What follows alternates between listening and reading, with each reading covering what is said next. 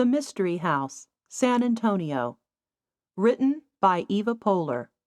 Narrated by Eva Pohler. Chapter 1. First Impressions. Ellen pulled up to the curb and took a deep breath. The September sun set behind the old house, framing it with a halo. Although the grass, the vines, and the one big tree out front were dead, there was something picturesque about the dilapidated building with its peeling yellow paint. Maybe it was Ellen's vision of what it once was, or of what it could one day be. "So what do you think?" she asked her two best friends. "Isn't it amazing?" "Well, it looks a little more like a ruin than a fixer-upper," Sue said from behind the driver's seat. "That's why we can afford it."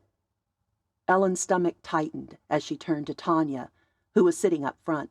She hadn't expected this outright rejection from Sue. "What do you think? Too much work?" "I don't know. Maybe," Tanya said in a lyrical voice that meant she was considering it. "I need to see the inside before I can get a good feel for it." Although her best friends were opposites in every way, where Tanya was tall, thin, blonde, and blue-eyed, Sue was short, plump, brunette, and brown-eyed. Where Tanya slanted toward liberalism, Sue slanted toward conservatism. If one wanted to do something, the other always, invariably, climbed on board. Okay, maybe not always, invariably, but often. Ellen, being in the middle of her two friends in size, color, and politics, was usually the odd woman out, but if she could get one of them on her side, there'd be a chance. "Then let's go look inside." She stepped onto the street in the still hot air and gazed at the house as she waited for her friends. Sue cracked open her car door but didn't get up. "Aren't we waiting on Paul?" "He had to show another house at the last minute." Ellen dangled the key her husband had given her. "Come on, this will be fun." Ellen hid her frustration with Sue as they made their way up the cracked sidewalk of the dilapidated two-story Greek Revival with its broken window and rotted siding. Of the three friends, Sue had been the one pushing the idea of doing something like this. For 6 months, she'd been the one saying they needed an adventure, now that they were all empty nesters. And if the adventure could make them extra money for more vacations, Sue was addicted to Disney cruises, all the better. So why was she frowning? "You've got to admit that this house is a lot better than the one you showed us last month," Ellen said to Sue. "I mean, this one has major potential. Since it's right here on the edge of the historic King William district, it would make the perfect bed and breakfast. Downtown San Antonio is just a few blocks away. The river is right over there. It backs up to a wooded greenbelt and is on a much bigger lot than most of the other homes in this area. This is the perfect spot." "So now we're running a bed and breakfast?" Sue's tone was laced with sarcasm. "Selling a bed and breakfast," Ellen explained, "if that's what we want." "I think it could be fun to run a bed and breakfast," Tanya said as they carefully took the rickety steps up to the front porch between what were once amazing columns now strangled with dead vines. Ellen didn't want a long-term commitment, but she wanted to keep Tanya's support. "I'm open to that." She put the key into the lock. "I mean, we can at least consider it." Sue looked up at the ceiling of the portico. "Are you sure this is safe? It looks like it could all come crashing down on top of us." The columns were rotten, as were most of the boards beneath their feet. "The state of Texas wouldn't be showing it if it wasn't safe." Ellen looked up and saw 3 big holes. "I think there's a bird living in there," Tanya said. "The state of Texas?" Sue asked. "What do you mean?" "The state owns it," Ellen said. "It's been pretty much vacant since the last owner died in 1994. "Well, I can certainly see why," Sue said. Tanya giggled. "Oh, come on. Give it a chance." "Apparently the last owner had no one to leave it to, and the mortgage had been paid," Ellen added, "and there was no will." "That's strange," Sue said. Ellen's heart ramped up as she opened the door. She'd been admiring this one for a few weeks on her way home from work, and had been anxious to see the inside. Having already developed a strange attachment to this house, she hoped it wasn't going to be disappointing. Why did she already care so much about this damn house? Maybe it was because she had become desperate for a change. She longed for something new to fill the void that was now her life. "Oh, stop being so melodramatic," she told herself. They entered a foyer with stairs to the second floor. Her heart felt tight, like it was going to burst, and she felt like she was floating outside of her body, looking down from the ceiling at them. The three of them together made her think of a Fruit of the Loom commercial. Tanya was the banana, Sue was the bunch of grapes, Ellen was the apple. Why was she thinking of this now? What was happening to her? This whole experience of going in together to buy a fixer-upper was surreal. Up until a few months ago, it had been nothing but talk. Were they actually going to do this? Ellen felt a weight pushing her down until she was back inside her own body. Instead of relief, she found herself dizzy and unable to breathe. She gulped in air and steadied her head with one hand. "Are you okay?" Sue asked. Ellen nodded and was finally able to take note of her surroundings. After blinking several more times, she was relieved to see the interior framing intact and most of the plaster still on the walls. It wasn't as bad as she had thought it would be. Her mind began to imagine the place restored and fully decorated, the 80s wallpaper and shiny brass fixtures replaced with paint and chrome. "This is actually pretty nice in here," Tanya said. "I wonder why it hasn't sold yet." "Well, now don't freak out," Ellen said. "The house has a reputation for being haunted." Tanya and Sue gawked at one another. "What do you mean a reputation?" Tanya asked. "Has something evil happened here? Was someone murdered here?" "Now hold on, Tanya," Sue said. "Don't assume it's an evil ghost. It might be friendly." She turned to Ellen. "Tell us what you heard." Ellen was pleased to see Sue's interest in the house piqued by the mention of a haunting. The state realtor told Paul that every time they got close to selling this property, the owners bailed within 3 days after closing. Sue's face lit up. "Did Paul get any more details? Did the buyers say what made them suspect a ghost was haunting this space?" Ellen shook her head, though she was tempted to make something up just to keep Sue on the hook. "They all thought they heard or saw something in the attic. Should we look around?" "We might as well," Sue said. "If we do make this into a bed and breakfast, a ghost could attract more tourists. The Crockett Hotel does really well with its history of ghosts." Ellen beamed. Sue was practically pulling out her wallet to buy, and she hadn't even seen the whole place. But now Tanya was the one frowning. "What's wrong, Tanya?" Ellen asked. "I'm not getting a good vibe," she said. "Did Paul say how many different buyers bailed? That concerns me." Ellen had hoped neither would ask that question. 6? Tanya's eyes widened and her mouth fell open. 6 different buyers? And they all bailed within 3 days of closing?" Ellen sucked in her lips and nodded. "But come on, guys. There's got to be a logical explanation. Paul says there's probably a draft in the attic that makes noises when the wind blows. He was supposed to be here today to check it out for us, but he's really close to selling another property and had to meet the client for a second showing." Tanya folded her arms. "Oh, come on. A draft wouldn't fool 6 people. That's odd. That's really odd." Sue had already started the tour without them. She called to them from the front room. "Come check this out. The fireplace seems in excellent condition." Ellen stepped into the living room and was pleased with what she saw. The hardwood floors and crown molding are in good shape, too. The room was empty except for a single painting over the mantel that had the look of a Victorian portrait.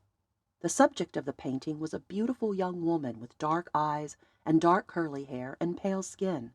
She wore a red brocade jacket over a white dress, and one of her breasts was nearly exposed. The painting was both sensual and enigmatic, for the woman's expression was difficult to read. "You're an art teacher, Ellen," Sue said. "Do you recognize that painter?" "Just because I teach college art, part-time, mind you, as an adjunct, doesn't mean I'm aware of every painter who ever lived." "I was just saying," Sue said. "Sounds like you might have a complex." The truth was, Ellen's memory was failing her. She used to be able to name off all the great painters of the Renaissance, the Enlightenment, the Romantic period, the Modern period, the Postmodern period, and so forth, but somewhere along the way, between the ages of 49 and 55, only a few of her favorites remained accessible in her mind. Tanya giggled and Ellen ignored them as she continued to look around. Beyond the living room, through a pair of columns, was a dining room with an old wooden table and 4 chairs. It led to the kitchen to the back of the house, attached to a laundry room and mud room. The cabinetry was falling apart and would have to be gutted, but the bones were good. She also found a half bath beneath the stairs and another full bath shared by 2 bedrooms. Although both bedrooms were vacant, there was an old trunk in the bathroom. Ellen lifted the lid to find it full of dust and cobwebs, but nothing else. Except for the crack in the mirror above the sink, the bathroom was in decent condition. "Well, I'm pleasantly surprised," Sue said at the bottom of the stairs. "It looks a lot better on the inside than on the outside, that's for sure." "What do you think so far, Tanya?" Ellen asked. "I don't know. It's nice, but I'm still not happy about the 6 buyers and the ghost." "There are no such things as ghosts," Ellen said, forgetting that she needed the ghost card to keep Sue interested. "Let's go upstairs," Sue said. "You go first, Tanya, since you're the skinny one, just in case these stairs lose their integrity." "Oh, it's okay for me to risk my life?" Tanya teased. "It'll just be easier to carry the dead body out of here," Sue chuckled. "If I broke the stairs and my neck along with them, the state would just decide to leave me here and burn the whole place down." "Oh, stop," Tanya said. "I'll go." Ellen tested the first step. So far, so good. They made their way up the creaky stairs and were surprised to find that the second story had a completely different look from the first. Where the downstairs had 80s floral wallpaper along with shiny brass fixtures still intact, the upstairs looked as though it hadn't been updated since the house was built in 1860. The much older wallpaper was peeling off the walls in many places, and the floors were badly scratched. The second floor looked as dilapidated as the exterior of the house. "Well, this is disappointing," Sue said. They entered the first bedroom to find it had its own bath. Both the sink and toilet looked ancient, and the tub was badly stained. "It stinks up here." Tanya covered her mouth and nose. "It's making me nauseous." The second bedroom looked exactly the same, along with another horrid bathroom.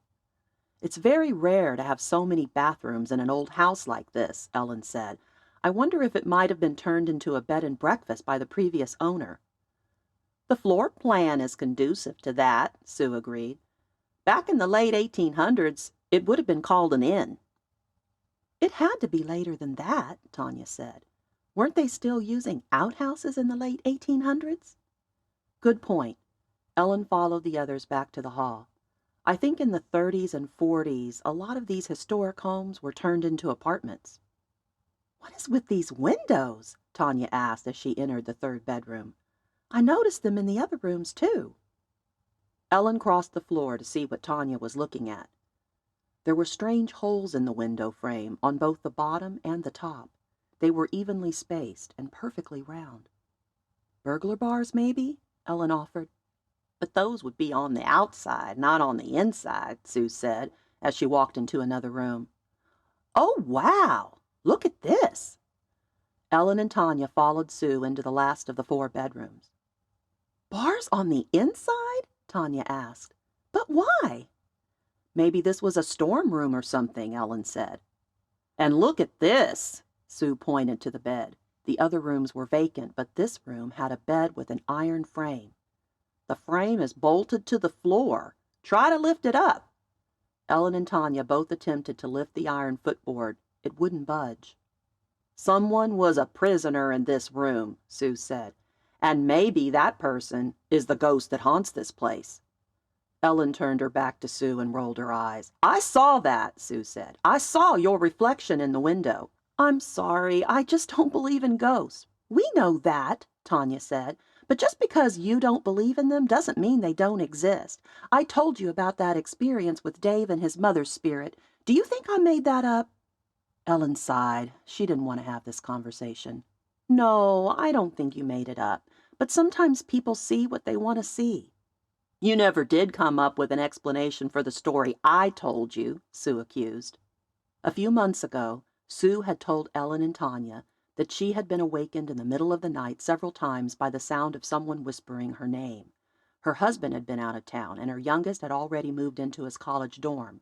She had convinced herself that it had been her imagination, that maybe a tree had been rubbing against the window, making a sound like a whisper.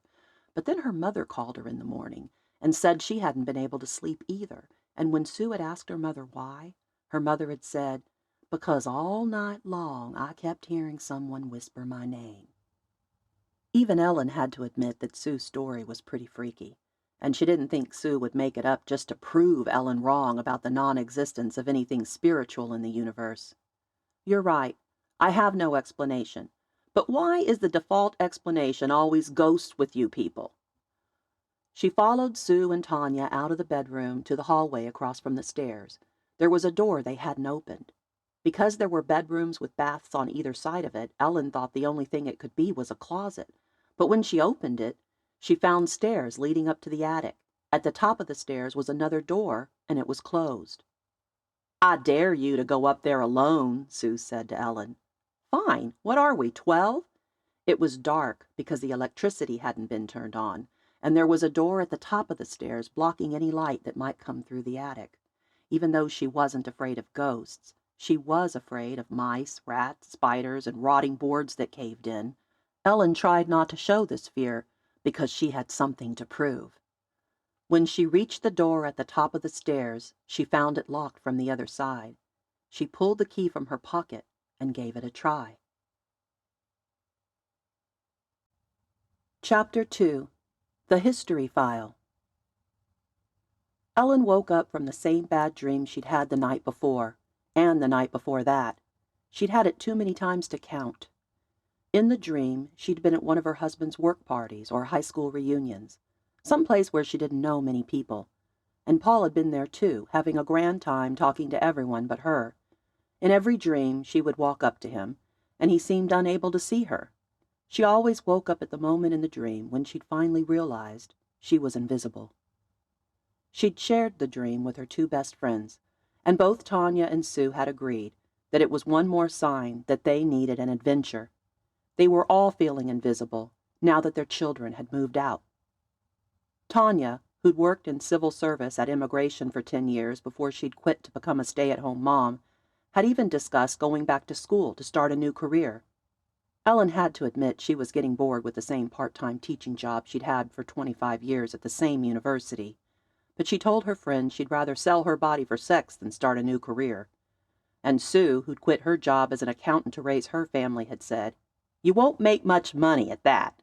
You don't even have sex with your husband." Which wasn't entirely true, but the way things were going, Ellen believed it wouldn't be long before it was. It was strange to Ellen how different her husband was when her kids came home to visit. Nolan, their oldest at 29, was in medical school in Oklahoma, so they didn't see him much anymore.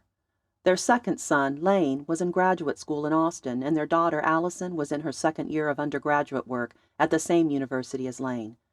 Ellen had thought she would at least see the younger two more regularly, but their lives had become busy, and it was hard for them to get home. But when they did, Paul transformed back to the man she'd married. He laughed and told jokes, reminding her of why she'd fallen in love with him in the first place. His sense of humor never failed. But when it was just the two of them, he'd come home from his office, or from showing a house, or from playing golf, or wherever it was he went all day long, and he'd walk in and sometimes not even say hello. Some evenings, she'd be in the front room reading, and it wasn't until she'd gotten up to get something from the fridge that she'd noticed him in his recliner in the family room, half asleep in front of the television. Maybe she was invisible. She went down the hall to the master bedroom looking for him. They'd been sleeping in separate rooms for years because she couldn't take his snoring. Some nights she tried to sleep in the bed with him, but since he never crossed over to her side to stroke her cheek or rub her back anymore, there didn't seem to be a point. If anything ever happened between them, it was up to her to initiate. He told her years ago that he wanted intimacy more frequently than she did, and he was tired of being rejected. It was up to her to let him know when she was interested. Yep, it was pretty romantic. A tear slipped down her cheek, and she quickly wiped it away. When she reached their room, she found it empty. She walked through the living room to the kitchen and then poked her head into the family room. Through the window overlooking the driveway, she noticed his pickup was already gone. Well, damn. She needed to ask him about a key to the attic. She'd mentioned it to him the night before, and he'd promised to call the state realtor today. Thank goodness he answered his cell phone. Lately it was more of a 1 in 4 chance that he would. "There is no attic key," he told her. "Ronnie said the key I gave you is the only one they have." Ronnie was the realtor representing the state. "Where are you?" She half expected him to say, "Don't you know I'm with my mistress?" "Golf course. Gotta go." It was where he went every Saturday morning these days. At least, that's where she hoped he was going. Disappointed, she was about to hang up when he asked, "Did you find the file I left you on your dresser?" "What? No." She hurried down the hall to their room. "Yes, I see it. What is it?" She opened it to find a fax cover page, along with several documents. "It's everything the state has on the history of the house." Just when she thought he didn't care. "Thank you, honey. Thank you so much." "Sorry there wasn't an attic key. Ronnie said he could have a locksmith there on Monday." "That's awesome. Thank you so much for taking care of that for me. I gotta go now." Bye." She called Tanya right away to tell her about the history file, but when Tanya answered, her voice was hoarse and shaky, as if she'd been crying. "What's wrong?" Ellen plopped onto an armchair in her living room and opened the file in her lap, leafing through as she listened to Tanya talk about her mother. When Tanya said her mother hadn't recognized her again, Ellen closed the file and said, "I'm so sorry." "It's just so hard," Tanya said. "It's like if your own mother doesn't know you." "Deep down, she knows you." "She thought I was one of her cousins. It's like I don't even exist." "Your mother doesn't have to recognize you for you to exist. I know who you are, and you're an amazing person." "Well, thank you, but I don't feel amazing. I feel terrible.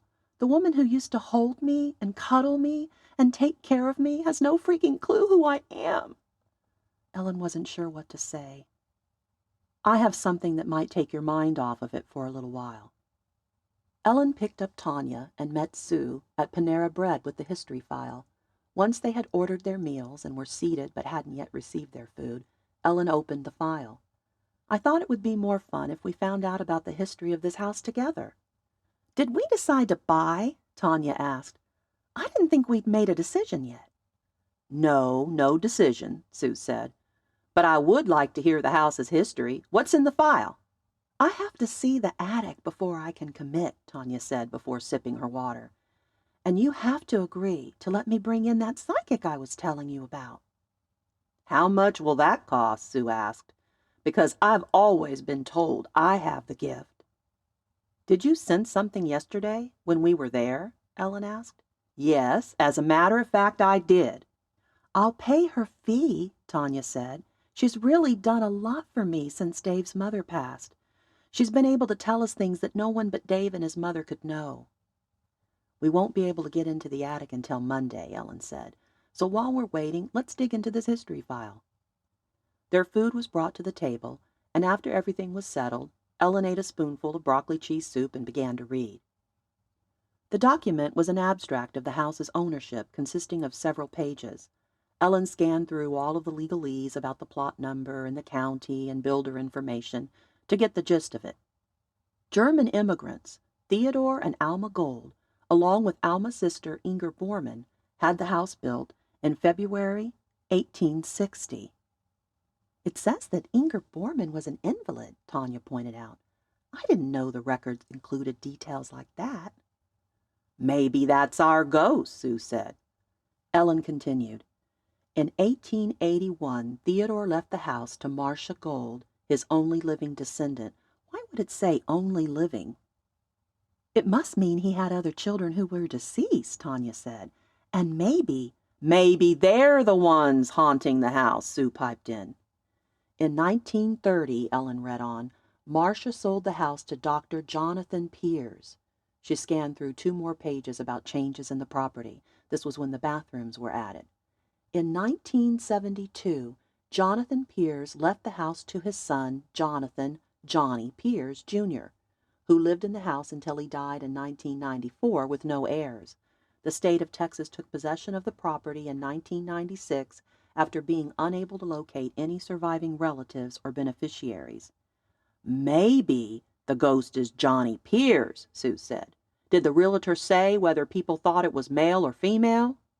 Ellen shook her head, biting her lip to keep from smiling. Tanya and Sue were taking this ghost thing way too seriously.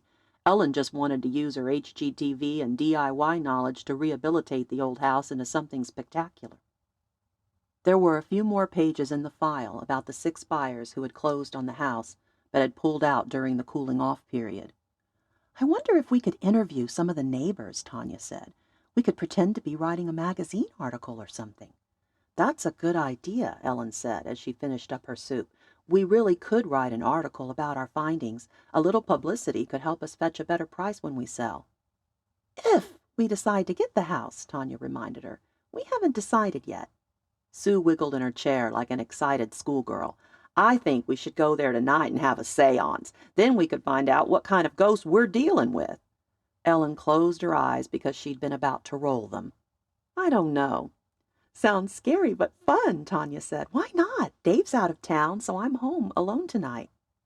"Tom's going to be glued to the football game," Sue said, "so I'm free. What about you, Ellen?" "Seriously? A séance? Doesn't that frighten you? If I believed in ghosts, I'd be too scared." "But you don't, so what's the harm?" Sue challenged. "Besides, if it gets out of hand, we can break the circle." "Huh?" Ellen had no idea what her friend was talking about. "You hold hands to create a circle," Tanya explained. "That's how you summon the spirit. You have to have at least 3 people and 3 candles." "Once you break the circle, the séance ends," Sue added. Ellen wondered how people who believed in the paranormal came up with their rules and rituals. If there really were such things as ghosts, why would breaking the circle stop them from harming you? "We don't know what's in the attic," she said. "Maybe a vagrant is living up there." Sue flapped her hand through the air. "I doubt some homeless person will attack us, but I'll bring my pistol just in case he takes one look at me and decides to rape me." Tanya giggled. "I'll bring the candles." "And I'll make that dip you both like," Sue added. "Do either of you have a box of crackers to go with it?" Great, Ellen thought. They were going to a strange house, purported to be haunted, at night, armed with a pistol, candles, a box of crackers, and Sue's famous dip. Chapter 3. The Seance. Later that evening, Sue picked up Ellen and Tanya and headed for the King William district. Ellen sat in the passenger seat, holding the stainless steel bowl covered in foil and containing the dip Sue had made. Tanya sat in back with a pitcher of frozen margaritas in one hand and a reusable grocery bag filled with candles, crackers, and who knew what else in the other. Somewhere, probably in her purse, Sue packed her pistol. To Ellen, this seemed like a dangerous combination, but she went along with it because she was outvoted and because she really wanted her friends to buy this house with her. Sue pulled up to the curb. Daylight savings hadn't yet begun, so although dusk was near, it was still light enough outside to clearly see the house. It looked creepy to Ellen, now that they were about to summon a supposed ghost. "I'm having second thoughts about this," Tanya said. "Maybe this wasn't such a good idea." "Oh, come on," Sue said. "You're this way about everything." Tanya blanched. "I am not." "You said that very thing last month as we were headed to the craft fair," Sue pointed out. "And if I remember correctly, you said the same thing about the trip we took to Dallas last spring.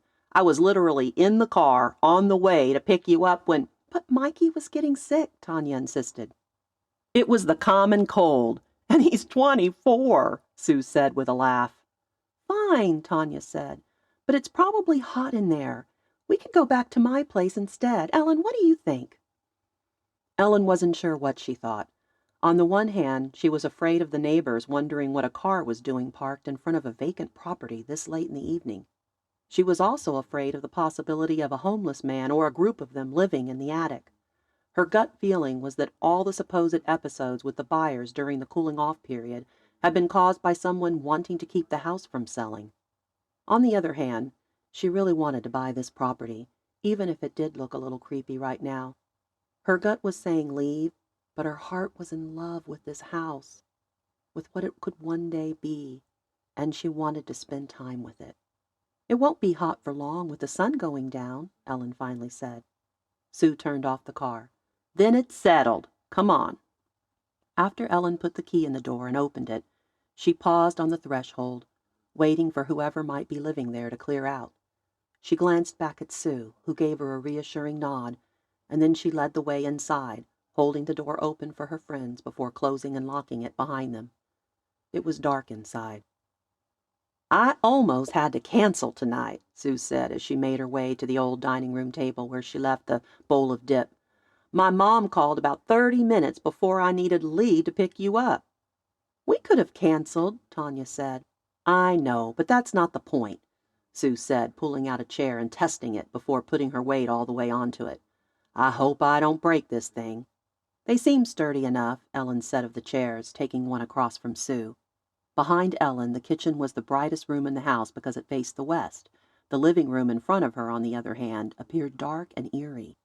Tanya stood near the end of the table, pulling things from her reusable grocery bag, a plastic tumbler for each of them, a box of crackers, 3 large pillar candles, 3 paper plates, and a box of matches. So why did you almost have to cancel? Tanya asked Sue. Is your mom okay? She poured the pitcher of margaritas into each of the 3 cups. Sue took a sip of hers and said, before saying, You know my mom. Her whole life revolves around me. I can't even take a dump without her knowing about it. So nothing's wrong? Ellen asked. Well, if you were to ask her, she'd say the world was coming to an end because I made plans without her. I really need to find that woman some friends. Surely she understands that you have a life, Ellen said, before taking a sip of her margarita. This is good. Thank you, Tanya. Tanya sat at the end of the table between Sue and Ellen with her back to the foyer and staircase. Her eyes narrowed at the window across from her. What's that? Ellen and Sue turned to the window. What? Ellen asked. Never mind, Tanya said. I thought I saw something. It was nothing. Can you pass me that box of crackers? I'm starving. Ellen handed over the crackers while Sue removed the foil from the dip. I forgot a spoon, Sue said. That's okay. Tanya took a cracker and used it to scoop dip onto her plate. Can one of you light the candles? I didn't eat dinner tonight, so I think I'll pig out first. Just save some food for the spirits, Sue said. Ellen frowned. The spirits? You're supposed to have a food offering along with the light to lure them to you, Tanya explained. Ellen grabbed the box of matches, trying not to laugh. So how does this work exactly? She struck a match and put the flame to one of the wicks. All 3 faces turned toward the ceiling when they heard a creak overhead. What was that? Sue asked. Ellen's stomach dropped. Do you think someone could be living up there? Maybe we should go, Tanya suggested. Old houses creak, Sue said. I'm sure it was nothing. And if someone is living up there, I doubt he'll come down and risk exposing himself. Anyway, it could be the ghost. Let's get started. Ellen struck another match and lit the 2 other candles. We can't break the circle once we hold hands, Sue said. So let me finish this margarita real quick. She cocked back her head and emptied her cup. Tanya laughed at Sue. Do you want some of mine? No, I'm good. Finish eating so we can hold hands. So what is your mom doing tonight? Ellen asked Sue. Is she mad at you? She said she's not mad, but I know better. Did you have plans with her before we made ours? Tanya asked. No, that's the thing. We usually talk on the phone each evening, but we didn't have plans. I guess she's upset that I couldn't chat on the phone. I told her I'd call her when I got home, but she said not to bother. I suppose you could have invited her along, Ellen said. Sue rolled her eyes. It crossed my mind, but really, Ellen, she needs her own friends. Besides, she would have tried to take over the seance. You think I'm a believer? But you should see her. She'd probably start talking in tongues before we even held hands. They all 3 laughed. Then Sue said, Maybe I should have asked her to come along. She would really have enjoyed this. Ellen realized then that Sue must have all the confidence in the world that they were dealing with a ghost and not a vagrant, or she never would have considered inviting her 70-something-year-old mother. Ellen bit her tongue, though, rather than point out her feeling that the odds were much greater that the sound above them came from a squatter than a spirit. The idea of someone in the house with them was making her nervous. Why had she locked the front door behind them? She'd been thinking about keeping nosy neighbors from walking in on them, but she should have been thinking about an escape plan. "Let's get this show on the road," Ellen said, "before it gets dark outside." "Scared, are we?" Tanya teased. "Not of ghosts," Ellen said. Tanya stuffed her last dip-covered cracker into her mouth and swallowed it down with margarita before taking the hands of her friends. "Ready?" Sue reached across the table and took Ellen's hand. "Remember, don't break the circle until I tell you it's okay." Ellen nodded, feeling a lump form in her throat, as something Tanya had said sent a shiver down her spine.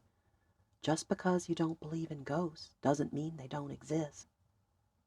The statement had been true. Ellen hadn't believed one of her children would ever do drugs, and he had. She hadn't believed her marriage could ever fall apart, and it had. She hadn't believed she'd ever partake in a seance, and here she was. "Spirits of the past who dwell here," Sue said with her eyes closed, "move among us. Be guided by the light of our world and by the aroma of our food. Tell us who you are." Ellen took a deep breath and waited. Nearly a minute went by, and nothing happened. "How long is this supposed to last?" "Shh!" Tanya hushed her. "Spirits of the past who dwell in this house," Sue said again. "Follow the light of our world and the aroma of our food and come to us. Make yourself known to us. Is anyone here? If so, please rap twice." They waited quietly for another minute. Ellen kept her eyes wide open, unlike Sue and Tanya. The living room behind Sue was almost in complete darkness now. Very little light came in from the windows in the kitchen. A shrub covered most of the dining room window, where Tanya thought she might have seen something. As Ellen looked at the window now, she too thought she saw something. A face. "Holy shit," she muttered, her heart rate accelerating. Tanya and Sue opened their eyes and looked at her. Whispering, Ellen said, "There's someone out there. I saw a face, a man, I think." "Don't break the circle," Sue warned. "It's probably just a neighbor wondering why we're here." Ellen took a deep breath and tried to bring her heart rate back down to normal again. "Spirits of the past who dwell here," Sue said again, gazing into the candlelight. "Rap 2 times if you can hear me." Ellen froze. 2 unmistakable knocks resounded on the ceiling above them. Sue and Tanya smiled as Ellen wondered what the hell was going on. She refused to believe a spirit had actually replied to their summoning. "Oh, thank you, spirit from the past," Sue said. "We would like to ask you some questions. If we have your permission to proceed, please rap once. If you don't want us to speak with you further, rap twice." Again, unmistakably, a single knock to the ceiling. Sue and Tanya smiled again. Ellen wanted to leave. The vagrant was toying with them. It was the only explanation. "My first question," Sue said. "Are you female? Please rap once for yes and twice for no." A single rap. Ellen broke out into a sweat. "We should leave," she whispered. "Shh!" Tanya glared at her and shook her head. "Do you live in this house?" Sue asked next. "Please rap once for yes and twice for no." A single rap, followed by loud pounding. "What the hell?" Ellen whispered, looking from one friend to the other. More pounding. It was the front door. "Don't break the circle," Sue said. "Let me ask one more question." Before Sue could ask it, they heard a loud creak like the sound of a door opening, followed by a slam. "That sounded like the attic door," Tanya whispered, craning to look behind her without breaking the circle. The ceiling above them shuddered, as though someone were walking on the floor. "Oh, spirit," Sue said desperately. "Are you a friendly spirit? If so, please rap once for yes and twice for no." A single rap, but not from the ceiling. This time it came from the stairwell behind Tanya. "She's friendly," Sue said. "Unless she's a liar," Ellen said. Now someone was pounding on the back door. "It's got to be the neighbor that was looking in the window," Sue said. "I think we better answer," Tanya said. "We should break the circle." They heard another creak on the stairs behind Tanya. They all three turned in time to see a thin figure with white hair and a white dress run across the foyer toward the back door. "The ghost!" Sue cried in a mixture between a whisper and a squeal. "I saw her," Tanya said, holding tight to Ellen's hand. "Did you see her, Ellen?" "I saw something," Ellen admitted. They heard more creaking and footsteps at the back of the house. "Don't break the circle," Sue warned again. "Wait and see if she speaks again." Then more loudly she said, "Oh, spirit, please come to the light. If you like dwelling among the living, please rap once for yes." Sue hadn't finished speaking when the floorboards of the bottom floor shuddered with loud, quick, heavy footsteps. "That's not the same spirit," Tanya whispered. Sue's mouth dropped open as she gazed at something behind Ellen's back. Ellen turned to see a man with an axe in his hands. Ellen screamed and scrambled to her feet, shaking all over as she backed away from the man. "What the hell's going on in here?" the man asked sternly, glaring at each of the women. "If you don't vacate these premises immediately, I'll call the cops." "Who are you?" Sue asked. "I might ask you the same question," he said. "We're the new owners of this place," Sue said. "The hell you are," the man said. "I'd know if this house sold. I know the realtor." "Ronnie?" Ellen asked. "You know Ronnie?" "That's right," the man said less sternly. He lowered his axe to his side. "You know him?" Ellen nodded as she caught her breath. She put a hand to her heart. "Man, you scared the heck out of me." "How do you think I feel?" the old man, probably mid-70s, said, as he rubbed the gray whiskers along his jawline. "For a minute, I thought you were the three witches of Eastwick." Chapter 4. The Man with the Axe. "Would you like some crackers and dip?" Sue offered the man with the axe. "No, thank you." He scratched his head. "So have you already closed on the house, then?" "Not yet," Ellen said. "My friends wanted to see if the rumors were true, the rumors about this place being haunted." "Oh, they're true, all right. My wife and I have both seen her. You should have a chat with my wife before you buy this place." "Come have a seat and tell us what you know," Sue suggested. Tanya seemed to have swallowed her tongue. She was almost as pale as the ghost girl, or whatever it was Ellen had seen dart through the foyer. The man with the axe took the chair where Ellen had been sitting. Ellen continued to catch her breath near the wall with the window. She'd been so freaked out that she may have even peed a little. "We just saw the spirit," Sue said. "She ran toward the back of the house. Did you see her when you came in?" The old man's face turned as white as Tanya's as he shook his head. "No, I didn't see her." "So she just vanished?" Tanya spoke for the first time. "I guess so," the man said. "It wouldn't be the first time. Like I said, you need to have a conversation with my wife." "Who do you think the ghost is?" Sue asked. "A former resident of this house?" "Probably," the man said. "I'm Sue, by the way. It's nice to meet you, Mr. Forrester," he said. "The name's Bud Forrester." "I'm Ellen." Ellen took the chair on the other end of the table across from Tanya. She was not about to put her back to any of the rooms in the house. "And this is Tanya." Tanya gave the old man a silent nod. "It's a pleasure to meet you," Bud Forrester said, without shaking anyone's hand. "Like I said, the rumors are real. What are you doing here, having one of those whatcha-call-ems with the Ouija board or something?" "Seance," Sue replied. "We were communicating with the spirit until right before you came in."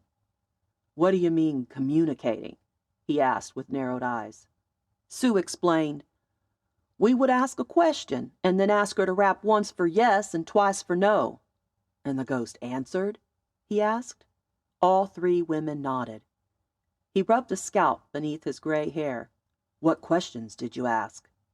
"If she dwelled here, if she was female, if she was friendly," Sue said. "We didn't get very far, unfortunately." "Well, I'll tell you what. You women have got a lot of guts coming into this haunted house hoping to communicate with ghosts, that's for sure," Bud Forrester said. "But this here house is dangerous. You could have been hurt. You wouldn't believe what we've seen." "Like what?" Sue asked. "Gives me the creeps to talk about it," Bud Forrester said enigmatically. "I'll tell you what. My wife and I would surely benefit if this house ever sold.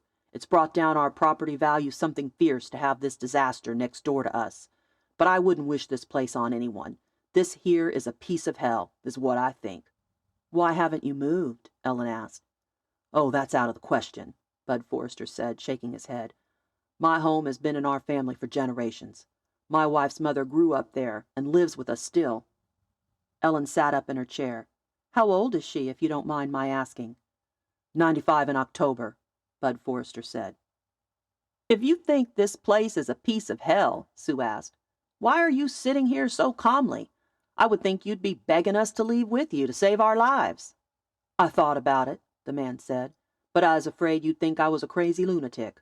We really should get out of here as soon as possible. Can I help you ladies out?" Tanya frowned. "We can manage, thank you." They all four stood up. Something suddenly occurred to Ellen. "The back door wasn't locked, was it?" "Yes, ma'am. I picked it," Bud Forrester said. "I saw you through the window and was worried about you." "That's why you brought your axe?" Sue asked. "Because you were worried about us?" "I brought it for protection," Bud Forrester said. "Like I said, this place here is something you don't want to mess with. It was nice meeting you. Be sure and come by and chat with my wife before you close on this place." "Would tomorrow afternoon work for you?" Ellen asked. "Yes," Bud Forrester said, as he headed toward the back door. "Come at 3. I'll tell my wife to expect you." As Tanya and Ellen started to pack things back into Tanya's reusable grocery bag, Sue said, "Let's try to contact the spirit once more, now that the old man is gone." "What?" Tanya shook her head. "I say we get out of here." "I agree," Ellen said. "But maybe she'll come back and tell us who she is," Sue said. "I think I'd like to get my psychic to come out here," Tanya said. "She can find out what we need to know without the seance. I'm a little spooked after seeing that apparition, aren't you?" Ellen nodded. She was more than spooked. Her whole belief system had been upturned. Although she wasn't completely convinced that she'd just seen a spirit, she also didn't think the girl looked like a real person. She was as thin as a skeleton and as white, too. The white dress hung down to her ankles. She hadn't been wearing shoes. And how could a young woman manage to live in the attic all these years? Maybe she wasn't alone. Memories of a novel she'd read as a girl made her shudder. It was called Flowers in the Attic and was about a mother who imprisoned her children in the attic where they had to grow up and fend for themselves. The brother and sister eventually fell in love because they had no one else. "But it was exactly what we were hoping for, wasn't it?" Sue said, bringing Ellen from her reverie. "I really want to buy this house now more than ever. Now that I know the spirit is female, friendly, and willing to talk to us, I'm excited. Aren't y'all?" Ellen still wanted the house, even if she wasn't excited about its resident. "I'm still interested. What about you, Tanya?" "If you two agree to let me bring my psychic to interrogate the spirit, then I'll be more inclined. I just want to make sure no one was murdered here and that there's nothing evil haunting this place." "How soon can she come?" Sue asked as she put her arm through the strap of her purse and picked up the bowl of dip. "I'll give her a call. Maybe she can stop by Monday while the locksmith is here. I'll see." "Do you guys want me to pick you up around 2:30 tomorrow?" Ellen offered. "That sounds good," Sue said, leading them to the front door. "I'm anxious to hear what Mrs. Forrester has to say." "I didn't care much for Mr. Forrester," Tanya said. "He gave me the creeps." "Me too," Ellen agreed. They hadn't yet stepped out of the house when they heard a flurry of footsteps inside. Tanya hastened outside and into the front yard faster than Ellen realized her friend could run. Sue stood on the threshold as though she might go back inside. "Come on, Sue," Ellen said, pushing her out of the front door. "Let's go." Chapter 5. Mrs. Forrester. That evening, Ellen arrived home to find Paul had fallen asleep to the television. She took a shower, and by the time she got out, she saw the familiar lump of his body beneath the sheet on his side of the bed and heard the buzz-saw sound of his snoring. She'd wanted to tell him about the ghost girl. Disappointed, she found her Kindle and went down the hall to Nolan's old room, where she'd slept for the past 5 years.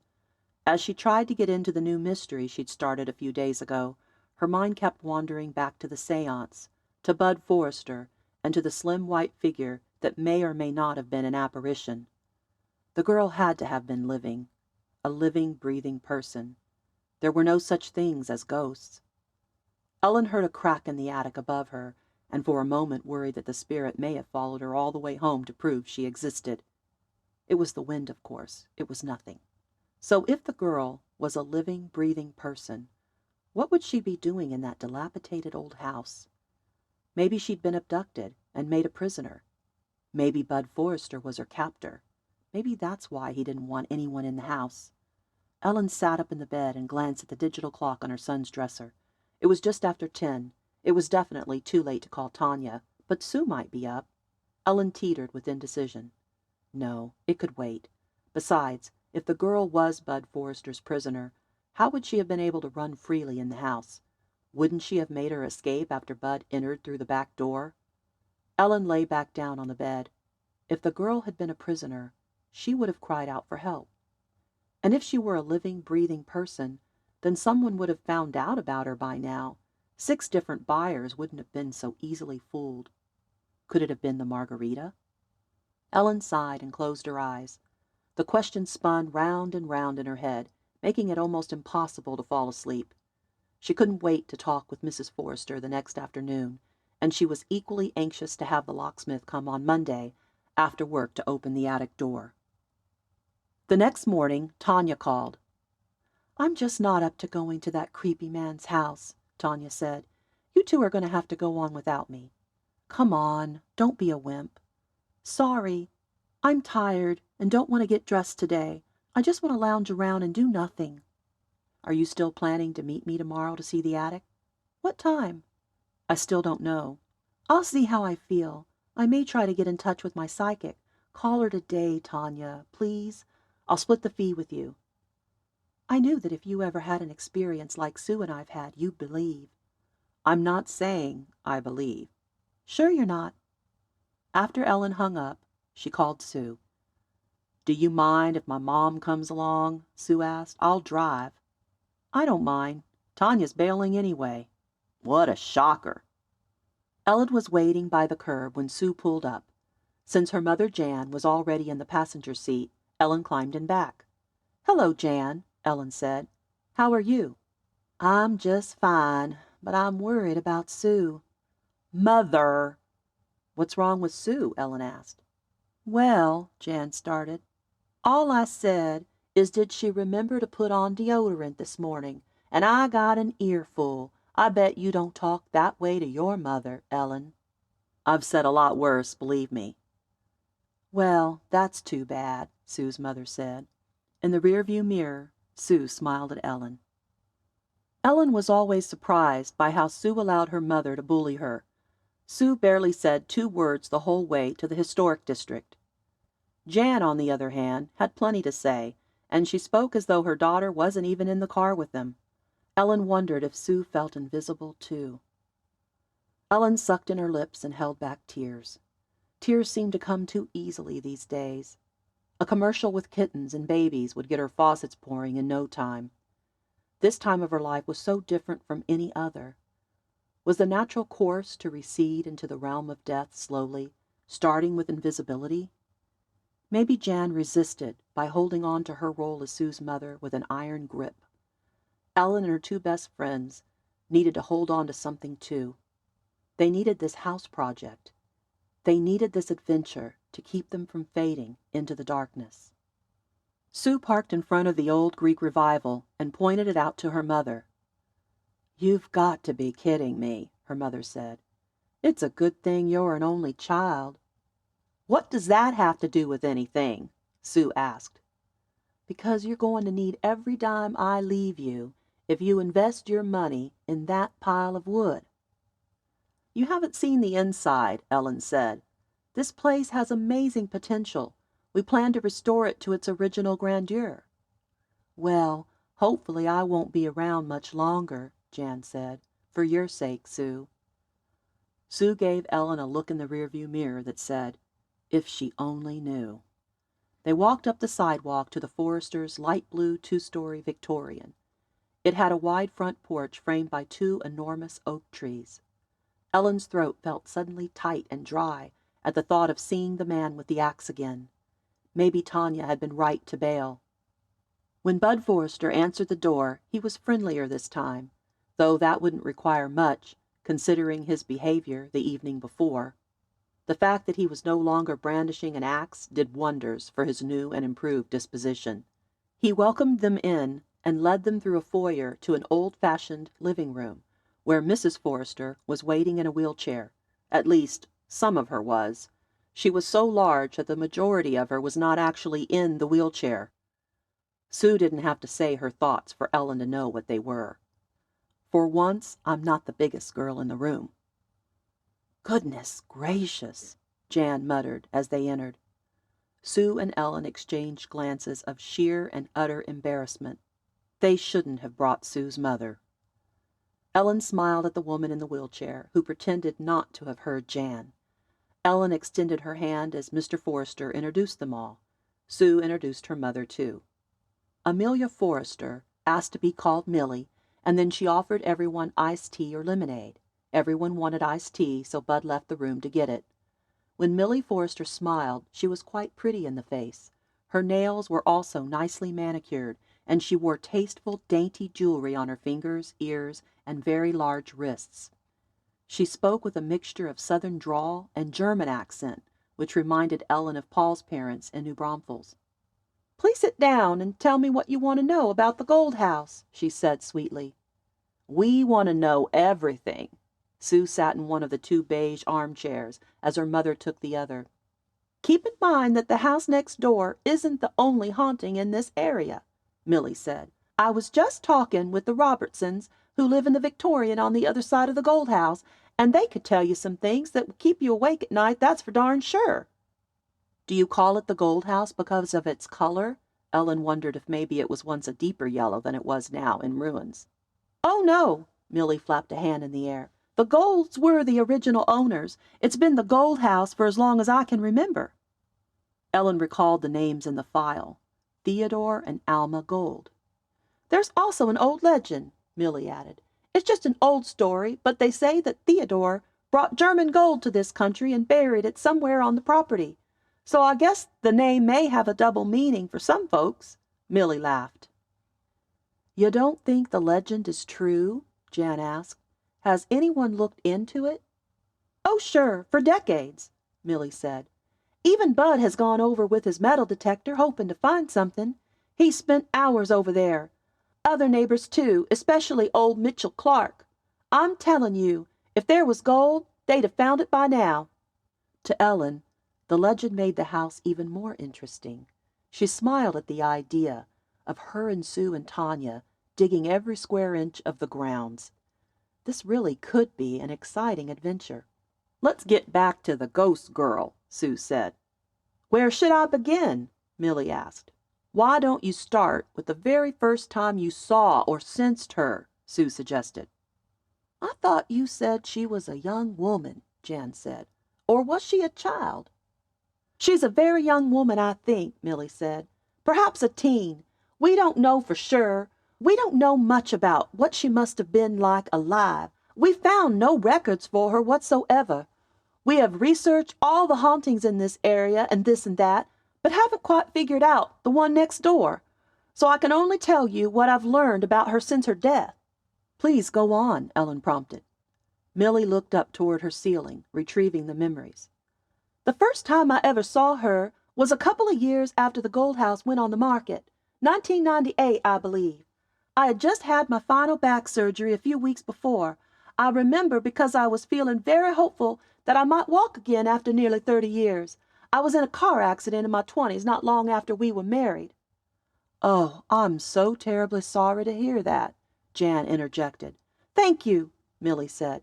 "So on that particular spring morning in '98, I was out in my garden. I used to have a beautiful rose garden and this and that, and it's still there, but overgrown with weeds and not as productive as it once was." "My garden is overgrown now, too," Jan said. "I used to love to work in the front beds, but it's gotten harder over the years." Ellen wished Jan wouldn't interrupt. "Please, go on, Millie." "Anyway, Bud had wheeled me out to the garden on the side of our house, next to the abandoned one next door. I had a pair of pruners and was pruning and just a-talking away. Talking is good for plants, you know." "I talk to my plants, too," Jan said with a satisfied smile. Ellen sat forward. "So then what happened?" "Well, Bud was mowing the front yard and wasn't there to see it, but I saw something dart across my backyard. We didn't have fences back then, either. It was all open just as you see it now. A creek used to flow behind the houses, but it's all dried up. Anyway, I turned and saw a girl with white hair and a white dress and just as thin as a skeleton disappear into the abandoned house." Are you sure she was a ghost? Sue asked with a glance toward Ellen. How do you know she wasn't just some kid messing around? That's what I thought she was at first, Millie admitted. Even though she was ghostly pale and thin and this and that, I assumed she was alive. What changed your mind? Ellen asked. I was leaning over the roses and this and that when I felt a tap on my shoulder that made the hair on my neck stand on end. I turned to see her gaunt, pale figure looking down at me. The sun was just behind her, shining right in my face, but I could see her well enough, and I felt a coldness overcome me. She narrowed her eyes with the oddest expression and said, "You ain't ever getting out of there." It made me shiver. What did she mean? Jan asked. Before I could ask, she ran off, Millie said. But later, when I found out that my back surgery was a failure and I would never walk again, I came to believe the ghost was telling me that I would never get out of this chair. And she was right. What did your husband think? Ellen asked. As soon as I heard the mower turn off, I hollered out to him. He came running, all sweaty and exhausted. I told him about the girl, but he thought I was imagining things. He didn't believe you? Sue asked. Bud returned with a tray of glasses filled with iced tea and set it on the coffee table between them. He handed a glass to Jan. She was on a bunch of meds from her surgery. I thought she was hallucinating. He handed a glass to Sue. Thank you. She took the glass. When was the first time you saw the ghost? Ellen asked Bud as she accepted a glass from him. He tapped his chin. Was it after the third or fourth visit? Third, I think, Millie said. So the girl came back? Sue took a drink of her tea. Here? To your house? She's been back many times, Millie said. How recently? Sue asked. About 2 weeks ago, I was on the phone with Ida Robertson and saw the girl as clear as day pass down my hallway to the stairs, Millie said. I had just been telling Ida what I'd heard about the twins down the street, those 2 high school dropouts that everyone suspects are in a gang and this and that. Did you see her too? Sue asked Bud. Not that time. He didn't believe me years ago when I first saw the ghost, Millie said. It took a few weeks for him to finally see her. He turned to his wife. That time she came to your bedroom. That was bizarre, Millie said, shaking her head. One night, I was already sound asleep in my bed. I felt someone tap my shoulder, and when I opened my eyes, she was leaning over me. I felt a cold shiver travel down my back. I even felt a tingle in my toes and had the strangest feeling that I could move my legs and this and that, but of course, I couldn't. Did she say anything? Jan asked. Millie nodded. She said, "Where's Mama?" Did you get a better look at her? Sue asked. It was dark in the room. Millie took a sip of her tea before continuing. There was a light on in the hallway. We always kept it on, still do. So she made a kind of silhouette in her white dress. I got the feeling from her voice and from the way she spoke and this and that she was young, maybe a teenager. Did you say anything? Ellen asked. I asked her who her mama was, and she said Cynthia. I told her I would look for her. Then, when I asked the girl what her name was, she ran away. I wanted so badly to follow her. Why didn't you follow her? Sue asked Bud. Or did you sleep through all of that? Bud's face turned red. It's hard for me to sleep in the same bed with Bud, Millie said quickly. He wasn't there when the ghost appeared. I sleep upstairs, he added. So yes, I did sleep through the whole thing, apparently. Millie reached out and took her husband's hand. He still hadn't seen her yet, and was getting worried about me, weren't you, Bud? I thought she was losing her mind, he said. I thought maybe the medicine she was taking, or maybe the depression. I didn't know what to think. But then you finally saw her too, Millie said, smiling. Bud nodded with his lips pressed together. Indeed. He was in the shower, Millie said, shampooing his hair, eyes full of soap and this and that, and next thing you know, he sees her standing outside the glass doors. I couldn't breathe, Bud said. I knew it couldn't be Millie or her mother. My mother was already bedridden at the time, Millie explained. What did you do? Jan asked. I hollered, "Get the hell out of here," and she disappeared. Sue's eyes widened. Into thin air? Hell, I don't know, Bud said. The room was full of steam. I got out and threw on a robe to look for her, but she was gone." Ellen still wasn't convinced they were talking about a ghost. Couldn't this have been a neighborhood kid playing tricks on them? "Did you ever have the Gold House cleansed?" Sue asked. "You mean like with a priest?" Bud asked. "We haven't, but I think I heard about someone else doing it a few years back. Not sure." "Every time that house comes close to selling, she shows up here," Millie said. "Then, when the buyers leave, the ghost returns home." "Sounds like you've gotten used to her presence," Jan said. "Do you think of her as a friendly spirit, then?" Both Forresters shook their heads. "I don't trust her," Bud said. "One night I saw her run across the back lawn toward the creek bed. Blood dripped down her arms and splattered her white dress. It gave me the chills. The next morning one of our neighbors found her cat dead, decapitated." "You think the ghost did it?" Ellen asked. "You tell me," Bud said. "It's a strange coincidence if she didn't." Sue met Ellen's eyes. They were probably thinking the same thing. Tanya wouldn't like hearing that. Maybe Ellen would ask Sue to keep that detail between the two of them. Ellen still wanted the house. "And she killed my dog," Millie added. "About 12 years ago. Pedro was the sweetest little lapdog you'd ever seen. It was cruel of the ghost to kill him." "How do you know she did it?" Ellen asked. "Bud saw her," Millie said. "I didn't see her do it, but I saw her with him," Bud explained. "And the very next day we found him dead." A chilling moan sounded from somewhere in the house. "What was that?" Sue asked, jumping nearly 6 inches out of her seat. Ellen had also been startled, though Jan seemed not to have heard. "My mother," Millie explained. "Bud?" Bud nodded and climbed to his feet. He gently kissed his wife's cheek before excusing himself from the room. Ellen guessed a man who took care of 2 invalids for most of his life couldn't be that bad, could he? "The girl whose ghost has been haunting this area was most likely insane," Millie said, as her husband left the room. "For many years, that house was a rest home for the mentally handicapped. You did know that, didn't you?" Ellen felt her jaw drop open, and her expression was mirrored by Sue. "No, we didn't," Ellen said. Chapter 6. The Attic. After they left the Forresters' blue Victorian, Ellen and Sue led Jan across the yard to the house next door to show her the yellow Greek revival, the Gold House.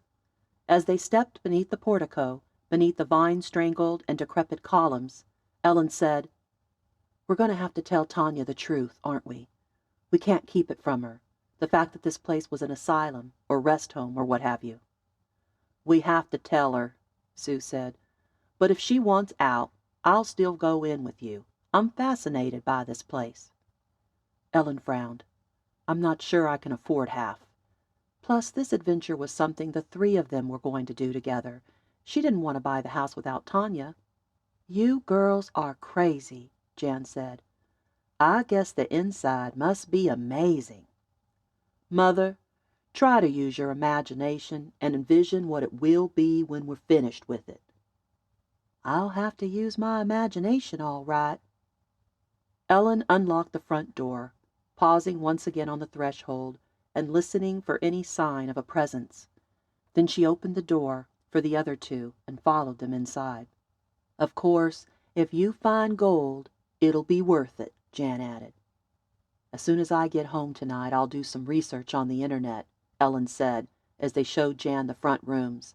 "Millie said the doctor's name was Jonathan Piers, isn't that right? The same name we read about in the abstract from the realtor?" "There was no internet in 1930, Jan said. "Mother, have you ever heard of archives? It's worth a Google search anyway." "This house reminds me of your Aunt Mary's," Jan said. "I never did care for gold fixtures." "What happened to using your imagination?" Sue asked sarcastically. "I think this wallpaper might be sabotaging it," Jan retorted. "It is pretty bad," Ellen agreed. "I can't wait to peel it off." They finished touring the bottom floor and headed for the stairs, but as Ellen started to ascend, Sue grabbed her hand. "The last thing you should do is scream if you see her, okay? We want her to feel comfortable around us, if we're going to share the same space for a while." Ellen could think of nothing to say, so she nodded and continued her climb. The first thing she did after reaching the second floor was to have a peek up the attic stairs. A cold chill shuddered down her spine, and she lost the air in her lungs. "What's wrong?" Sue asked. Ellen's mouth was as dry as sandpaper. "The attic door. It's ajar." Sue's face turned white. "So what?" Jan asked. "Is it not supposed to be?" "It was locked the last time we came," Sue explained. "Should we investigate?" Ellen asked, her stomach in knots. She wasn't sure she was brave enough to go up there. "I'm so curious," Sue said. "I won't be able to sleep tonight if I don't go up there and check it out." "I'm scared," Ellen admitted. "Should we go get Bud first?" "Oh, you girls." Jan brushed past them and headed up the stairs, though not very quickly. She held on to the rail and pulled. "I'm more scared of Bud than I am of the ghost," Sue said. "Come on, we'll stay together, all right?" Ellen nodded and followed Sue and Jan up the steps. The whole miserable way, Ellen was tempted to ask Sue to get her gun out, just in case, but she was afraid that might make the situation worse. The smell reached them before they made it to the top. Ellen worried they would find a dead body. "There's no one here," Jan said, "unless I'm detecting an otherworldly presence. Do you feel that, Sue?" "I can barely breathe," Sue said, tucking her nose and chin beneath the neckline of her blouse. "What's that smell?" Ellen covered her nose and mouth with her hand as she glanced around the large room. 8 very old hospital beds lined the perimeter, 2 against each wall. All but one of them was cluttered with what appeared to be medical equipment. "Maybe the patients of the asylum were kept up here," Sue speculated. "That would explain the restraints, but not the external orthopedic apparatuses," Jan's mother, who was a nurse for 30 years before she retired, said. "Or those bassinets." In one corner, 3 bassinets covered in cobwebs were crowded together. Ellen stepped over a litter of paper and books as she crossed the attic floor to one of the beds with a pile of metal apparatuses. "What are those things used for?" "Repairing bone fractures," Jan said. "They have quite a collection up here." "Maybe the patients were susceptible to falls," Sue wondered. "Maybe they broke a lot of bones." "That machine over there in the corner is called a Bergonic chair," Jan said. "It was used in the 30s and 40s for treating psych patients with shock therapy. We had an old one at the state hospital, though it was never used while I was there." Ellen shuddered. "I wonder why all this stuff is here." "I guess if you buy this place, you get the antiquated equipment, too," Jan said with a laugh. "Not sure what you'd do with it, though." "Maybe a museum would buy it," Ellen offered. "We might be able to salvage the bassinets," Sue said. Ellen crossed her arms. "No way would I let any baby in one of those. They look about to disintegrate." "Not to mention the bugs," Jan added. "Mother, do you know what that machine is over there?" Sue asked, pointing to the far left corner. "I think that was used to measure brain waves back in the day," Jan said, bending over one of the beds. "Oh, and I can't believe they have one of these." She held up a rubber tube that was attached to a squat machine. "They used to force feed patients through the rectum with these." "Oh, God!" Ellen wrinkled her nose. "What was the purpose of that?" "They thought body fat was the cure to mental health, because so many people who suffered from nervous disorders were extremely thin." "I guess we would have been pretty safe back then and considered rather sane, don't you think, Mother?" Sue laughed. "Right up until they heard us talk," Jan said. They all 3 laughed. "And I think I've figured out where the smell is coming from," Jan said, bending over one of the beds. Ellen peered over Jan's shoulder to see a shoebox filled with fur and blood. "Oh, God, what is that?" "Dead rats," Jan said. 4 of them, looks like." Just then the hair stood up on Ellen's arms and neck as she heard a flutter behind her, like papers blowing in the wind. She was chilled to the bone, and as she turned, she felt like she was doing so in slow motion. Jan cried out in surprise as something white scurried across the floor and down the attic steps. It wasn't the girl. It was smaller and on all fours. "Was that a cat?" Ellen asked, clutching her heart. "A ghost cat," Sue said. "It was as white as the girl and as ethereal." "That's what it was, all right," Jan said, catching her breath. "Maybe it was what killed these rats and placed them together in this box."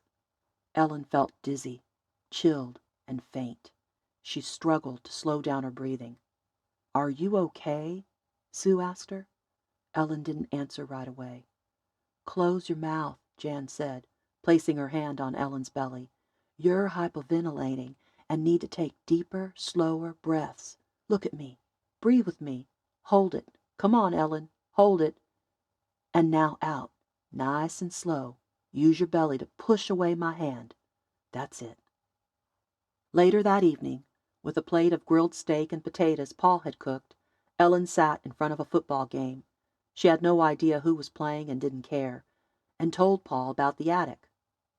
"I guess I could cancel the locksmith then, huh?" Paul had paused the TV during the commercials and was now fast-forwarding to the game. Ellen wiped her chin with her napkin. "Won't Ronnie want a key made anyway?" "Yeah, I guess so." He found the game and hit play. "Are you still interested in the place? I mean, I wouldn't let a bunch of old hospital equipment and ghost stories stop you from following your dream." Ellen's mouth dropped open for the second time that day. She hadn't told him that she'd personally seen what might be a ghost or a vagrant because she was worried he'd try to stop her from pursuing the house. Now she wondered if she should give him more credit. Maybe he did care about her dreams. "Well, there's a little more to it," she admitted before telling him everything. It felt amazing to have a real conversation with him again. Although he stared at the television, she could tell he was listening to her. "What do you think I should do?" "Well, if the girl was a vagrant, I'd think the neighbors would have caught on to her by now. Don't you? And if she's an apparition, maybe she just needs closure. And maybe you're the one to give it to her." Ellen had to bite her tongue to keep her mouth from falling open a third time. She also had to close her eyes to keep back the tears as she was reminded of the man she'd married, the man she loved. Why didn't she see him more often? Was he invisible too? "That's a good point," she managed to say after clearing her throat. "Thank you, honey. That's good advice." Ellen felt more determined than ever to uncover the real story behind the old house.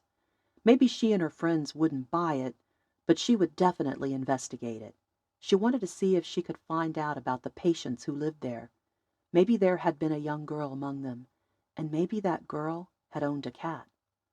After clearing away the supper dishes and wiping down the kitchen counters, Ellen sat in the front room in her favorite reading chair with her feet propped up on an ottoman and ran a Google search on Dr. Jonathan Piers using her laptop. As she waited for the page to download, she cleaned her reading glasses and was reminded that her last eye visit had got her a recommendation for progressive lenses. She hoped to put that off a little while longer, however. With reading glasses perched on her nose, she read over the first page of her search results. Only the top result was for Piers. The rest of the page was full of Jonathan Pierce.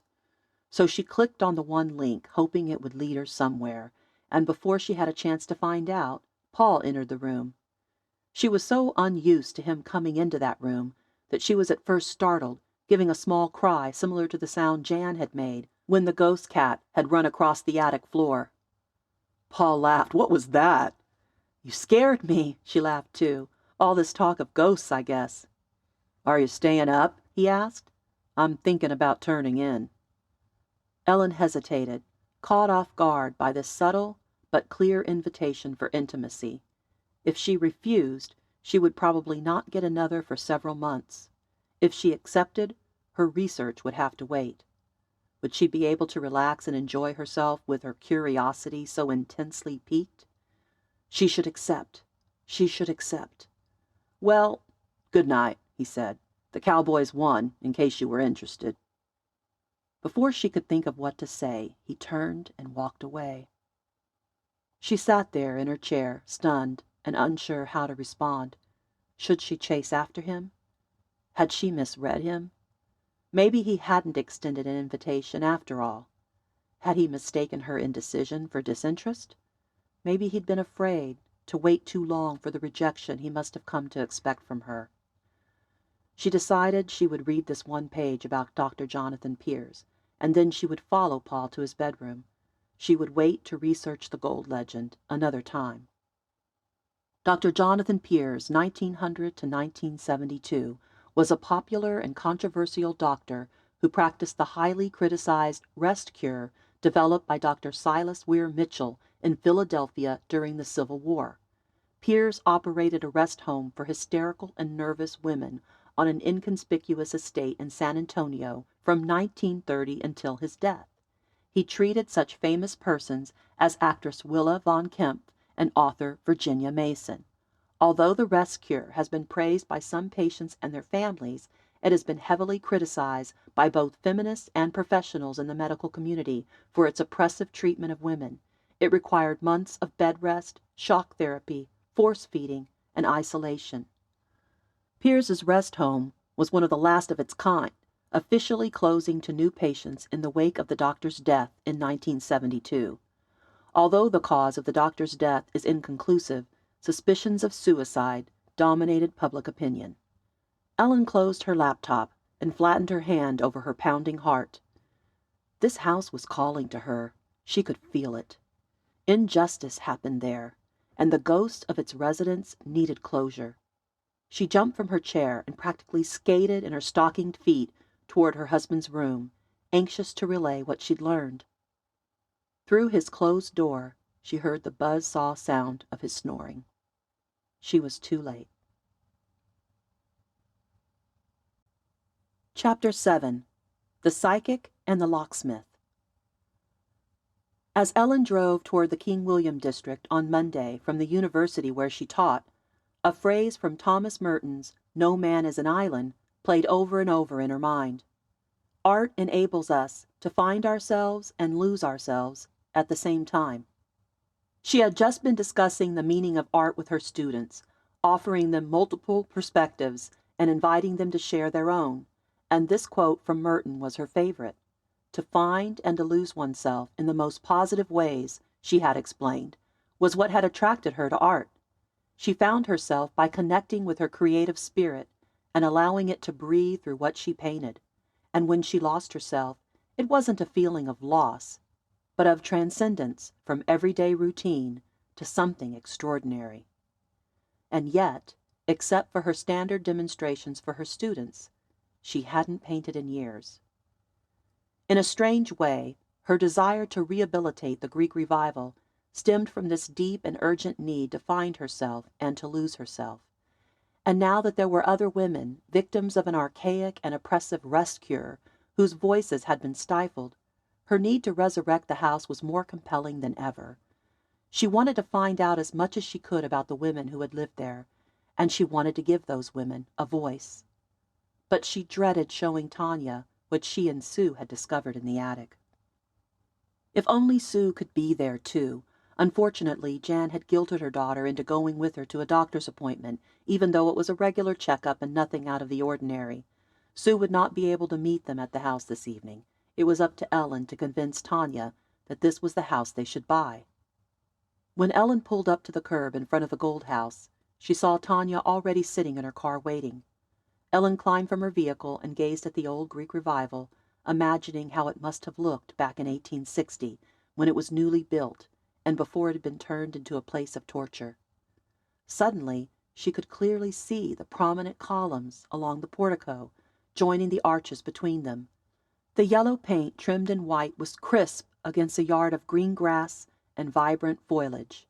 The wisteria came to life, and its purple blooms hung like chandeliers from the portico. The porch itself was cleanly swept and lined with pots of colorful flowers. 2 rocking chairs flanked one of the front windows, framed with clean white shutters and matching those on the story above. Tanya said hello and pulled Ellen from her vision. "You okay?" Tanya asked. Ellen caught her breath and blinked, and it was then that she noticed that Tanya's eyes were red-rimmed. "I'm okay. What about you?" Tanya swiped at tears with the backs of her hands. "I honestly don't know. Is it your mom? Tanya nodded. I'm sorry. Has something else happened? I went by there on the way over here, and my dad is just so overwhelmed and depressed. It's really hard on him, you know?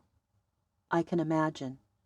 And Dave and I have begged them to move in with us, but Dad wants his own space, wants to stay in his own house. Have you thought about moving in with them? Just temporarily? Ellen asked. Yes, but Dad insists he can handle it. She broke down into more tears. But I don't think he can. Ellen put her arm around Tanya and tried to comfort her. I guess you'll have to trust him to tell you when he can't. If she doesn't kill them both first, she said.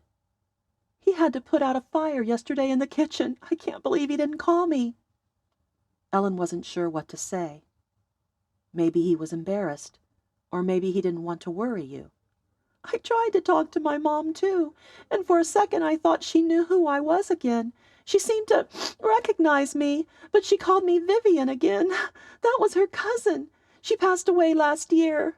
Tanya covered her face. My mom's forgotten all about me, her own daughter. Somewhere deep inside there's a part of her who senses you and loves you. How can you know that? Tanya asked. I choose to believe it. Tanya nodded but didn't look convinced. Ready to see the attic? Ellen asked. It will definitely get your mind off of your parents. Tanya followed Ellen up the cracked sidewalk. Sue warned me about the medical equipment and the dead rats. Oh, and the cat ghost. Sounds creepy. Are you sure you're still interested in this place? Ellen stopped to face Tanya. More than ever. Look, I don't know if that girl is a ghost or just some vagrant who is pretending to be a ghost. But regardless, this house has a history that needs to be brought out into the open. The women who were imprisoned here need their stories to be told. Don't you think?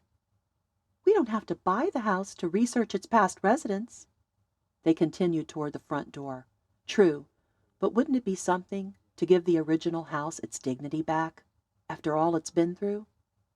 Tanya smiled. Yes, it would. As Ellen opened the front door, the locksmith pulled up behind her car, and she and Tanya waited for him to catch up with them before entering. He carried a toolbox and wore a cap and coveralls. His brown face was sweaty beneath the cap, and he looked tired. After introducing himself as Miguel, he asked to see the lock that needed to be rekeyed. Miguel followed Ellen and Tanya up the steps to the second floor. Ellen's heart raced as they reached the door to the attic steps, because she was anxious about seeing the girl or the cat again. When she opened the door to the dark stairwell, she did get a shock, but it wasn't ethereal. The attic door, which had been left ajar, was closed. How is it closed? Ellen whispered. Are you sure you left it open? Tanya asked. Ellen nodded, clasping her trembling hands together. Maybe someone else has viewed the house, Tanya offered. Maybe. Ellen climbed the stairs in spite of her fear and tried the knob. It's locked. Tanya glanced at Miguel before whispering, You think the ghost may have locked it? Ellen shrugged. She didn't know what to believe anymore. Ghost? The locksmith asked. The house has a reputation, Ellen explained. The neighbors say it's haunted. I just know I left this door opened yesterday, but it's locked now, so I guess you'll have to pick it before you can rekey it. That's no trouble, miss, he said. I have to take it all apart anyway. I'll go ahead and get started.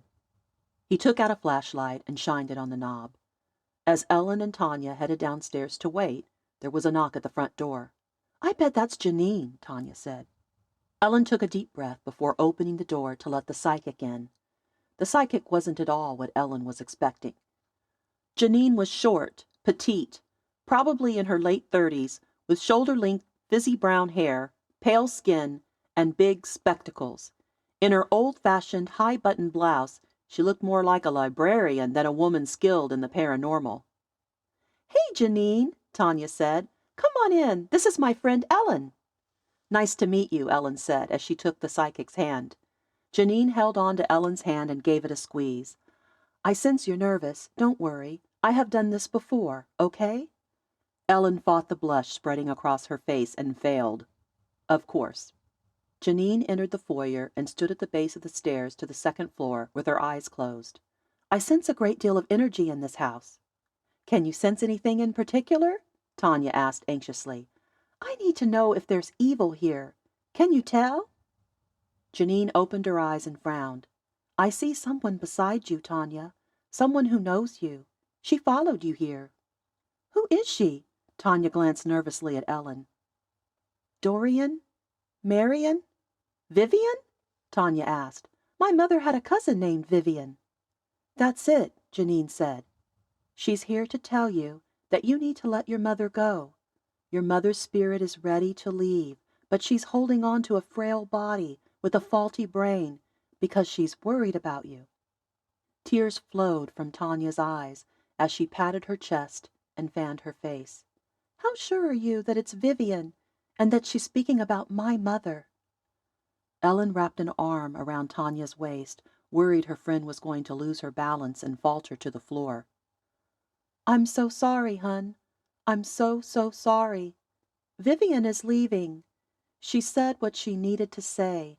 She's gone now. I'm so sorry. I'm very sure." "Maybe my mom wasn't calling me Vivian," Tanya said in a breathless voice as she continued to stagger against Ellen. "Maybe she saw Vivian next to me. Do you think that was it?" "It could be," Janine said. Ellen didn't know what to believe. She held her friend but looked at Janine with skepticism. This woman knew Tanya, but Ellen wasn't sure how well. Could the psychic have made up the whole thing? Most of Tanya's friends knew about the struggle she was going through with her mother. Was the psychic just trying to give her good advice? Or had she really seen the spirit of Vivian?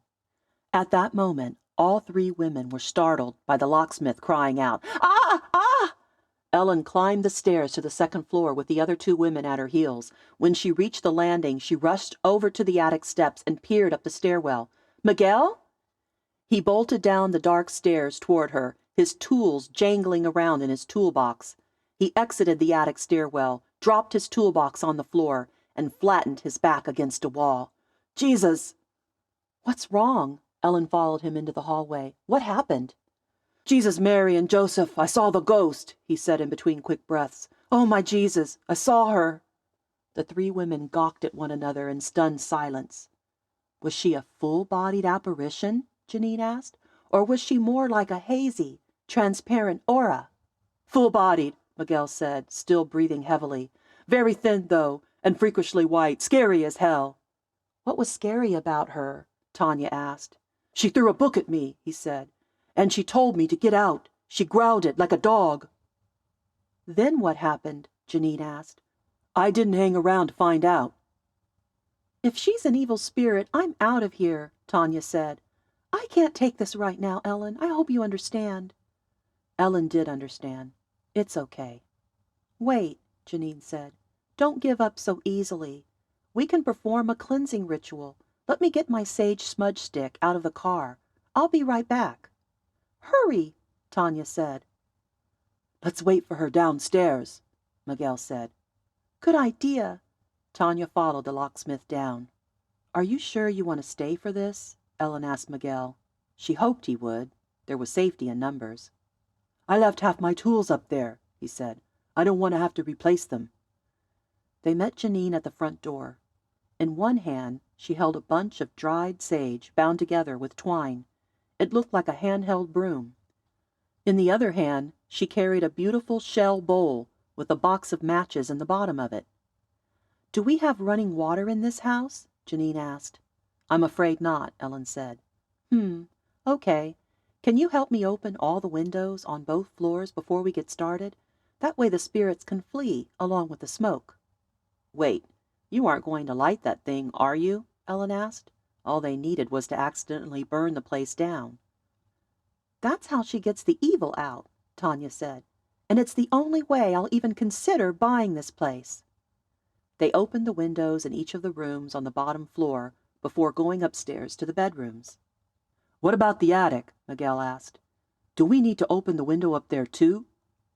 "We'll save that for last," Janine said. Ellen touched Tanya's shoulder. "I think Sue will be disappointed if we do this.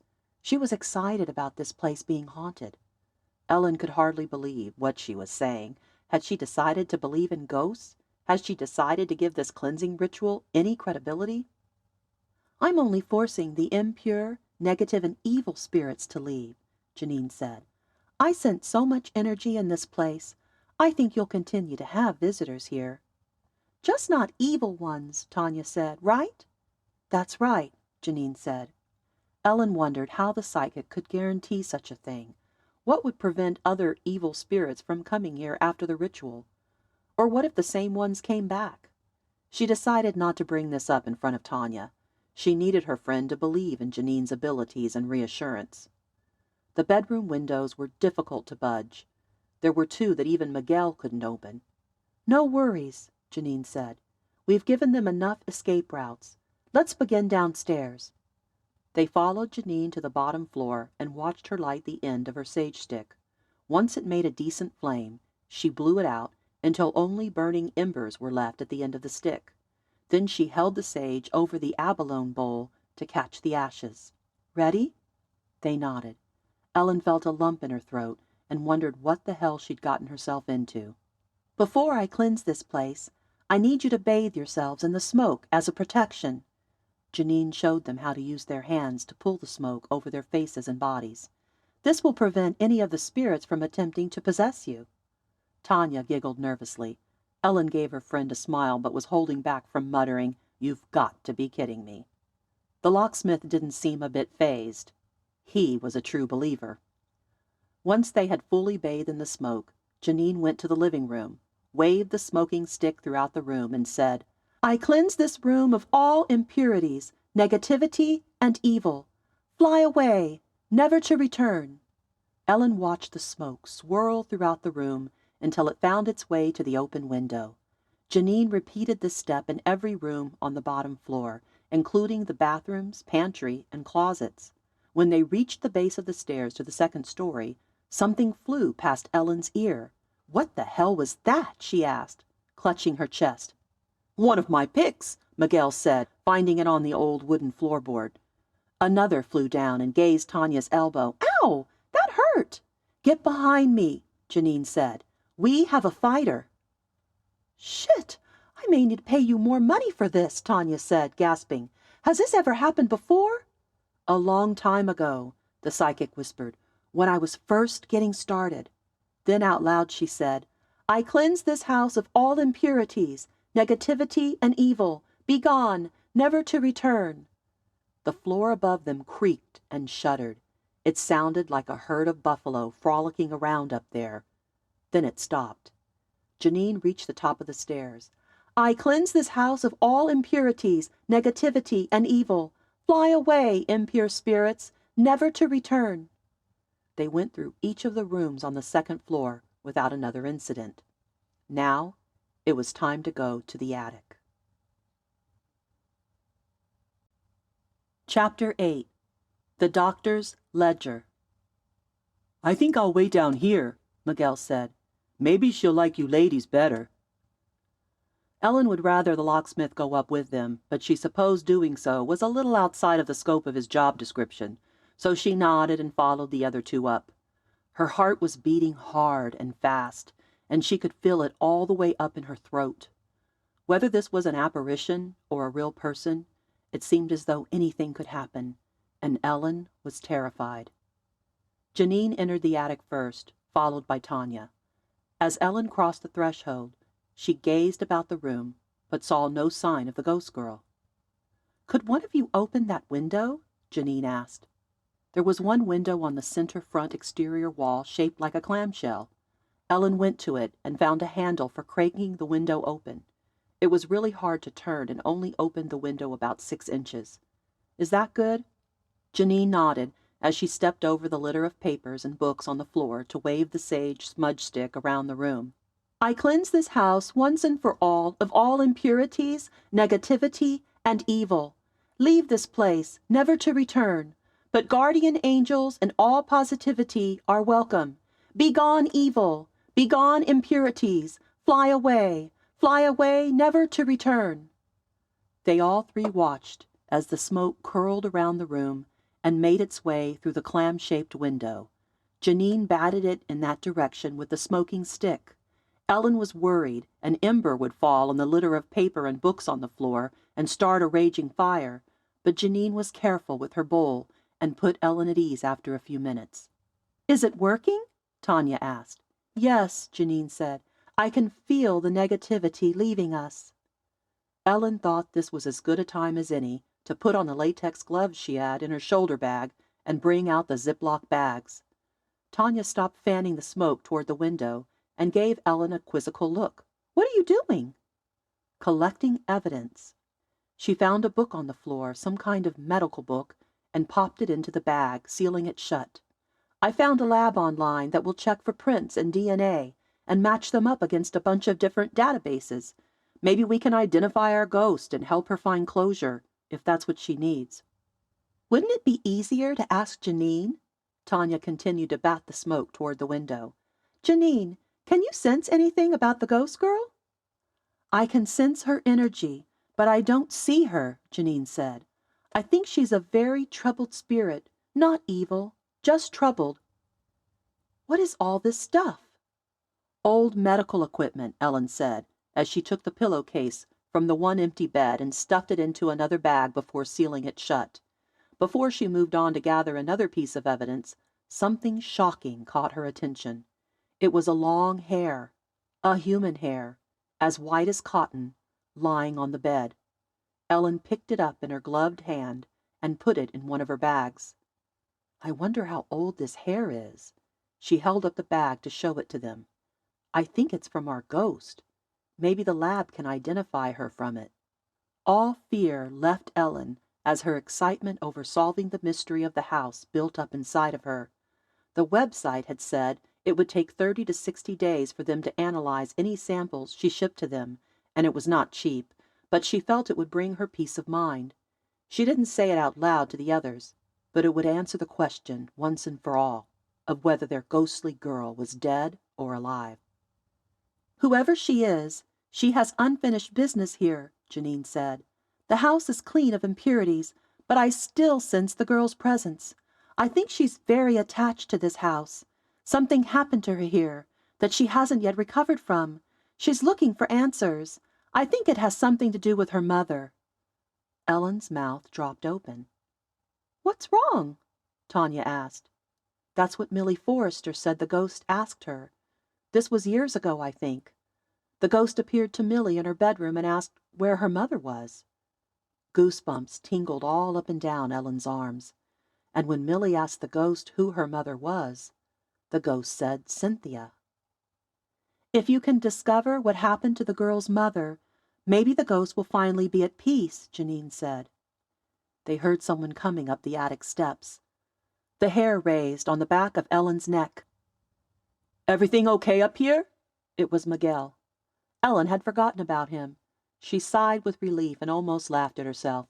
"We haven't seen any sign of the ghost." "Oh, thank you, Jesus," Miguel said. "If I can just get these tools back, I can finish my work downstairs." He knelt on the floor and picked up a small case. "Man, these pins are expensive. I'm glad I won't have to replace them. It looks like the ghost kept one of my picks, though." "Maybe it will show up somewhere here in the house," Janine said. "Ghosts will often move things around like that." "This is the book she threw at me." He held up a thick black leather-bound notebook. "It's a ledger book, I think. It looks really old." He knelt on the floor, flipping through the pages. "Can I see that?" Ellen asked. Miguel gave her the book. On the very first page, she saw a table with the headings Client, Patient, Age, Diagnosis, Treatment, Paid, and Month. The first line was filled in with Marcia Gold, 70, severe melancholy, BRFFOSMT, mortgage credit, March 30. "Marcia Gold," Ellen said out loud. "Wasn't she the daughter of the original owner?" "I think so," Tanya said. "The paperwork on the house said, 'Only living descendant,' remember?" Ellen nodded. "She paid with mortgage credit? Do you think Marcia gave Dr. Piers the house in exchange for treatment?" Tanya shrugged. "Maybe." According to the ledger, Marcia was the doctor's only patient for the first 6 months of his practice. Then in September, another patient was listed, Hilary Turner. The client was James Turner. According to the entry, Hilary was 17 years old and diagnosed with neurasthenia and grave insomnia. In the treatments column were the acronyms BR, FF, OS, MT, ST. The ledger indicated the monthly payment was $125. One of his patients was only 17 years old, Ellen muttered. Tanya peered over Ellen's shoulder. Are you serious? Yes, and check this out, Ellen said. This doctor was making good money, $125 a month in 1930 from each patient. Wow. That was a lot of money during the Depression, Janine commented. As Ellen scanned down the list, she saw other names added over the next pages, and an entry in December of 1931 marked Marcia Gold, deceased, at age 71.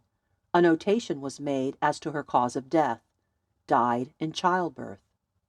At age 71? Look at this. Ellen pointed the notation out to Tanya. That's got to be a mistake, Tanya said. I'll just go downstairs to finish rekeying the lock. Miguel climbed up from the floor and collected his case of pins. As he went downstairs, Tanya asked Janine, Should we close the windows now? Let me put out this stick first, she said. We need to make sure all the smoke has left the house. The three went downstairs. Ellen sat at the old wooden table in the dining room, looking over the doctor's ledger as the other two handled the smoke. Miguel sat at the opposite end working on the lock. She felt a little guilty for not helping with the windows, but was now more interested in learning about the house's patients than she was in ridding it of impure spirits. She held the book up in the diminishing light pouring in from the kitchen. It wouldn't be long before dusk came, so she eagerly combed through the book as quickly as she could. She was hoping to find out if Marcia really had given birth at age 71, and if so, what had happened to the baby. On the inside back cover, she found a key. BR equals bed rest. FF equals forced feeding. OS equals organ stimulation. MT equals massage therapy. ST equals shock therapy. DT equals drug therapy. SJT equals straitjacket therapy. Ellen shuddered. The ledger showed Hilary Turner as the only patient until April of 1931, when Victoria Schmidt joined her. The client was Carl Schmidt, and the diagnosis was hysteria. Every acronym, including the one for straitjacket therapy, was listed in the treatments column. In the fall of 1932, 2 more patients were added in the ledger, and the monthly cost went up to $140. Over the next 10 years, all the names changed except for Hilary Turner.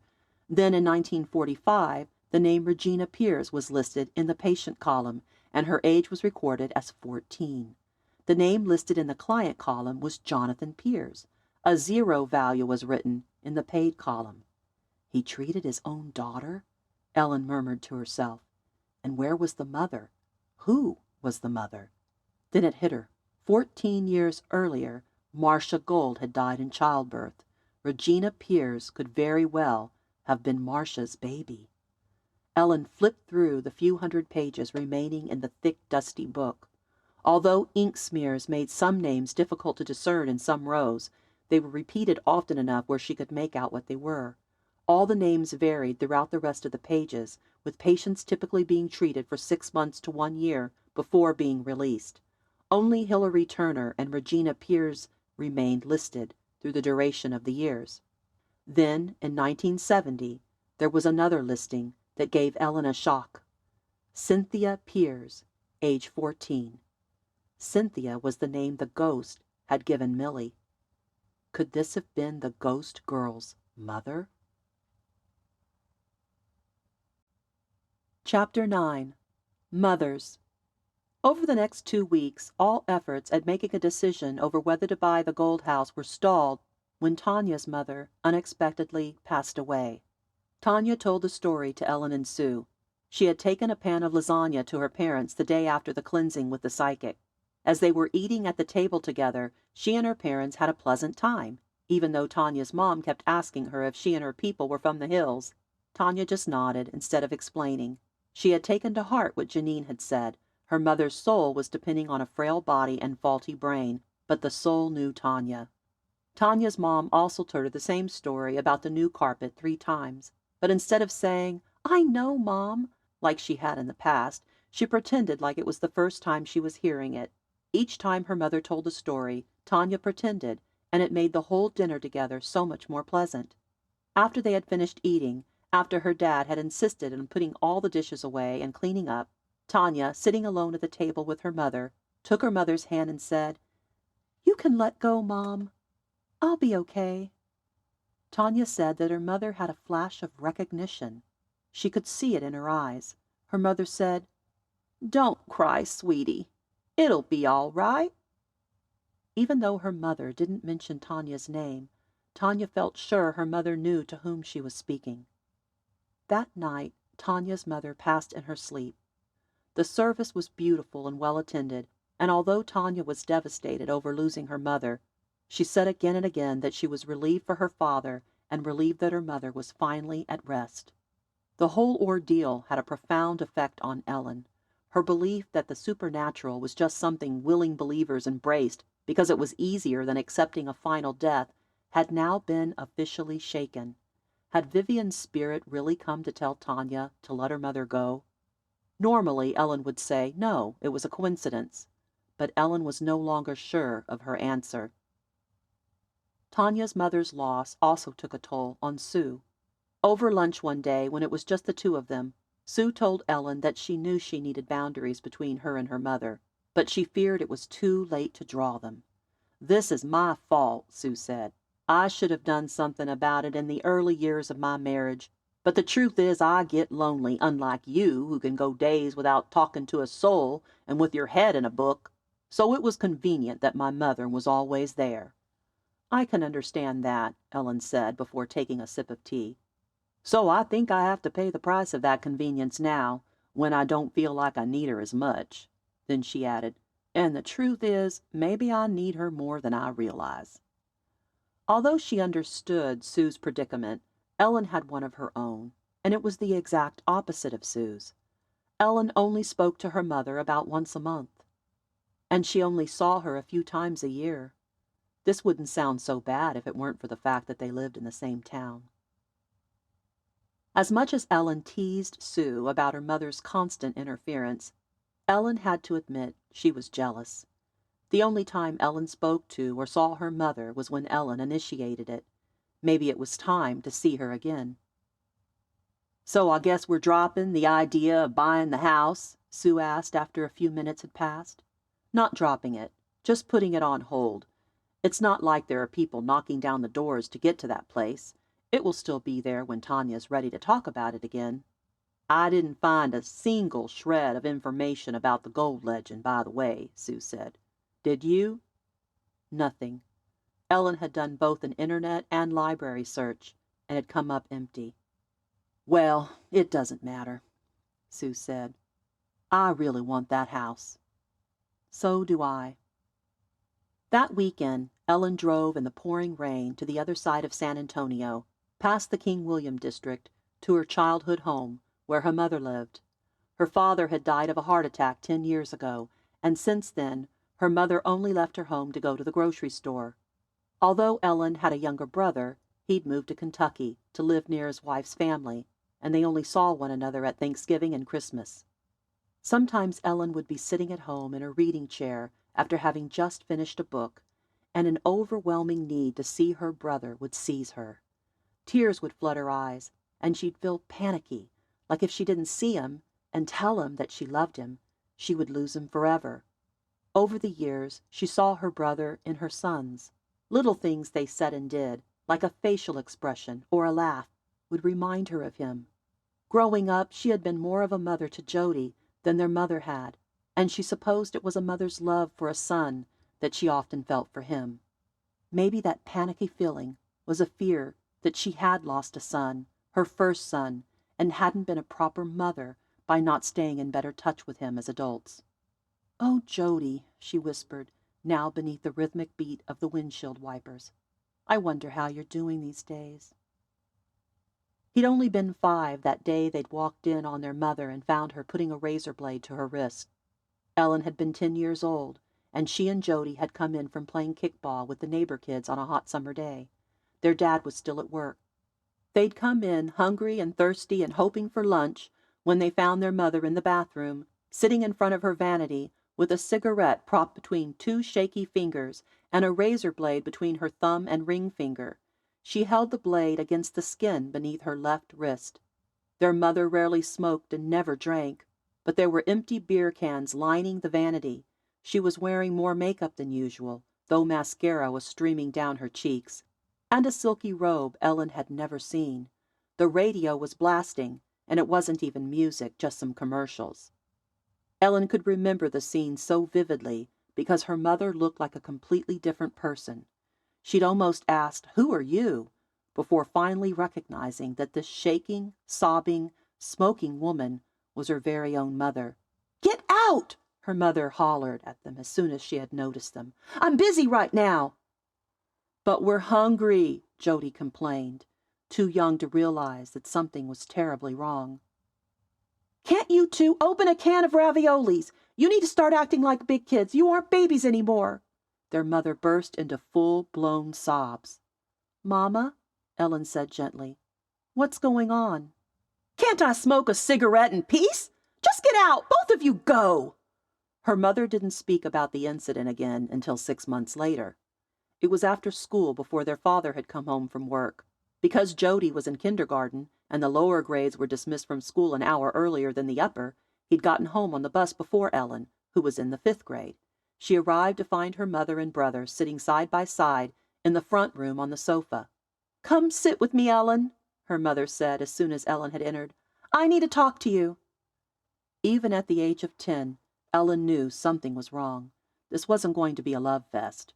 Her mother wasn't that kind of person. This was going to be bad news. "Did someone die?" Ellen asked. Her mother smiled. "No, sweetheart, just sit down." Ellen sat stiffly beside her mother, waiting for the ball to drop. "Do you remember that day last summer when you and Jody came into the bathroom and found me smoking and drinking? Remember how hard I was crying?" Ellen nodded. "It's because I need to leave this world." "Huh?" Ellen and Jody spoke at the same time. "Just listen. Some people don't get along as well in this world as they do in the next. I'm one of those people. I had my babies and I got you this far.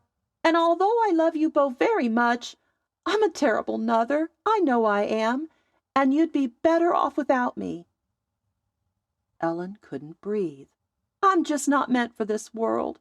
It's too painful for me. You want your mama to be happy, don't you?"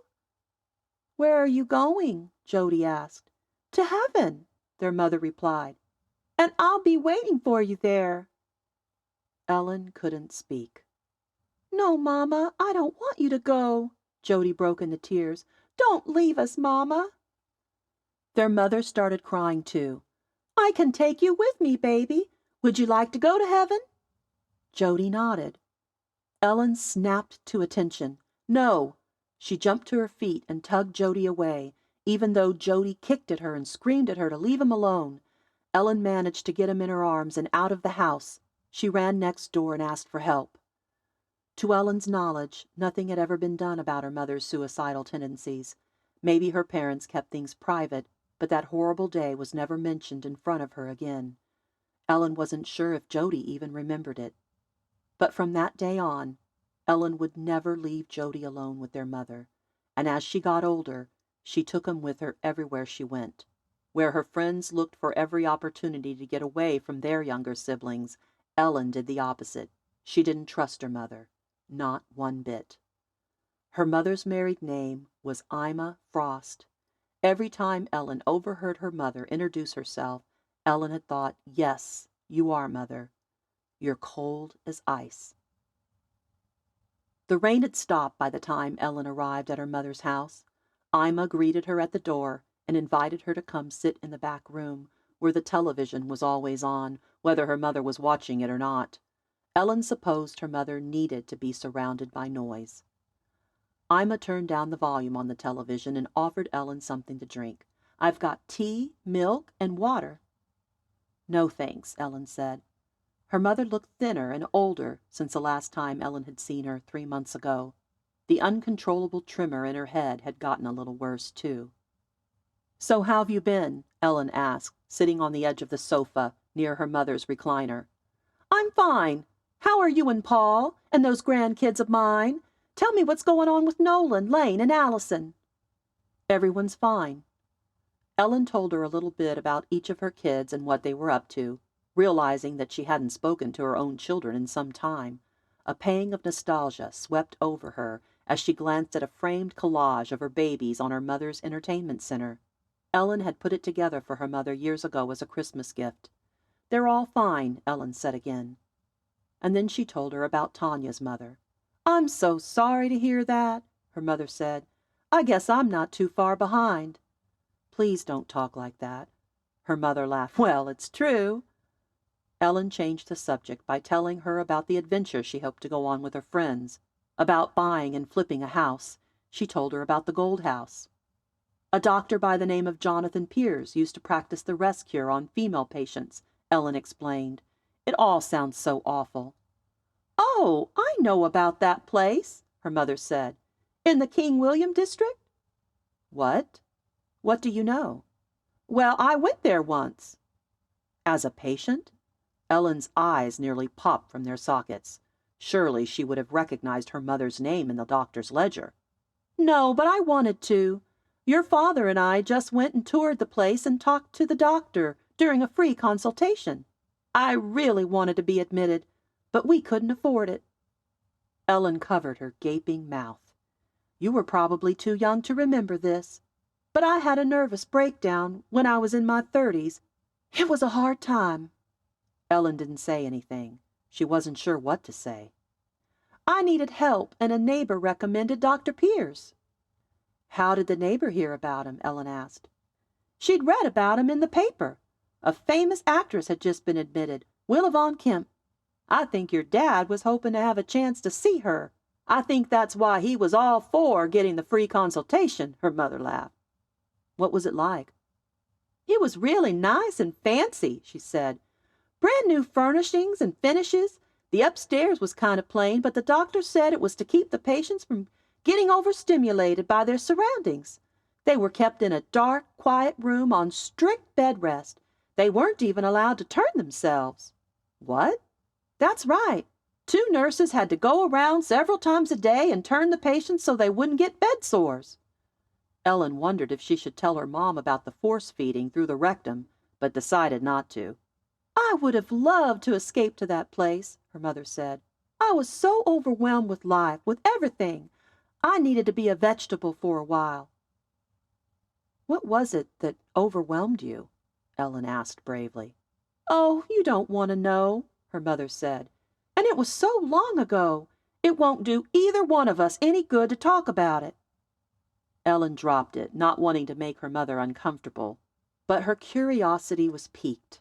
She wondered if she should ask Jody if he knew anything. No, he was too young.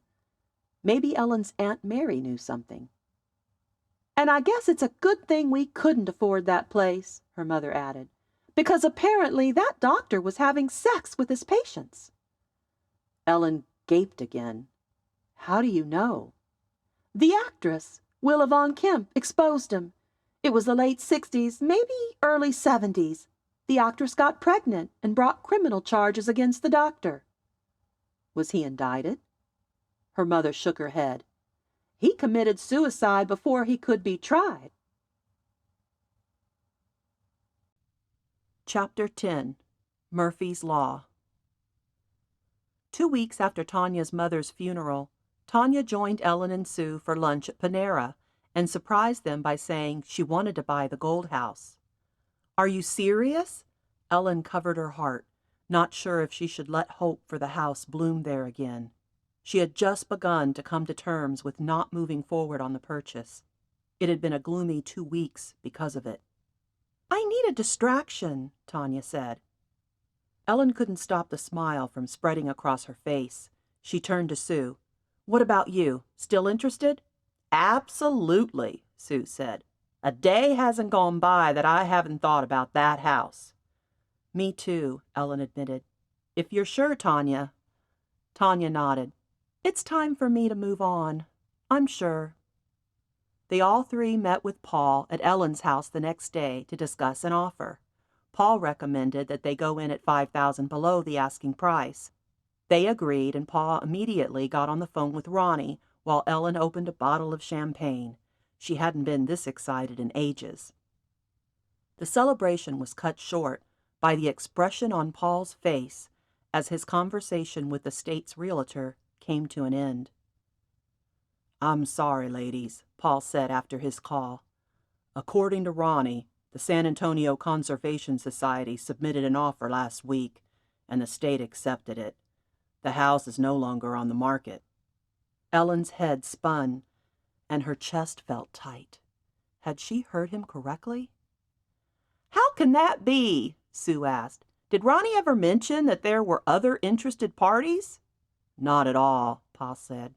In fact, the offer came to him unexpectedly. He'd tried to get the Conservation Society to buy the house 10 years ago, but some kind of legal case prevented the sale. Are they beyond the cooling-off period? Tanya asked Paul. I'm afraid so, Paul said. I asked Ronnie why he didn't call me first, but he said since he hadn't heard from us in 2 weeks, he didn't think we were interested. He'd been trying to get rid of this property for decades, so he jumped on it. Ellen couldn't stop the tears from welling in her eyes and dripping down her cheeks. Was this really happening? Had they really lost the house?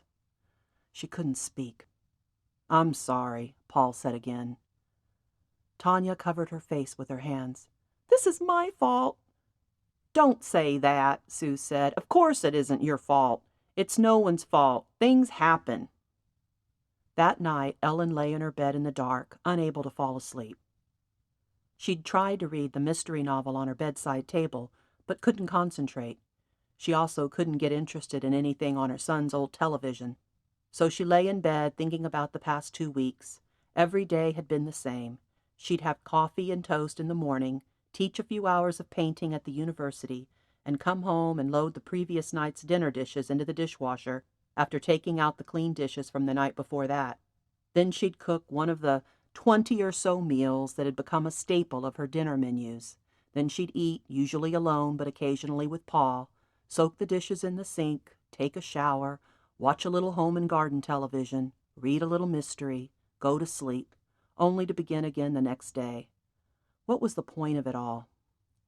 She thought maybe if her kids ever gave her grandchildren, purpose might be restored to her life, but this interim period between raising her own and waiting for grandkids was making her restless and insecure about her existence. Wasn't she meant for something more than this? Her tears became sobs as she felt more alone in the universe than she'd ever felt in her whole life. Her children were gone. Her father was dead. Her mother had never really been there in the first place. Her brother was in fucking Kentucky, and her husband was estranged from her under the same roof. She had her friends, she reminded herself, and they shouldn't give up on this adventure. Maybe they could look at other properties. The moment she allowed herself to consider that possibility, her stomach filled with bile, and she rushed from the room to the bathroom where she was sick. She chastised herself for becoming so emotionally attached to this house. But there it was. She loved this house, and she loved the women who'd been victimized in it, and she wanted to be a part of its restoration, of their resurrection. She didn't want the women who had lived there to be invisible to human history. Then an idea hit her. Could she become involved with the Conservation Society? Could she help them to restore the house? She cleaned her face and hands and went to the front room to her laptop to research the San Antonio Conservation Society. After clicking through several pages, she clicked on the most recent newsletter and was surprised to see an article written the day before by the Society's president, entitled, "Our New Fourth Vice President Spearheads the Acquisition of the Historic Gold House." The article read, "The second time's a charm. The San Antonio Conservation Society attempted to purchase the historic gold house on Alta Vista over a decade ago, but was unsuccessful due to a claim of ownership that hadn't yet been settled by the courts. That claim was denied 2 years later, but by then the society had moved on to other projects. Led by our new fourth vice president, Mitchell Clark, the historic home has been successfully acquired by the society. While the society has no immediate use for the property, someone else has a vision for it. The San Antonio Zoo is interested in turning the grounds behind the house, which butt up to a greenbelt and dry creek bed, into a petting zoo with the goal of educating elementary-age students about animals native to Texas. Although improvements to the structure may not happen anytime soon, the society will retain rights to the easement to protect the historical character of the facade. Negotiations with the San Antonio Zoological Society are underway. Ellen gawked at the glowing screen of her laptop. How could this be? As much as she loved animals and educating children about them, the Gold House was not the place for that. What about its unique history? What about the lives of the women who had suffered through that history? A petting zoo would annihilate everything that old house had to say about human rights and female equality. Ellen had to do something to stop this plan from moving forward. Although it was almost midnight, she called Sue. "Did I wake you?" Ellen asked. "I hadn't yet drifted off. What's up?" Ellen told her what she'd learned. "Oh, my God," Sue said. "We can't let them do that." "I agree. What should we do?" "I guess we can start by emailing the president of the Conservation Society. Do you want to do it, or should I?" "I'll do it. I can't sleep anyway." "Neither can I." "I want this house, Sue." "Maybe we can convince the society to let us buy it from them," Sue offered. "We won't be able to get it for the same good deal, though." "Well, let's not assume the worst just yet, okay?" "Okay." Then, as they were about to hang up, Sue said, "Wait a minute. Mitchell Clark, the new fourth vice president. Why does that name ring a bell?" Ellen searched her memory. It sounded familiar to her, too. "I don't know." "The gold digger," Sue said. "Millie Forrester mentioned him to us. He's the neighbor who believes in the old legend." Ellen gasped. "Oh, my God, you're right." "I bet he got wind from the Forresters that we were going to buy the property," Sue said. "Are you suggesting that he had the Conservation Society step in to prevent us from making the purchase?" "I don't know, but this can't be a coincidence. That man must be up to something, don't you think?" Ellen's mind spun. Could Mitchell Clark have anything to do with the girl who might or might not be a ghost? "We can't let this go," Sue said, "okay?" "I'm with you there," Ellen said. "There's no way I'm giving up on this house now." The next day, a Saturday, Sue drove Ellen across town to the King William district to pay a visit to the Forresters, hoping they would be willing to chat about the recent acquisition of the Gold House by the San Antonio Conservation Society. They had invited Tanya, but she had no desire to be in the presence of Bud Forrester. As Sue pulled up to the curb, Ellen glanced at the Greek revival next door, biting her tongue in an effort to keep the stupid tears from coming down. Bud answered the door. He didn't look surprised to see them. "I bet I know why you're here," he said. "Come on in, have a seat. I'll go get Millie." "Thank you." Ellen was surprised by how welcoming Bud was. For someone who'd initially given her the creeps, he was downright charming. While they waited, Sue whispered, "I wish we could have called. I feel bad surprising them like this." "Me too, but this is urgent." "To us it is. Maybe not to them." "To them too. Do you think they want a petting zoo right next door to them?" "I guess not." "If we can get their support, we might be able to convince the Conservation Society to sell it to us instead of the zoo." "I hope so," Sue said. "I really do." The two of them sat there whispering and fretting for over 20 minutes before Millie finally appeared around the corner in her chair, being pushed by Bud. Ellen was startled by the strong odor that accompanied her, which a mask of perfume only made worse. Millie's face, too, looked washed out, and her hair was oily beneath a colorful scarf.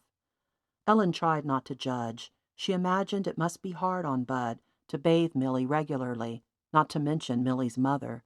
Maybe Millie wasn't comfortable hiring strangers, leaving him with all the hard work. And she imagined it must be no easy feat to lift her from her chair into a shower or tub and back into the chair again. Maybe it was impossible, she thought as she tried to picture it.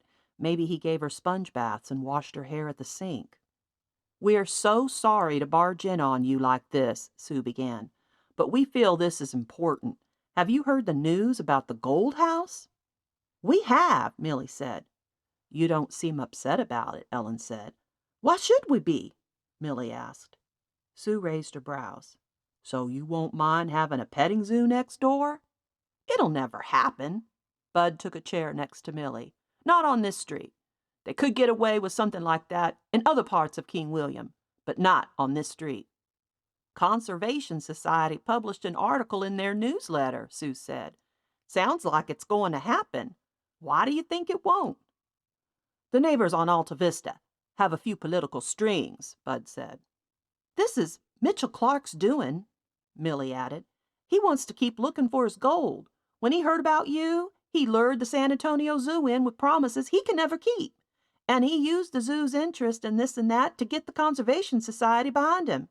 He knows the residents on this street will do everything in their power to prevent the sale." Ellen felt the blood rush to her face. "So you think he set this up so that the house would stay vacant?" "I'm sure of it," Bud said. "We were just on the phone with him 3 days ago. He called everyone on the block and told us straight from the horse's mouth." "And the other neighbors are okay with this?" Sue asked. "They would rather the house stay in ruins than see it restored to its original beauty?" "Well, they don't want a petting zoo," Millie said, "but I'm not sure they wouldn't prefer a restoration." "They know it's not safe," Bud said. "They know Mitchell likes to take his chances scouring the property for gold. But I don't think anyone likes the idea of stirring up the ghost in that house. We all know she's likely to come to one or all our houses during the renovations." "That's true," Millie said. "People are afraid of her and this and that." "So far, she's only harmed our pets," Bud said. "But who knows what she'll do if she's displaced." "We don't want to displace her," Sue said. "What do you mean?" Millie asked. "You want that horrid thing to stick around?" "We don't think she's horrid," Ellen said. "We think she needs closure. It has something to do with her mother. We want to help her, and if she wants to stay, she can stay." Bud's face turned white. "Well, I guess it doesn't matter any more what you want. What's done is done." That night, Ellen dropped off Sue and Tanya in front of the Gold House, and then parked a block and a street over, before walking the distance to where they were waiting for her at the back of the house. She still had the key Ronnie had loaned out to Pa, but they weren't so sure the house hadn't already been rekeyed. Ellen tried the back door with no luck. "I'll go around front just in case it still works," she whispered. She jogged around the side of the opposite of the Foresters, hoping to avoid detection. She lifted up a prayer in case anyone could hear it, and then she slipped in the key. The door opened. Her heart pounded as she paused on the threshold, listening for evidence of a presence. When she heard none, she went inside and closed the door behind her. She used the flashlight on her phone to light her path to the back door, where she let in her friends. She'd been terrified to be inside the house alone and was grateful to have them join her, but even with them beside her, she found herself trembling. "Ready?" she whispered. They both nodded and followed her to the stairs. The stairs groaned beneath them all the way up. When they finally reached the second floor, they heard something drop in the attic above them, like a book or a box. "She's up there," Ellen whispered, still not sure whether she referred to a person or a ghost. "Maybe we should try to talk to her again," Sue whispered. "But we don't have any candles or food," Tanya said. "We may not need them," Sue said. "You forget I have the gift." Tanya gave Ellen a look of skepticism, but didn't say anything more as they followed Sue to the base of the attic steps. "Do you have your gun?" Ellen whispered. "Just in case?" Sue nodded. "But it won't do much good on something ethereal." "We still don't know for certain," Ellen said. Tanya touched Ellen's elbow. "You're the only one who feels that way." With their phones illuminating the stairwell, they took the creaky steps up to the attic door, which was closed again. When Sue turned the knob, it was locked. "I'll try to speak to her through the door," Sue whispered. Then out loud she said, "Friendly spirit of the past who dwells here, if you can hear me, please rap once for yes." They were all three trembling and sweating in the heat in the little halos of their phones, waiting nervously. Ellen felt faint. They heard the floorboards in the attic move beneath the weight of something, and this was followed by footsteps toward the attic door. Shit! Ellen wanted to run away, but she stood perched on the tiny step behind Sue with Tanya behind her. Tanya grabbed her arm and made her jump. "Oh, friendly spirit of the past," Sue said with a shaky voice, "if you can hear me, please rap once." On the door between them and the attic came an unmistakable knock. Ellen's heart raced a million miles a minute. She found it difficult to breathe. "Thank you, friendly spirit," Sue said quickly. "We've come here because we want to help you find closure. If you're willing to talk to us, please rap once for yes and twice for no." Ellen nearly jumped from her shoes when the knock came at the door again. When a second knock did not follow, Sue sighed with relief and said, "Friendly spirit, are you here because you're looking for your mother? Please rap once for yes and twice for no." One very loud knock. "And friendly spirit, is it true that your mother's name is Cynthia?" Sue asked. "Please rap once for yes and twice for no." Nothing. Sue waited for at least 30 more seconds, which is quite a long time when you are standing in the dark in a hot attic stairwell with a possible ghost on the other side of the door. Then she said, "Oh, spirit? We want to help you find your mother. Is her name Cynthia? Please knock once for—" The attic door began to open. Tanya rushed to the bottom of the stairs, emitting a shrill cry. Ellen's feet were glued in place, grounded by fear. Sue's curiosity seemed greater than her fear. She didn't budge from the top step, even though her whole body was shaking and her breathing was as fast as Ellen's. The white ghost cat rushed down the steps. Tanya screamed again as it flew past her. Ellen, who had followed the cat with her eyes, turned back to the attic door to find the ghost girl standing before them. Half in darkness and half in the light of their phones, the girl's white hair and white eyes shone like the moon. "Help me!" the girl said in a voice as shaky as Sue's. "Please help me find my mother!" Tanya tiptoed back up the steps toward them. None of them knew quite what to do next. It seemed like the cat had got Sue's tongue. They were all three in awe of the ghost before them. Ellen cleared her dry, tight throat. "We promise. We'll do everything in our power. First, we need to take some pictures of the antique medical equipment up there so we can stop this place from being turned into a zoo." Ellen wasn't sure what to expect when she'd finished her speech, but the girl did the last thing Ellen would have guessed. The girl screamed a blood-curdling cry and slipped past them in the narrow stairwell down the attic stairs. It was too dark to tell, but it was as if she went through Sue. They heard her go to the first floor and out the back door, screaming the entire way.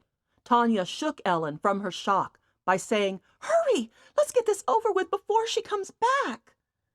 They entered the attic and, using the flash on their phones, snapped as many photos as they could in the darkness.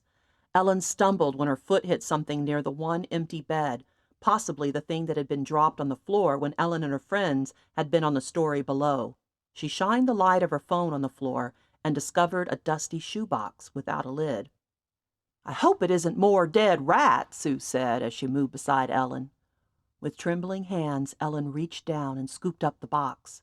She held her phone light up to it and gasped. "Oh, my God," she said. "Photographs. At least 50, maybe more." They were mostly black and white portraits of women, none of them smiling. Tanya looked over Ellen's shoulder. "Do you think those are the patients?" "I think so," Ellen said. "Let's take them," Sue said. "I can scan them and include them in our letter." Their conversation was interrupted by the sound of the back door slamming shut, followed by heavy footsteps, too heavy for the ghost girl. "What the hell's going on up there?" a man's voice carried up from the first floor. "That's not Bud, is it?" Tanya whispered. Ellen shook her head. "I swear I'm going to burn this place down," the man called out again. "What do we do?" Sue asked. "Hide," Ellen said. "He wouldn't dare smoke us out." "Don't move," Sue whispered. "There's no way we won't be heard creaking around on the floorboards. We should stay right where we are." Once again, the angry man's voice came up to them from the first floor. I'm getting too fucking old for this, sweetheart. I've got my grandbabies over, and now you have them wanting to sleep in my bed. You need to cool your jets, or I swear I'll burn this place down." Ellen held her breath as the man stomped out through the back door. All three of them sighed with relief. Then they hurried down the steps as fast as they could. When they reached the bottom floor, they heard someone on the front porch. "Just great," Ellen said. "Out the back," Tanya whispered frantically. "Now!" Ellen followed Tanya out the back door and down toward the wooded dry creek bed. Sue was just crossing the back stoop when a light flashed around inside of the house. Ellen and Tanya huddled behind the trees with their stomachs in their mouths. Sue was about to get caught by whoever was waving around the flashlight. As the light neared the back of the house and Sue was still floundering across the backyard at her turtle's pace, Ellen couldn't take it anymore. She handed the box of photos off to Tanya and raced toward Sue.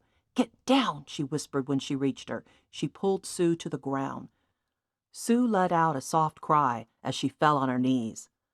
"Flatten yourself," Ellen whispered, "and don't move." The grass was not like carpet grass. It was dry and crackly, but possibly tall enough to hide them from someone not too close. The light shined across the yard and out toward the woods in the back. Ellen could hear someone pacing near the back door. Then that person, a man, shouted, "You better not come back here if you know what's good for you. Stay the hell away." Ellen and Sue lay frozen on their bellies in the grass as the back door slammed shut. The voice hadn't sounded like Bud or the man from earlier. She and Sue didn't move for several more minutes. Then Ellen felt someone walking toward them, and she may have peed a little. "Let's get out of here!" It was Tanya. "He's gone for now, I think." Tanya helped Ellen up, and then the two of them helped Sue. "God, that was close," Ellen said. "Are you okay, Sue?" Sue nodded. "I'm not sure who was more dangerous, though, those men or you." "I'm sorry," Ellen said. "I was afraid you'd get caught." "And so what if I had?" she asked.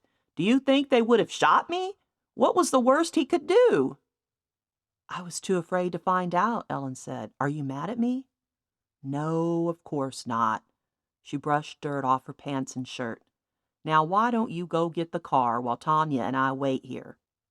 "I think we should wait in the trees," Tanya said, "in case someone else comes around."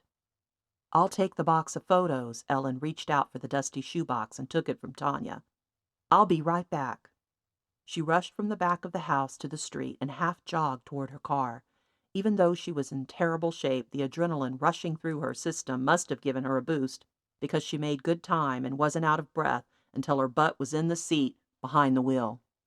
As she drove up the street, she saw a man walking away from the Gold House. He glared at her as she passed. She decided not to stop in case he was watching. Instead, she circled around, pulled over, and texted Sue to let them know she was waiting to come around the block again when the coast was clear. A text from Sue immediately lit up her screen. "Come now, 911." Ellen's heart pounded as she pulled away from the curb and circled back around, going 10 miles an hour faster than the speed limit. She hoped there were no patrol cars hidden along the street. All she needed was to get pulled over. What would she say to the police officer? "My friends and I broke into a vacant property and something went wrong during our escape?" She saw Sue and Tanya hobbling toward her on the road 2 houses up from the Gold House. She pulled up beside them and unlocked the doors. Tanya must have hurt herself because Sue had to help her climb into the passenger side. Then Sue climbed in behind Tanya and said, "Get us out of here, now." Ellen stepped on it and drove away from the neighborhood. "What happened?" "It was scary as hell," Tanya said. "I think I twisted my ankle." "What was scary as hell?" Ellen asked. "The ghost came back," Sue said. "She was all bloody and was carrying the body and head of her ghost cat." "What do you mean?" Ellen asked as she turned out of the district toward the highway. "They weren't attached?" "The cat had been decapitated," Sue said. "And the ghost was crying and carrying on," Tanya said. "Blood was everywhere." "She wanted our help," Sue said. "She kept saying, 'No, not again. Help me. He killed my cat again.'" "She was literally floating around us in a circle," Tanya said. "And she circled closer and closer in on us until I tripped and fell, and she was practically on top of me." "Oh my God," Ellen said. "Then what happened?" You mean you didn't hear? Sue asked. I was sure the whole neighborhood had. It may have even awakened the rest of the dead. It wasn't that loud, Tanya said. Tanya screamed, Sue explained. Lights came on in both houses adjacent to the Gold House. I thought for sure our goose was cooked. Oh my gosh. What about the ghost? Ellen asked. I calmly told her I was sorry about her cat, Sue said, and then she disappeared into the woods. I wouldn't say calmly, Tanya said. Anyway, that's when one of the men started looking for us again, hollering that he had a gun and he wasn't afraid to use it, Sue said. I had to practically carry Tanya down the street to avoid being caught. Ellen didn't know what to say. It was all so bizarre. I'm not sure if I'm up for this, Tanya said. Not after the ghost appeared and with that mutilated cat. I wonder what she meant when she said he killed my cat again, Sue said. Who keeps killing her cat? She could be reliving a traumatic experience from her life, Tanya suggested. Ellen turned to Tanya. I know this was hard on you, but wasn't it also exciting? Yes, it was scary, terrifying, really. I get that. But I have to say, I've never felt more alive. You weren't pushed down in the grass and badly bruised, Sue said. Or attacked by a bloody ghost until you twisted your ankle, Tanya added. You guys can't be serious, Ellen said. Are we really going to give up now? Not me, Sue said. I was just teasing you. I want to help the girl more than ever. Come on, Tanya. Don't be a wimp. I'm not a wimp. It's not like she attacked you, Sue said. She just wants our help. I don't know, Tanya said. It's so stressful. Ellen bit her tongue, not wanting to push her friend too hard on the heels of her mother's death. Tanya folded her arms and hugged herself. And it is kind of crazy, don't you think? Tears sprang to Ellen's eyes. She'd really begun to think that this is what she was meant to do. But since when did she care anything about ghosts finding closure and about preserving mental health history? Maybe this was kind of crazy. A little crazy, Sue said. Now Ellen felt like a fool. She shook her head and muttered, What are we doing? Are we having a midlife crisis together? Yes, Sue said. That's exactly what we're doing. And maybe something good can come of it. But we have to put on our big girl panties and not cry every time something goes wrong. Ellen wiped her tears with the back of her hand. I guess this has been an interesting night, Tanya admitted. I didn't think about my mom being gone until just now. Really? Ellen asked. Tanya nodded and also wiped tears away.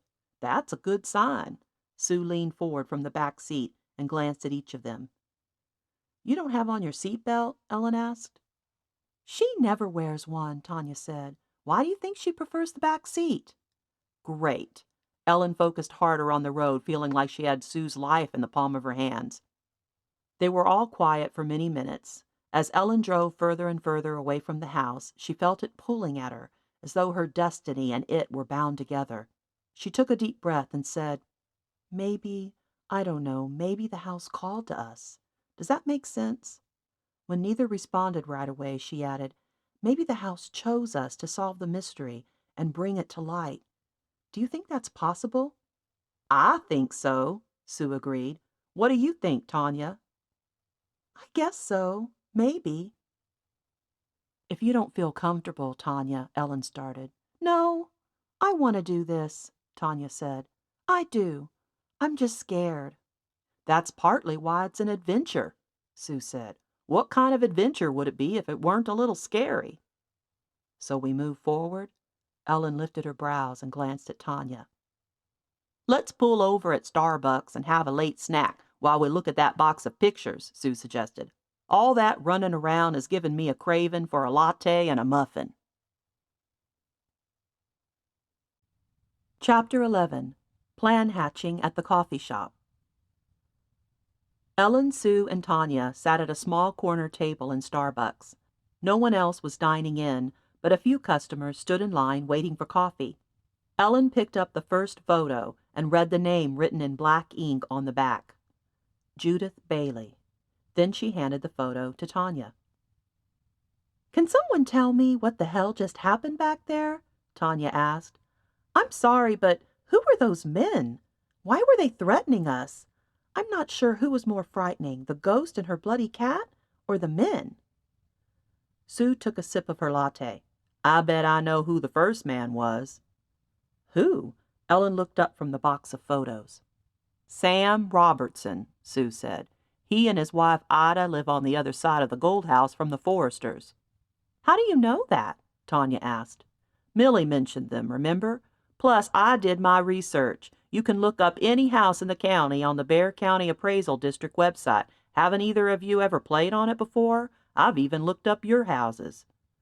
"So what makes you think it was Sam Robertson?" Ellen asked. "Well, we know it wasn't Bud because we know his voice," Sue explained. "And the man said that his grandkids were too afraid to sleep alone, probably because they heard the screaming, so it had to be a nearby neighbor, right?" "Right," Tanya said. "But why not the neighbor across the street?" "Because that house is owned by Mattie Jenkins, and she's a widow," Sue said. "The houses on either side of the widow belong to younger couples, so using deductive reasoning, I'm fairly certain the man who threatened to burn down the place was Sam Robertson." Ellen took a sip of her frappuccino. "Well, it wouldn't have been Mitchell Clark. He wouldn't burn down a place where he's looking for gold." "True," Tanya said. Sue tore her muffin in half and added, "However, Mitchell does live on the other side of the Robertsons, so he may have heard the screaming. But like you said, Ellen, the gold digger wouldn't want the house burned down." "So then who was the second man?" Ellen asked. "The one Ellen nearly killed me to save me from?" Sue asked. Tanya and Ellen giggled. "You never know," Ellen said. "Maybe I did save your life."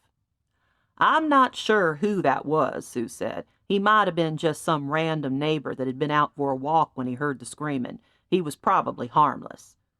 Sue shot a teasing glance Ellen's way. "But I suppose he could have been Mitchell Clark." "I did see someone walking away from the Gold House past the Robertsons," Ellen pointed out. "I think I would recognize the man if I saw him again. He gave me the meanest look." "Well, just because you saw him out walking doesn't mean he was the one searching the house with the flashlight," Sue said. "What about the third man, the one that came in the trees after us?" Tanya asked. "Any ideas there?" "I actually think that one may have been Bud," Sue said. "At first I was so caught up in the ghost and the bloody cat that I couldn't hear straight, but after we were safe in the car again I thought it might have been Bud. What do you think, Tanya?" Tanya shrugged. "I was too freaked out. Maybe. I wouldn't rule him out anyway." "Do you think we should ask him?" Ellen wondered. "Or should we not even bring the whole thing up?" "I don't trust that man," Tanya said. "I don't think we should ask him anything or admit to anything about tonight if we're asked." "My mom says she likes him," Sue said. "Both of the Forresters. But I'm not sure how I feel." "Maybe once I get the results from the lab we'll know more," Ellen added. "It's been 30 days. I should be hearing something any day now." "Meanwhile, let's just figure out how we're going to approach the Conservation Society with these photos," Sue suggested. Ellen picked up the next photo. A bright-eyed, striking woman stared back at her. This woman was beautiful. She turned the photo over. "Cynthia Pierce. I wonder if this was the ghost girl's mother." "Let me see." Tanya took the photo and held it close. "It does kind of look like her." "Can I see it?" Sue had her turn. "Yes, it does." "And this one's Regina Pierce. Look how pale she is, like Cynthia. They could be sisters." "Let me see." Tanya took the photo. "Or mother and daughter. It's hard to tell in black and white, but this woman looks albino. Look at her eyes." Sue took the photo next. "I see what you mean. If our ghost is related, she could have been an albino as well." "Or maybe she's not a ghost," Ellen said. "Maybe being albino makes her look like a ghost." "I can't believe you can still say that, especially after what happened tonight," Tanya said. "Talk about believing what you want to believe." That stung, so Ellen turned to the next photo. "And here's Victoria Schmidt." She handed it to Tanya, who passed it on to Sue. "This one isn't labeled, and neither is this one." She passed them both on to Tanya. "Oh, and look here. This one is Hillary Turner. Look how young she is. She practically lived her whole life in that house." "It's so sad." Tanya took the photo and then handed it to Sue. She wasn't very attractive, Sue commented. Poor thing. Sue! Tanya chastised her. I'm just saying. They continued to look at the photos, including one of the famous actress, Willa Von Kemp. Ellen thought that photo was probably worth something. Then only one remained in the bottom of the box. How many is that? Ellen asked as she reached in for the last photo. 52, I think, Sue said. Oh, look, Ellen said, holding up the 53rd photo. I found Marcia Gold. Tanya took it. She looks like a proper Victorian lady. I wonder what went wrong that she needed to hand over her house in exchange for treatment. Tanya studied it for a moment before passing it over to Sue. You should paint these portraits, Sue suddenly said to Ellen. If we get the house, we could hang the portraits of these women all along the stairwell and hallways with their names so people know who they were. Tears rushed to Ellen's eyes, and for a second it was as if she had lost her breath. That's such a good idea, Tanya said. You should do it, Ellen, even if we don't get the house. Once the air returned to her lungs, Ellen gathered the photos back into the box, fighting tears. I haven't painted in so long. I'm sure it's like riding a bike, Sue said before popping the last bite of her muffin into her mouth. At least think about it, Tanya said. Ellen nodded, and the feeling of being called solidified in her heart. She should paint them, but the question was, could she? Sue scanned the photos on her printer at home and sent an email to the president of the Conservation Society that night, and the following Monday afternoon, after Ellen's classes were over, Ellen met Sue and Tanya at the Society's main headquarters, hoping to speak with someone in person. They had a printout of Sue's email, the original photos, and the copy of the history file Ronnie had faxed over to Paul. The headquarters was located inside a beautifully restored 3-story Italianate-style home. It had a square covered porch that boasted an American flag on the left and a Texas flag on the right. Do we just walk in? Ellen wondered. I believe so. Sue opened the door for her and Tanya followed. The inside was also historical and elegant. They walked through a foyer to a beautiful staircase, in front of which was a large desk with a woman about their own age sitting behind it. Sue took the lead and asked if they could speak with a society member. Can I make you an appointment with someone in particular? The woman asked. We can't speak with someone today, Ellen asked. Let me check the schedule and see who might be available, the woman said. After glancing over a document, she said, I have Mitchell Clark. Is there anyone else? Tanya asked. The secretary gave Tanya a look of confusion. It's a sensitive issue involving him, Sue explained. By any chance, are you here about the Gold House? The secretary asked. Is one of you Sue Graham? That would be me, Sue said. So you got my email? Yes, indeed, the woman replied. And it's caused quite a stir. I believe Penelope Williams is here, and she will definitely want to speak with you. Why don't you have a seat in there while I get her? Relieved they wouldn't be sent away without a chance to express their concerns, Ellen followed Sue and Tanya into the elegant parlor across from the foyer. They each took a seat and immediately began whispering. This place is amazing, Ellen said. I really hope we get to do something like this.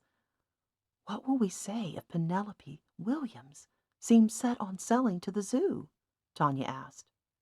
Well, we'll ask to speak with someone else, Sue said. And if we can't find a sympathetic ear in this organization, we try the mayor. Oh, that won't be necessary, a woman in her 60s said as she came into the parlor. I'm your sympathetic ear. I'm Penelope Williams. It's nice to meet you. Sue turned red as she shook the woman's hand and introduced herself. Ellen and Tanya did the same. Did you read my email then? Sue asked. Yes, I did. Penelope took a seat beside Tanya on the sofa. Is that the box of photos? Ellen suddenly wondered why she had brought them. What if she never got them back? How would she paint portraits without them? In spite of her concerns, she handed the box over. We found them while viewing the house 2 weeks ago. She wasn't about to admit that they broke in after the society purchased the house. And you stole them from the property, Penelope pointed out. To preserve them, Ellen said defensively. Have you seen the attic? There are important papers and books scattered all over the floor.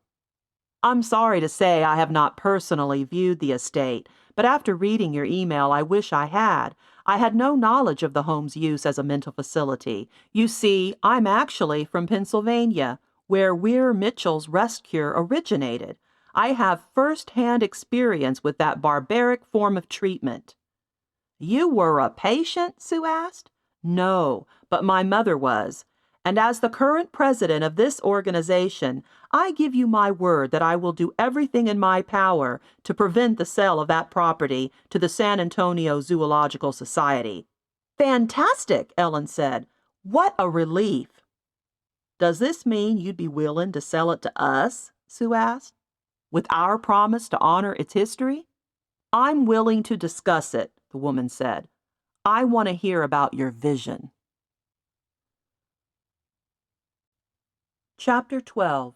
Marcia Gold.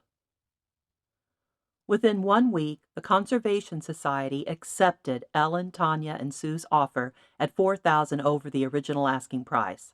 Since they were paying cash, they were able to close quickly, and within another week, the contractor had replaced the broken windows and begun work to reconstruct the exterior walls and roof. While a crew worked on the outside, Ellen and her friends were able to begin the demolition of the kitchen and bathrooms with the help of their contractor. Standing in the middle of the kitchen, sporting her boots and work gloves, Ellen couldn't recall the last time she'd felt so excited. She and Tanya scraped away the backsplash as Ed, their contractor, tackled the heavy cabinets overhead. Since Sue wasn't excited about smashing cabinets and ripping down wallpaper as Tanya and Ellen were, she was in charge of taking the photos. She had the best camera and the best skills, so it only made sense. She took photos of every room, including the attic, before the demolition. Their plan was to take some during and then more after, so they could each make a scrapbook documenting their experience. Sue was also in charge of bringing the snacks and drinks and entertaining them with her never-ending sense of humor. So far, they hadn't seen any sign of the ghost. Every night, Ellen went to bed looking forward to the next day. Every afternoon, she went straight over to the Gold House from work at 2 o'clock and changed into her work clothes and got busy. Tanya was usually already there with Ed. Sometimes Sue was there too, and sometimes she came a little later, but always with generous snacks and drinks. On Friday, about 4 days into the project, Ellen had just begun to work on one of the downstairs bathrooms when she got the idea of salvaging the trunk that had been left behind. Maybe they could reuse it in the house. Sue volunteered to refinish the trunk and make it back into a beautiful piece of art. She hadn't been working on it long when she discovered a secret compartment in its base, and tucked inside was a diary. Inscribed on the inside front cover was Marcia Gold, 1881. Sue began reading right away, but because all of them were eager to hear what Marcia had to say and each wanted to be the first to read, they decided no one could read it unless they were all three together. So that night they met at Tanya's house since her husband Dave was out of town on business. They shared a bottle of wine as Sue read the diary out loud. June 10th, 1881. I am not entirely certain why I have been prevailed upon to care for the woman responsible for ruining my life. Surely my father knows that I am fully aware of the injustice he and this woman have done against my mother and me. If the boarding school where I am currently employed had not decided to close down for summer renovations, I might have had the means to deny this infernal command of his. It was quite a shock to walk into this house after living away from it for so many years. I was but a girl of 15 when my mother finally gave up her spirit, and my father, perhaps afraid that I might finally speak the truth, sent me away to my beloved school. And now, 6 years later, to enter my childhood domain and be struck immediately by that scandalous portrait of her, of Inger, hanging above the mantel where my gentle mother's face once perched, was the most cruel abhorrence committed against me since the day that woman poisoned my mother and the day my father, upon returning from the war 2 years later, pretended not to notice. How could they expect a child of 5 years not to realize the truth? How could they expect me to believe that Inger was Alma and Alma Inger? I was old enough to know the difference, even if those far older than I accepted the deceit.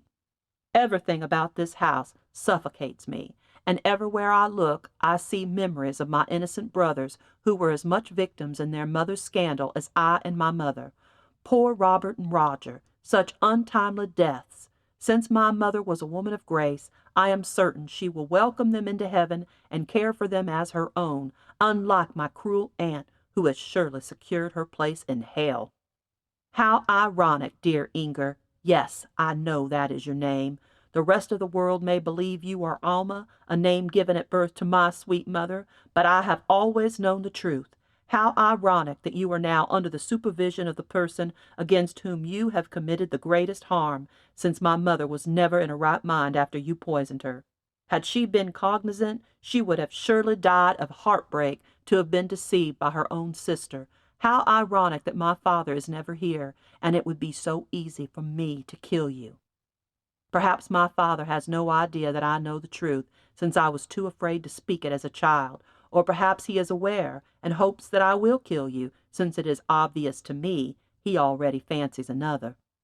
Sue paused, and all three women looked at one another with wide eyes. So Inger Borman, the invalid, was really Alma Gold? And Inger pretended to be Alma? Tanya asked. That's what Marcia seems to be saying, Sue said. But how? Tanya asked. Inger poisoned her own sister while Theodore was fighting in the war, Sue said. So Theodore comes back, and what? Goes along with it? Ellen asked. Marcia seems to think so, Tanya said. Do you think they were in on it from the beginning? Ellen asked. Maybe they were in love and having an affair before he left. Well, Marcia answers that question on the next page, Sue said, but I promise that's as far as I've read. Go on then, Ellen said. So Sue read on. June 17, 1881. Inger, it was not my responsibility to free your twisted soul, and you do not have the right to make me your confessor. And yet, I am incapable of preventing you from recounting your sins, because I desperately want to know the truth about my poor mother. And my poor father. How I have hated that man for over 15 years, and now you tell me you manipulated him into going along with your scheme. You wicked, wicked woman. I could explode with hate I feel for you, and yet here I am, spoon-feeding you and bathing you as though you were a beloved elder. No existence has ever been as miserable as mine. I have wanted to kill you. Now I want to kill myself. The only thing that prevents me is the pain it would cause my father. What? Ellen asked when Sue stopped reading. What is she saying? What did Inger do? Do you think she threatened to hurt Marcia if Theodore didn't go along with her? Tanya asked. Why wouldn't he just have her arrested and thrown in jail? Sue pointed out. Oh my God, keep reading, Ellen insisted. June 24, 1881. How I wish I would have left dear Joseph on better terms. I miss him terribly, as I knew I would, but of course it was impossible to allow him to court me. My family's twisted history could never properly be explained without frightening off even the most arduous gentleman. I'm afraid the promise of my father's gold would do little to make up for the sins that have been committed beneath this roof, and yet I could not allow myself to live a lie by hiding my family's crime from him. To do so would place me nearly on the same low level as my evil Aunt Inger. No, only honesty and purity will guide me, and because of this I shall forever live alone. But I shall always think fondly of my beloved Joseph. She mentioned her father's gold, Tanya interrupted. I wonder if she mentions it again. Sue skimmed through the pages. No reading ahead, Ellen said. Let's hear the whole thing. If she mentions the gold, we'll get to it when it comes. Sue sighed. All right, if you insist, but I may need another glass of wine. Tanya got up and brought over the rest of the bottle, and once Sue had her glass refilled, she continued. June 30, 1881. As Inger's last days draw ever nearer, she is overcome with guilt and terror. If she wishes to win me over before she expires, she is in for a rude awakening, and yet it is difficult for me not to feel something for this woman. Tears roll from her swollen eyes at all hours of the day. I am often awakened in the middle of the night by her moans and shrieks when the nightmares take an awful hold of her. Then yesterday she told me more about her relationship with my mother before they moved here from Germany with my father. As I listened to her tale, I became vaguely aware that my need to hear it was as urgent and compelling as her need to tell it. It began with a story I had never heard, about a day on the ice in Bremen when my mother was 9 and Inger 8. They were skating together on the frozen pond not far from their home. According to Inger, my mother shoved her to the ground. Inger admits that my mother meant not to injure but to tease.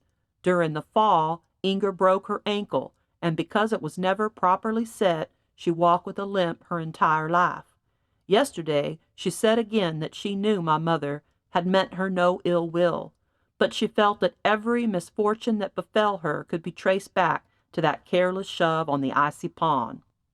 When I asked my aunt why I had never been told the story before, she replied that she did not like to think of it, and she had made my mother swear never to speak of it.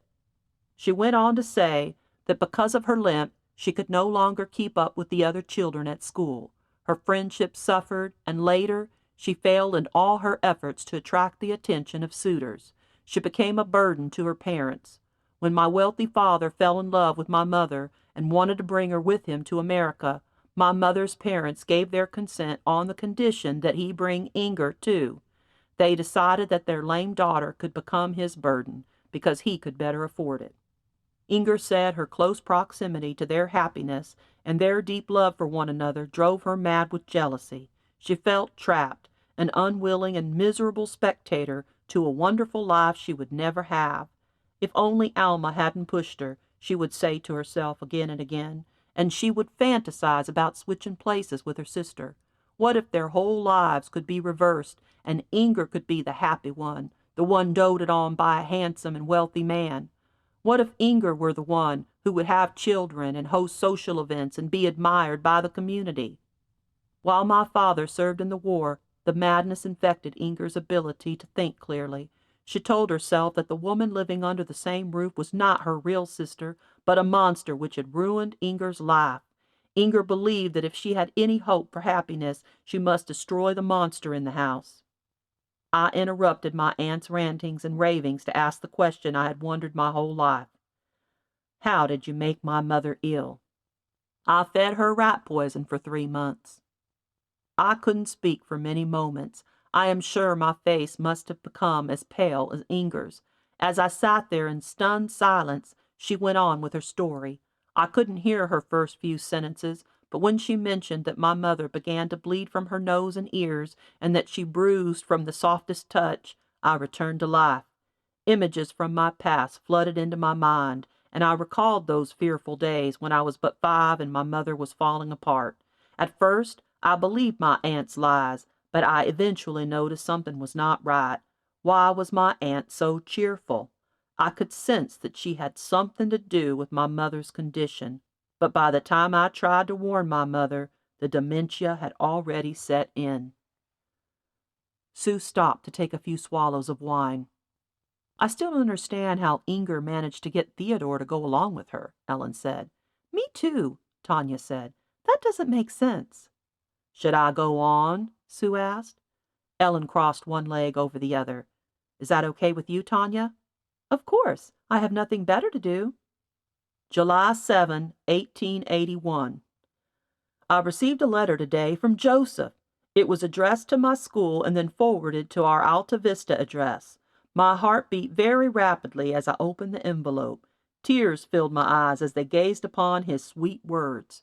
He wrote that he misses me and isn't the same without my company. He wrote that he has been stricken with what must surely be a fatal melancholia, and that if I don't reply soon, I will have his death on my conscience. He compared his heart to talc, saying that I could easily crush it to powder with my indifference. I immediately took pen to paper to reply, but before I had gotten very far, I ripped the page to shreds. What good would it do either of us for me to respond? I am much too broken and damaged by my past to ever fully love with confidence and enthusiasm. In fact, I am sure I will serve him better with silence. That's so sad, Tanya said, when Sue paused to turn the page. She should have given him a chance. Ellen took a sip of her wine. Maybe she underestimated his ability to love her. I think so, too, Sue said, just before she continued. July 14, 1881. Yesterday, Inger finally revealed how she managed to deceive my father. He'd been away for 2 years, and during that time, she had already managed to convince our friends and neighbors that she was Alma. It hadn't been difficult, because during those first few years here in America, Inger had lived in the shadow of my mother.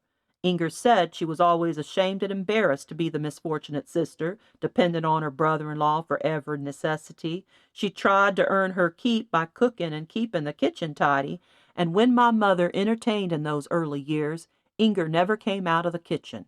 There were a few instances when Alma insisted that Inger receive guests, but Inger always made sure to be seated before they arrived, and she remained so until they left. She was self-conscious of her limp and hid it as best as she could. So when my mother became incoherent, Inger took measures to recreate her identity. She told me that she and my mother had always resembled one another, and that if it weren't for her limp, people would have difficulty telling them apart. It was for this reason that her lameness became her most defining characteristic back in Bremen. She was the sister who was crippled. But in America, no one outside of our family knew the details of her condition.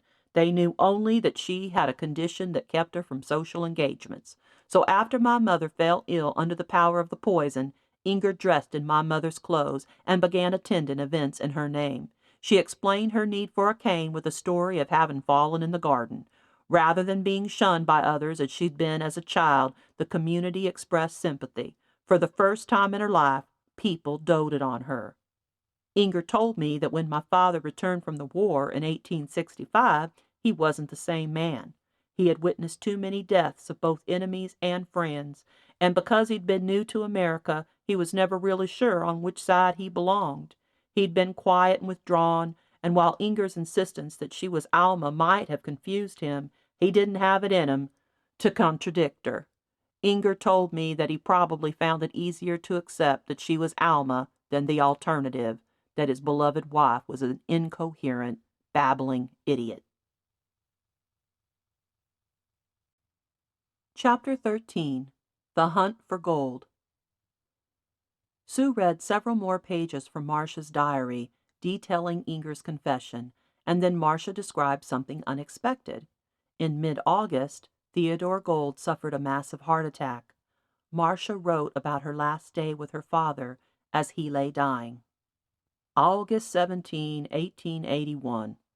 My father revealed to me that he has known the truth about my mother's identity. He said it took him many years to face it. He said that when he returned from the war, he thought he'd lost his mind, and whenever he questioned Inger, she had an answer ready for him.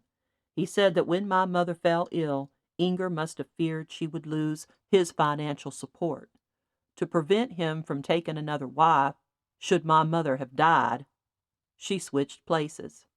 It didn't occur to him that my aunt might have done something even more devious, and I wondered if he should know the truth.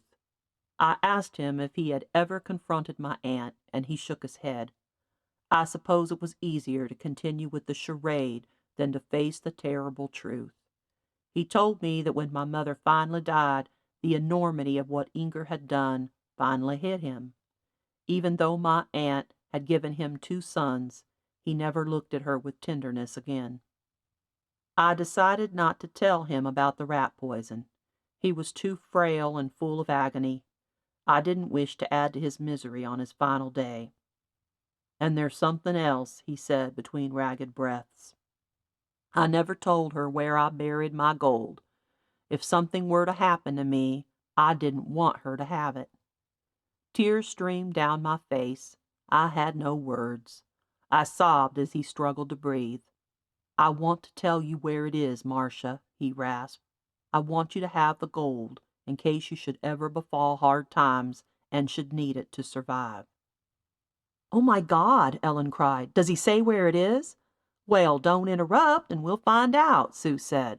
Tanya and Ellen leaned in and listened anxiously as Sue read on. My father told me I should never tell a soul the information he was about to convey to me. He said he brought the gold from Germany as an insurance policy in case his business did not do well in America. Fortunately, his business prospered, and when the country broke out in civil war, he buried the gold to prevent enemies from confiscating it. Since his business continued to prosper even after the war, he left the gold where it was. Then 2 years later, when Inger begged him to redecorate the main rooms downstairs, he recorded the location of the gold in permanent ink in several places beneath the wallpaper. "Beneath the wallpaper?" Tanya said. "That wasn't very smart. The drywall sometimes peels right off with the paper." "I've already removed the wallpaper in the master bedroom," Ellen said. "I didn't see a map or anything." "If it wasn't too late, I'd suggest we go look tonight," Sue said. "But I suppose we should wait until tomorrow, right?" Ellen was as eager as Sue, but she agreed that going tonight would not be a good idea. There was still no electricity. "We'll search every inch of every wall tomorrow," Tanya said. "Okay?" "Okay," Ellen and Sue said simultaneously. "Now finish the diary," Tanya said. "Are there many pages left?" "Two more," Sue said, before she continued. August 24, 1881. Now that my dear sweet father has passed from this world on to the next, Inger is fast on his heels. I fear she has but a few days. As I reread what I have written, I realize that even though I hated my aunt and father for so many years, a part of me also loved them. From the time I was 5 until the age of 15, my aunt did care for me. For my entire childhood she cooked for me, and when my mother became incoherent and bedridden, my aunt never abused and bullied me, but treated me as though I was her own daughter. She did that in spite of my every effort to sabotage her. And even though it pained her beyond belief to lose her sons when I was a girl of 12, she continued to care for me. I also realize that I have always loved this house, even though I resented being forced back to it at the beginning of the summer. This has been the only real home I have ever known, and soon it will be mine to take care of. Although I am twisted inside and full of sadness over my mother's treatment, I must try to put those feelings behind me and think of the future. Maybe I should reach out to my beloved Joseph. Maybe his feelings for me are strong enough to help him accept my family's shameful history. "Thank goodness," Ellen said. Her aunt may not have deserved Marcia's forgiveness, but at least she made her peace. "I wonder if she and Joseph ever got together," Tanya said. "Well, she must not have married him, or she would have taken his last name," Sue pointed out. "There's one more page. Ready?" "We're really at the end?" Tanya asked. "I guess we aren't going to get all our answers in one page." "Let's hear it," Ellen said. Sue took a sip of wine and read Marcia's final entry. August 31, 1881. The summer has come to an end, and so must this diary. I must return to my teaching position at St. Mary's boarding school on Monday. At the beginning of the summer, I could not wait to return to my dear school, but as I board up this old house and cover the furnishings, I do so with tears. My attorney says I should rent the house, but he does not know what I know. If renters were to redecorate, they may inadvertently erase the hidden location of my father's gold, or worse, discover it and take it for themselves. No, my hope is that I shall make this year of teaching my last, and hopefully in 1 year's time, if all goes as planned, I shall return to this sweet house as Mrs. Joseph Clark. "Clark?" Tanya repeated. "Do you think he's related to Mitchell Clark?" "It seems too strange to be a coincidence," Sue said, "but I suppose it is a common name." "Are you sure that's the final entry?" Ellen asked. Sue gave her the diary. Ellen fingered through the pages. Yes, there were no more. "I wonder why Marcia and Joseph never married." "I guess we'll never know," Ellen said sadly. Ellen couldn't sleep that night. She tossed and turned, thinking about the gold and all the possibilities that could come with finding it. Maybe Marcia had dug it up and it wasn't even buried anymore. But if she had, she wouldn't have turned over her mortgage to Dr. Piers in exchange for treatment, would she have? Had she forgotten the gold? Given it away? Squandered it? The best explanation was that Marcia had never found it. Maybe Ellen, Sue, and Tanya would. What would Ellen do with her share? She would definitely help her children. She and Paul felt fortunate that they could pay for their children's college tuition, but with the gold, she could buy them each a house of their own, And then maybe she could also pay for their grandchildren's college tuition. She could set up trust funds for them. She would also want to share some with her brother Jody and his family, even though they already lived fairly well in Kentucky. And if there was anything left over, maybe she and Paul could buy a vacation home on the coast somewhere. They would both retire, and he could golf and fish, and she could read on the beach. Sue and Tanya could buy vacation homes in the same area, and they could all go together. As she finally began to drift off, she suddenly remembered that tomorrow was Halloween, and she still hadn't bought any candy for the trick-or-treaters. Saturday morning, Ellen picked up Sue and met Tanya at the Gold House. The crew was working on the roof, and soon it would be time to choose the exterior paint colors. Ed, their contractor, was already there with an assistant refinishing the antique kitchen furniture Sue had found at a shop in a nearby small town. Sue's research had revealed that the original home didn't have built-in cabinets, so although they would never be able to replicate the original kitchen, they hoped to have something similar created. Tanya had found a cupboard at a flea market, and Ellen had found a solid wooden table that made an excellent island. Ed had recommended adding overhead shelving and one section of a modern stone countertop, which he had already installed with a deep white porcelain sink. Ellen and her friends said hello to the workers inside and explained that they were going to get to work removing more of the wallpaper. "Her too?" Ed jerked a thumb towards Sue. "Now don't act so surprised," Sue said. "I've been known to get my hands dirty on occasion." With trowels, rags, and spray bottles of water, the three made their way to the full bathroom. Before getting started on the wallpaper in there, Ellen showed them the work she had already done in the master bedroom. "No map in here," she waved her arm toward the bare walls. "But what's that writing?" Tanya pointed to some numbers in one corner. "I assumed they were measurements," Ellen said. "I saw writing like that on the walls in my house when I redecorated 10 years ago." Sue crossed the room to study the numbers. "Well, darn, this looks like algebra, not a map."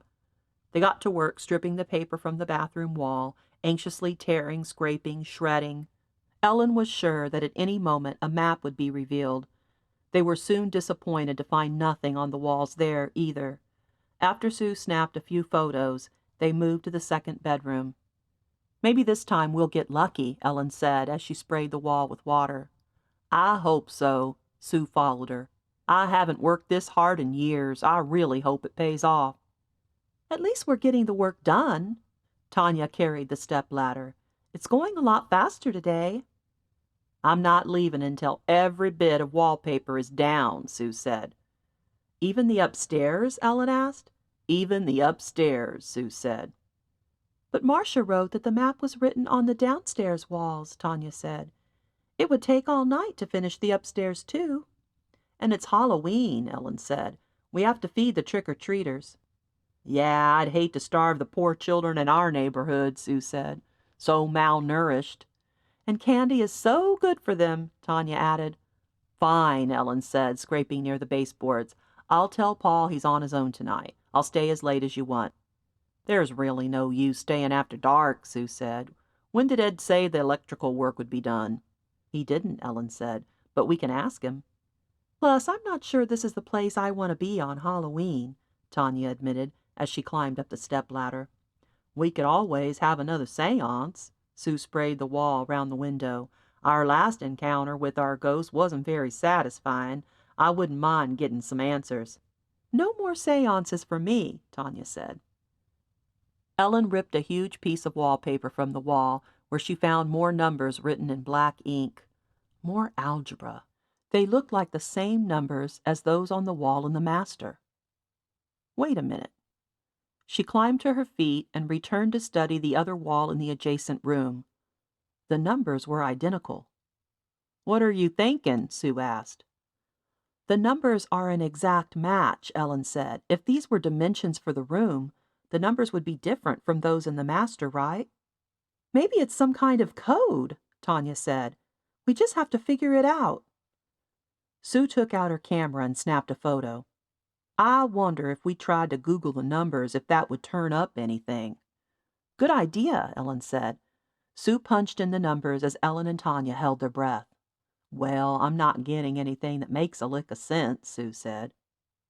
"This has got to be it," Tanya insisted. "Don't you think? We haven't found anything else remotely resembling a map or directions. This must be code. Let's keep stripping the paper away, Sue said. Maybe something else will turn up. They hadn't gotten very far when they heard someone in the hallway outside of the room. Ed, is that you? Ellen called. The man who appeared in the doorway was not Ed, but Bud Forrester. Sorry to barge in on you ladies, Bud said with his hands in his blue jean pockets. He wore a sweater from the 80s and a sheepish look on his face. Hello, Bud, Sue said. How are you? Fine, thanks. I can see you're working hard in here, making a lot of progress. We're getting there, Ellen said. So what's up? Is there something we can do for you? Bud traced the toe of his boot along a floorboard. No, ma'am. I just wanted to warn you ladies about something. Ellen glanced at each of her friends. Warn us? Every year on Halloween, this place gets trashed, he said. Usually a bunch of kids getting their kicks. I've tried to scare them off, but short of shooting off my rifle, it never does any good. Maybe we should hire a security guard, Tanya said. I wouldn't want to lose our investment. You don't think they'd break inside, do you? Sue asked Bud. They have before. They've come in, egged, and toilet papered the place. One year they poured ketchup on the floor. Shoot. What should we do? Ellen wondered out loud. They might not come this year, but I just thought you should know. Thank you, Ellen said, her opinion of him much improved. I'll do my best to keep an eye on the place, he added. That's awfully kind of you, Sue said. Bud shuffled the toe of his boot along the floor again. As a matter of fact, there was something else I wanted to tell you. I've got an idea, Sue snapped her fingers. I think it might just do the trick. What is it? Tanya asked. Let's decorate the front porch, she said, and we'll dress up as witches. I'll bring that big cauldron I use each year to hand out candy. You think we'll get trick-or-treaters? Ellen asked. We do get a few, but not many, Bud said. I could feel it with dry ice instead of candy, Sue said. I have a strand of jack-o'-lantern lights I could string up across the roof of the portico, Ellen said. You two are serious about spending Halloween here? Tanya asked. I just think that as long as we're here, no one will vandalize the property, Sue said. But we can't stand guard all night, Tanya said. Why not? Sue said. Ellen and I are night owls. We could stay until 4 or 5, couldn't we? I've seen her on Facebook later than that. Ellen nodded. Her insomnia often kept her up at night. She knew she could stay awake, but did she want to stay here at this house? I bet Millie would enjoy coming over and joining you for a while, Bud said. We could bring over some hot chocolate and her homemade pumpkin pie. Sue's face lit up. Pumpkin pie was her favorite. That sounds delicious. I don't know, Tanya said, looking reluctant. What if the ghost appears to us? What will we do? Talk to her, Sue said. I still have a lot of questions. She's been hanging around our place ever since you ladies started the renovations, Bud said. We've seen a lot more of her lately. Has she spoken to you? Sue asked. Bud scratched his head. As a matter of fact, I was hoping. At that moment, they heard a loud crash coming from the kitchen. Bud rushed toward the sound, and Ellen and her friends followed. As they entered the kitchen, Ed was helping his assistant from the floor. The 6-foot wooden ladder lay on its side. Its fall had been the loud crash they'd heard from the other room. Everything okay? Bud asked. We saw the ghost, Ed pointed to the wall in the adjacent laundry room. Painted on the brand-new white cabinets in brown mud were the words, Get Out. Chapter 14. Halloween Night. When Ellen arrived home that afternoon, she found Paul out on the back deck, grilling. She opened the back door. Hey, I thought you had a golf tournament today. I did. Ended an hour ago. I felt like grilling. By any chance did you buy candy? I almost did, but then you always buy so much. He closed the lid on the grill and followed her inside. Darn, that meant she still had to run by the store. How did you play? Good. I won the tournament. He gave her a grin. Really? That's great. Congratulations. She pecked his cheek. She was unused to seeing him so happy. He hadn't been in this good of a mood in months. You got a letter in the mail today, he said as he headed toward the kitchen to wash his hands. I put it on the kitchen bar. Do you have some kind of lab work done? What? No. Then she realized it must be the online lab where she had sent the samples from the Gold House. Oh my gosh! She rushed over to the kitchen bar and opened the envelope. What is it? Paul asked. I collected a few things from the attic at the Gold House and sent them to an online lab. Wow, I bet that wasn't cheap. I'm hoping to learn something about the ghost girl, like if she's really a ghost, you know? I get it. The first page was the bill for $325. What does it say? Paul asked. The second page was a letter addressed to her. She read it out loud. Dear Ellen Moore, we have completed our analysis of the samples you sent on September 16th to the best of our abilities. We successfully isolated 2 latent fingerprints. We found one on the book using a fluorescent dye stain and an orange alternate light source. After taking a photo of the print, we were unable to find a match in any of our databases. The second print was taken from the pillowcase using a chemical process involving gold and zinc. We identified the print with a record in the Texas Department of Public Safety database. The record belongs to a 73-year-old resident of San Antonio whose name is Robert Forrester. His address is 4327 Alta Vista. His phone number is 210-655-3077. No email address or mobile phone number is provided. Ellen looked up from the letter. That must be Bud, that neighbor I told you about. His prints were on a pillowcase? That's odd. What did he do, go take a nap up there? He probably snooped around just like Sue and her mom and I did. She hadn't ruled out the possibility that Bud Forrester was doing something wrong. She continued reading. As you requested, we analyzed the hair sample in multiple ways to yield the maximum information. These were our findings. The hair lacks any pigmentation, indicating that its host possesses an acute form of albinism. Hormones and proteins present in the shaft indicate that the host is female in her mid-20s and relatively good health, though slightly deficient in iron and potassium. Ellen's breath caught. Did this mean their ghost was alive? Or did it just mean that the ghost was in her 20s when she died? Ellen thought back to her encounters with the ghost girl. She'd looked more like a teenager, but she supposed it was possible that her thin frame and very pale skin made her appear to be younger than she really was. Does that mean she's not a ghost? Paul asked. I'm not sure. Ellen continued reading. Please note that the pigmentation may have been chemically stripped prior to your collection of the sample, rendering our conclusions incorrect. Given other factors present in the shaft, we estimate our results to be 80 to 85% accurate. The hair sample did not contain the living hair root necessary for DNA testing. Ellen looked up again. Oh, so it is a ghost, Paul said. I'm still not sure. I don't know what it means. Maybe you can call the lab for clarification. Ellen nodded. Or maybe I can find out on the internet. For now, she continued reading. However, using an electron microscope, we successfully isolated nuclear DNA preserved in the corneocytes of the hair shaft. The DNA confirms that the host is female. We were unable to match the sample to any records in our DNA databases. We did, however, find an 86% match with a record in the San Antonio State Hospital database belonging to a current patient. An 86% match indicates that the patient on record and the host of the hair sample are blood relatives. Unfortunately, patient confidentiality precludes us from relaying information about the patient to you in our report. Air rushed from Ellen's lungs and her throat tightened. The San Antonio State Hospital? Sounds like you'll be heading over there soon. Paul took a bottle of barbecue sauce and a pastry brush with him back out to the deck, leaving Ellen with her thoughts. Could a living relative of the girl, whether the girl herself was alive or dead, be residing in the state hospital at this very moment? She reread the letter. When she came to the end, she read it was signed, Cordially Carl Fromm, Senior Forensic Anthropologist. Later that evening, Ellen sat between Sue and Tanya on the newly reconstructed front porch.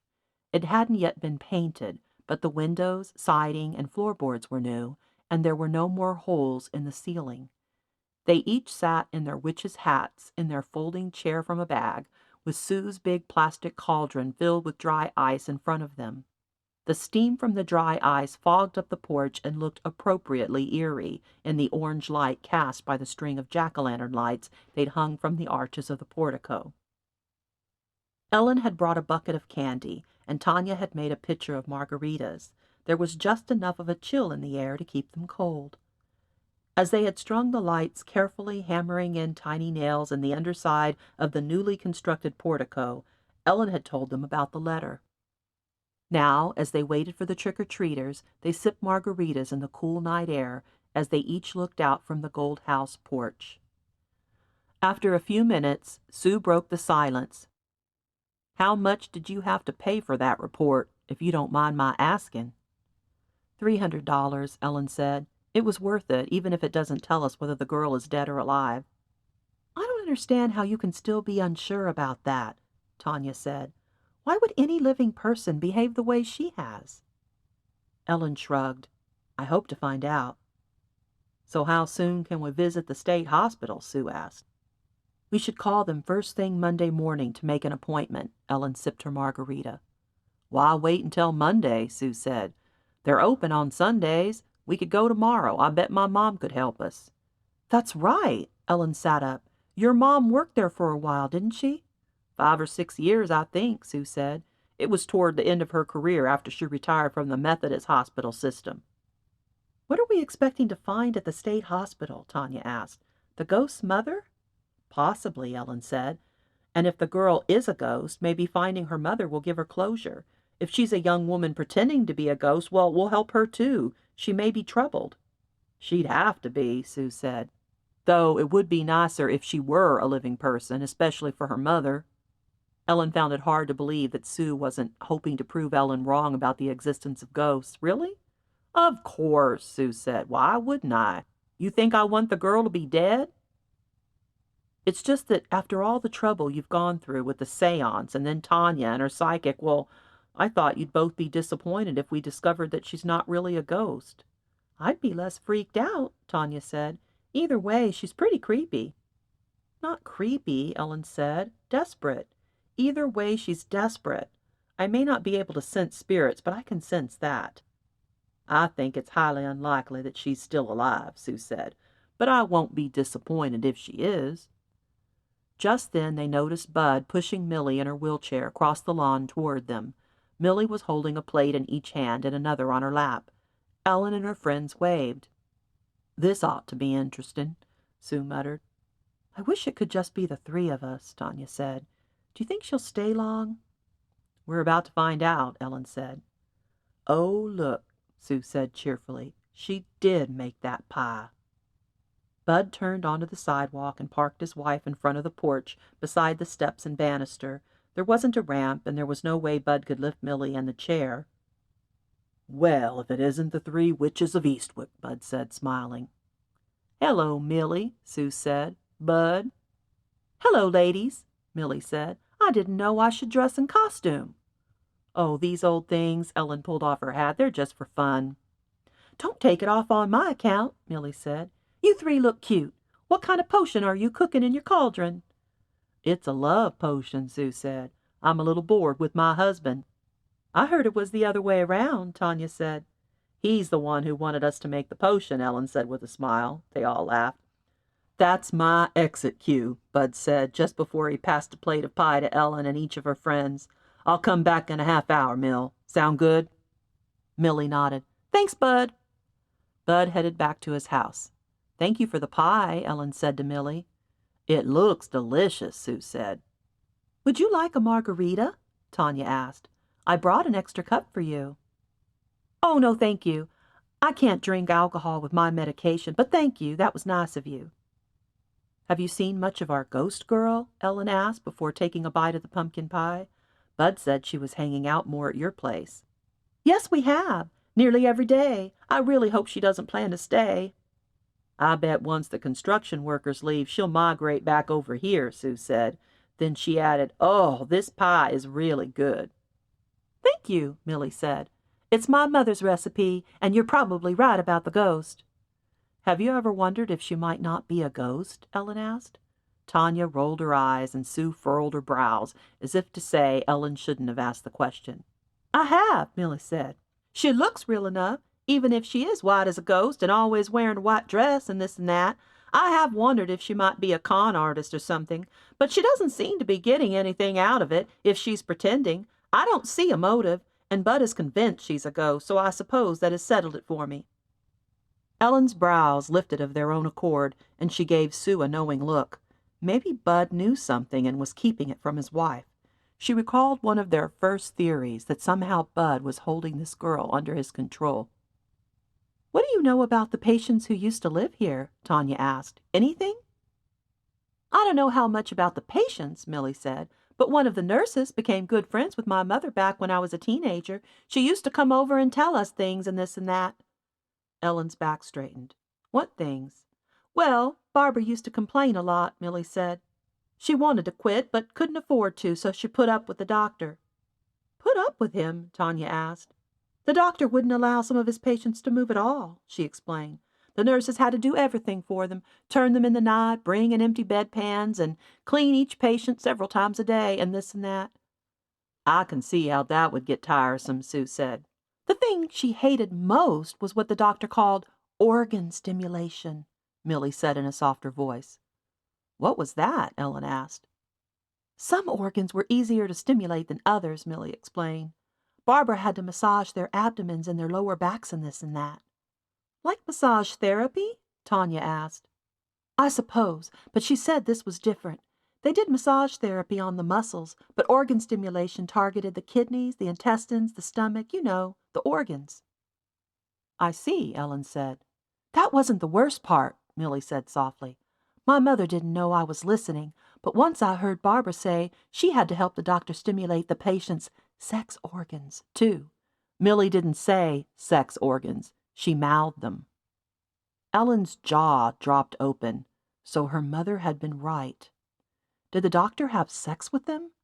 Milly nodded. "According to Barbara." "That's horrible," Tanya said, gaping. "What prevented him from getting his patients pregnant?" Sue asked. "They didn't have the pill back then." "Apparently the doctor tracked their ovulation cycles, but it seems he made mistakes in this and that." "Or put his urges before his medicine," Sue said. "Barbara hated it," Milly said. "I don't know how she went on with it." "Well, we know how the doctor went on with it," Tanya said. "Maybe his whole practice was just a way to take advantage of helpless women." "I don't think so," Milly said. "Barbara gave me the impression that he really cared about curing his patients, that he felt he was doing the right thing." Ellen wasn't sure what to think or what to say, but at that moment two little princesses, Elsa and Anna from Frozen, turned up the sidewalk carrying bags of candy. They were followed by a smiling woman in her 60s. "Hi there, Ida," Milly said. "Are these your lovely granddaughters?" "Yes, they are," Ida replied. She pointed to Elsa. "That's Haley." She pointed to Anna. "And this one's Kylie." "You girls make beautiful princesses," Milly said. "What do you say, girls?" Ida prompted. "Thank you," they each answered softly. "Ida, I'd like to introduce you to the new owners of the Gold House," Milly said. "This is Sue, Ellen, and I'm sorry, what did you say your name was?" "Tanya," Tanya said, as she dropped handfuls of candy into each girl's bag. "It's nice to meet you," Ida said. "Welcome to the neighborhood." "Thank you," Ellen and her friends said. "Can you girls thank them for the candy?" Ida said to her granddaughters. "Thank you," they said. "So I heard you ladies are planning to flip this house," Ida said. "Is that right?" Ellen nodded. "Our plan is to restore it and go from there. We'd like to somehow preserve its history." "We've thought about operating a bed and breakfast," Tanya said. Ellen scraped the last of the pie crumbs into a neat little pile at the center of her plate. "I'd rather turn it into a museum about the rest cure, but that's a pipe dream." "A museum would be lovely," Ida said. "Much better than a zoo." Sue crossed her arms and rested them on her belly. "We may just make it museum-like. We found photos of the patients who used to live here, and Ellen is going to paint portraits from them." Ellen blushed. "If I can pull it off." "She can," Sue said. "Sounds really wonderful," Ida said. "I've always wondered about this house. When my husband and I moved in 15 years ago, it was already abandoned." I didn't realize the house's history was so important to you, Millie said to Ellen. You should talk to my mother. She probably knows a lot more than I do since she lived next door all her life. Oh, could we? Ellen asked. She wondered how coherent Millie's mother was. That would really be helpful, Sue said. Well, it all sounds marvelous, Ida said. It was nice meeting you. Nice meeting you, Ellen said, as the three turned and walked away. Once they had gone, Ellen turned to Millie and said, Ida seems nice. Yes, she's one of my best friends. Ellen had wanted to ask more about the Robertsons, but their conversation was interrupted when a black Camaro pulled up in front of the house. Ellen wondered if a carload of trick-or-treaters would pile out. Then the windows were rolled down, revealing people dressed in costumes. They didn't appear to be parking or to be getting out to collect candy. They stared at Ellen and the others like they were waiting for something. Ellen stood up to get a better look, just as an egg hit the column in front of her. Several more eggs came toward them. Millie, who couldn't move fast enough, cried out as she was slammed with one and then another. What? Sue cried out. Oh my gosh, Tanya shrieked, jumping up and taking cover behind a column. This is ridiculous, Ellen muttered. Poor Millie. She was covered in raw egg, and her cheeks, visible in the orange Halloween lights, were as red as apples. I've got your license plate number, Ellen shouted to the people in the Camaro. I'm on the phone with the police. She was bluffing, but they didn't know that.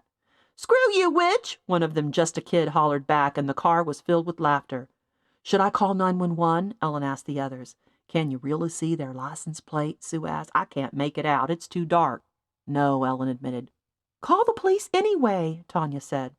It won't do any good, Millie said as another egg fell into her lap and broke open.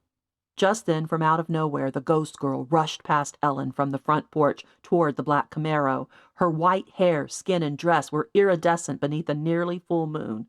The girl screamed a shrill cry as she charged the vehicle full of teens. She waved her arms and jumped up and down as though she was about to take flight. The driver shouted something incoherent, drowned out by a car full of terrified shrieks, before pulling away and driving off. Ellen stood there between her two friends, gawking from the porch. Goosebumps had broken out all along her arms, and the hair tingled at the back of her neck. The figure looked more ghostly than ever. Ellen began to think that maybe the girl was a spirit, and if spirits were real, well, Ellen had a lot of thinking to do. If spirits were real, that opened up the door to a host of other things she hadn't been able to believe. The girl turned and looked up at them before dashing toward the back of the property. Chapter 15. Mitchell Clark. Should we follow her? Ellen whispered. No, Tanya said. Unless you want to, Sue added. It was unusual for the ghost to come to our defense. Poor Millie wiped at the raw egg on her blouse and lap. I wonder why she did it. Yeah, that was interesting, Tanya said. Maybe she heard us talking, Sue suggested. Maybe she's grateful that we want to help her. Millie held up her sticky hands dripping with raw egg. Well, I'm sorry this happened, ladies. I should head back and get cleaned up and this and that. Do you want me to call Bud? Ellen offered. I guess so, Millie replied. Tanya collected their empty plates and forks and handed them over to Millie. Thank you. The pie was delicious. Before Ellen could get the phone number from Millie, she was distracted by a man coming up the sidewalk toward them. He walked like a man with a purpose. He took long, quick strides, and anger seemed to emanate from him. What was all that screaming about? He asked as he neared them. Everything okay? Ellen squinted in the dark night.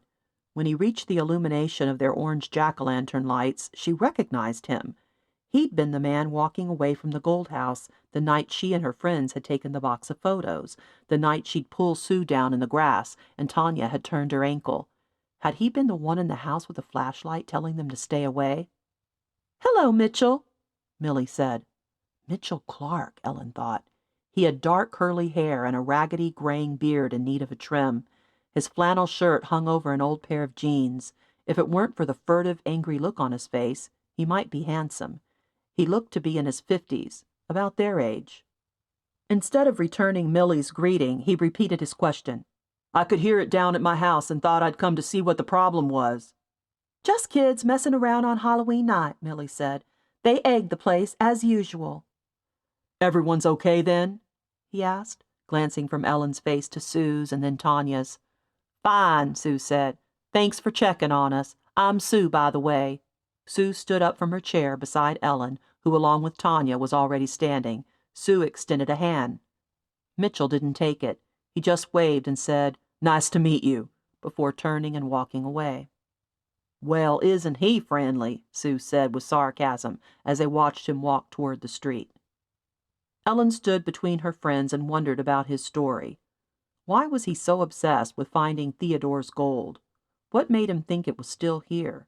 And was he related to Marcia's Joseph? And if he was a descendant of Marcia's Joseph, did he have any knowledge about why they never married? Just then the ghost girl appeared from the side of the house and rushed toward the receding figure of Mitchell Clark. "Stay away!" she screamed frantically, waving her arms maniacally as she had done to the black Camaro. She stood about 5 yards in front of him, she on the sidewalk and he on the curb near the street. "Stay away! I mean it! You've no right!" Ellen could tell by the light of the moon that Mitchell had pulled out a revolver and was pointing it at the white figure dancing hysterically before him. Even in the darkness, Ellen could tell his hand was far from steady. "Keep away from me," he warned the girl. "You keep away from me!" the girl screamed. Her voice was so loud that it echoed down the empty streets. "You don't belong in this world," he said through gritted teeth. "There's nothing here for you." "Quit killing my cats!" she cried. "Those strays don't belong to you. Nothing belongs to you." "This is my house!" the ghost girl screamed. "This is my house!" Ellen glanced nervously at Tanya, whom she imagined was having major doubts now about their plans to resell the house. "Why shoot a ghost with a gun?" Sue shouted. "You're more likely to hurt one of us." "Mitchell!" Millie shouted. "Put that gun away before you get one of us killed." "Maybe the sound will scare her off," he growled. The ghost girl ran around the lawn, waving her arms like an angry spectral in a horror film. She moved closer toward the front porch and looked directly at Ellen. Ellen stared back, dumbfounded. It was as if the ghost could see directly into Ellen's mind. A chill ran down Ellen's back. "Help!" the girl said before she dashed behind the house again, disappearing from their view. Mitchell waved his gun in the air and said angrily, "This is your fault, you 3 witches. You have no right coming here where you don't belong and stirring up trouble." "What is he talking about?" Sue whispered. "You've stirred her up and made things worse," he shouted. "You need to go back to wherever you came from and leave well enough alone." Ellen couldn't think of a thing to say as Mitchell turned on his heel and hastened down the road toward his house. Had he just threatened them? Another chill crept down her spine. "Oh, thank God," Millie said. "Here comes Bud." "What happened?" he cried as he ran across the lawn toward them. "Was anyone hurt?" The 4 women all talked at once. "The ghost appeared." "Mitchell Clark threatened to shoot her." "The ghost ran off." "Mitchell threatened us. Said it was our fault." "What do you mean he threatened to shoot her?" Bud asked with wide eyes. "He pulled out a gun and waved it around like a madman," Sue clarified. Bud scanned the yard. "And the ghost?" "She disappeared," Tanya said. "Back toward the green belt, I think," Ellen added. Bud took off running. What does he expect to find? Sue wondered out loud. "Should we go see?" Ellen asked. "You go," Sue said. "I'll stay here with Millie and Tanya." Ellen looked from one face to another. They all seemed to think she should follow him. "All right, then," she said. "If I'm not back in a few minutes, though, promise you'll come looking for me." "I'll go with you," Tanya said. "No, that's okay." Ellen knew Tanya didn't really want to go. "I'll just peek around the back of the house." Ellen used the flashlight app on her phone to guide her across the back lawn toward the woods. "Bud?" She was sure he went this way, but right now it appeared she was utterly alone. "Bud? Are you out here?" She wondered if she should turn back. She hadn't meant to come out this far, just to peek around the back and call for Bud. What the hell was she thinking, coming all the way out to the woods alone at night? Hadn't she rolled her eyes at every character in every movie and novel that did this very thing? Stupid, stupid, stupid. But something compelled her onward. As she neared the woods, she heard a twig snap. She froze. "Bud, is that you?" "Ellen?" A figure stepped from the trees. It was Bud. Relief swept over her, but her back stiffened again when she saw the crazed look on his face. "Bud, are you okay?" "She's run off again," he panted as he walked toward her. "Who? The ghost girl?" "Yeah. Last time that son of a bitch Clark threatened her, she was gone for weeks." "Isn't that a good thing?" She studied his face now that he was standing in front of her. He rested his hands on his knees and slumped over like a broken man. Bud? Ellen was confused. Why did he seem so torn up? Bud stood up and moved closer. In a lower voice, he said, I'm going to tell you something, because I don't think I have a choice anymore, and because I think you might be able to help. Sure thing. Shoot. She regretted that last word in light of recent events. Millie doesn't know. Doesn't know what? Could we meet somewhere to talk? Why can't you tell me now? It's such a long story. Why don't we meet for coffee over at Earl Abel's tomorrow afternoon, around 3 o'clock? Earl Abel's was a nearby diner well known for its coffee and pie. Should I bring Sue and Tanya? I've kept this to myself for many years, and it's going to be hard to say. The fewer sets of eyes staring me down, the less difficult it'll be. Okay. Ellen looked at her phone. I have somewhere to go in the morning, but I'll meet you at 3:30. Is that all right? He nodded. Are you going to come get Millie now? She's covered in raw egg, poor thing. Can you see her home for me? I need to take care of something. Was he serious? What did he have to take care of out here? Was he going after the ghost? Of course. Bud disappeared into the woods. Chapter 16. The State Hospital. At noon on Sunday, Sue pulled up to the curb in front of Ellen's house, where Ellen was anxiously waiting. Do you have the photo? Sue asked when Ellen climbed into the back seat beside Tanya and behind Jan. She meant the photo of Cynthia Pierce from the box they found in the attic. Yep, let's go. Hello, Ellen. How are you today? Jan asked from the passenger seat. I'm doing pretty well. How are you? Not looking forward to this trip, that's for sure. Mother said she doesn't mind helping us, Sue said, but she hasn't stopped complaining since she stepped into the car. Now let's not exaggerate, Jan said. That's a form of dishonesty. Didn't I teach you anything? Please don't feel like you have to do this, Ellen said to Jan. We could try it on our own. I know you could, dear, but this will be so much faster.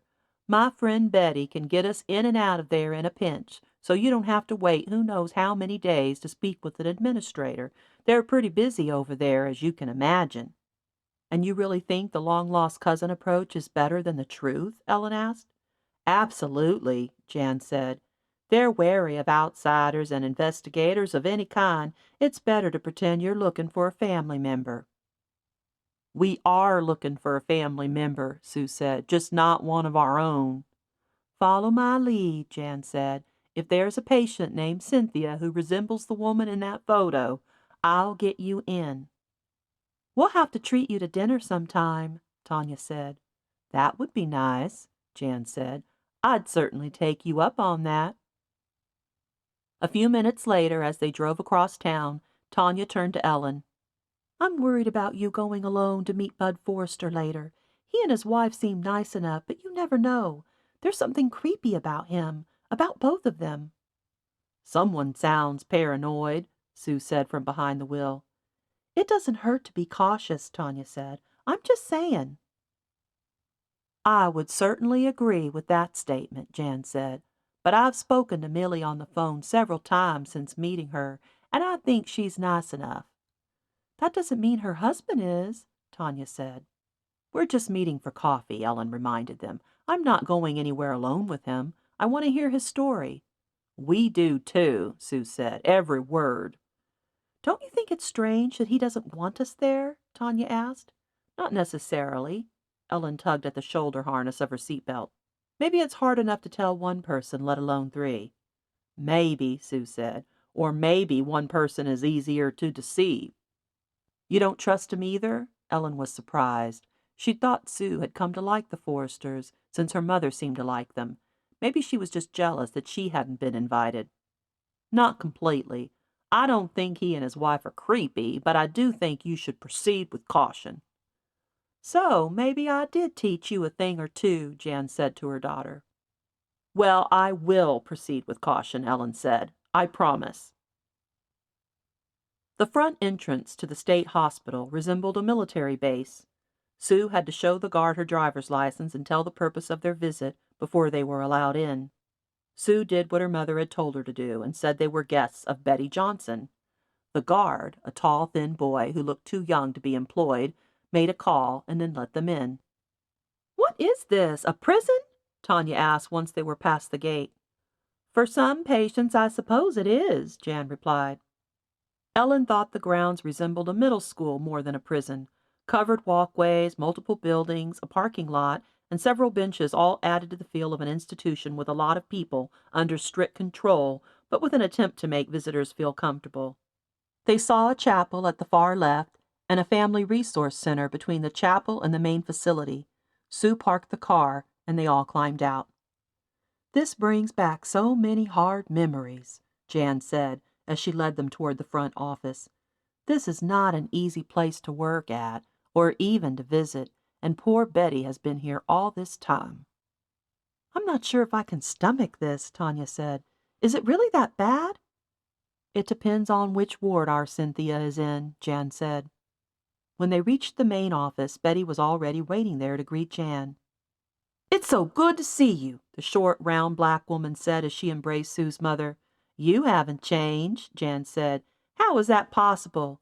"Oh, go on, girl. You know that ain't true. It's been, what, 15 years?" Betty laughed. 16, Jan said. "You looking good, though," Betty added. "How are you holding up?" Jan asked. "Oh, they trying to kill me," Betty said. Jan cocked her head to the side. "The patients or the management?" "The patients can't help themselves. It's Linda. She has me over in acute now." "Oh, boy." "Don't you know it? We've got wall pisser, poop thrower, finger biter, laugh till she cries, and old yeller. They my best friends."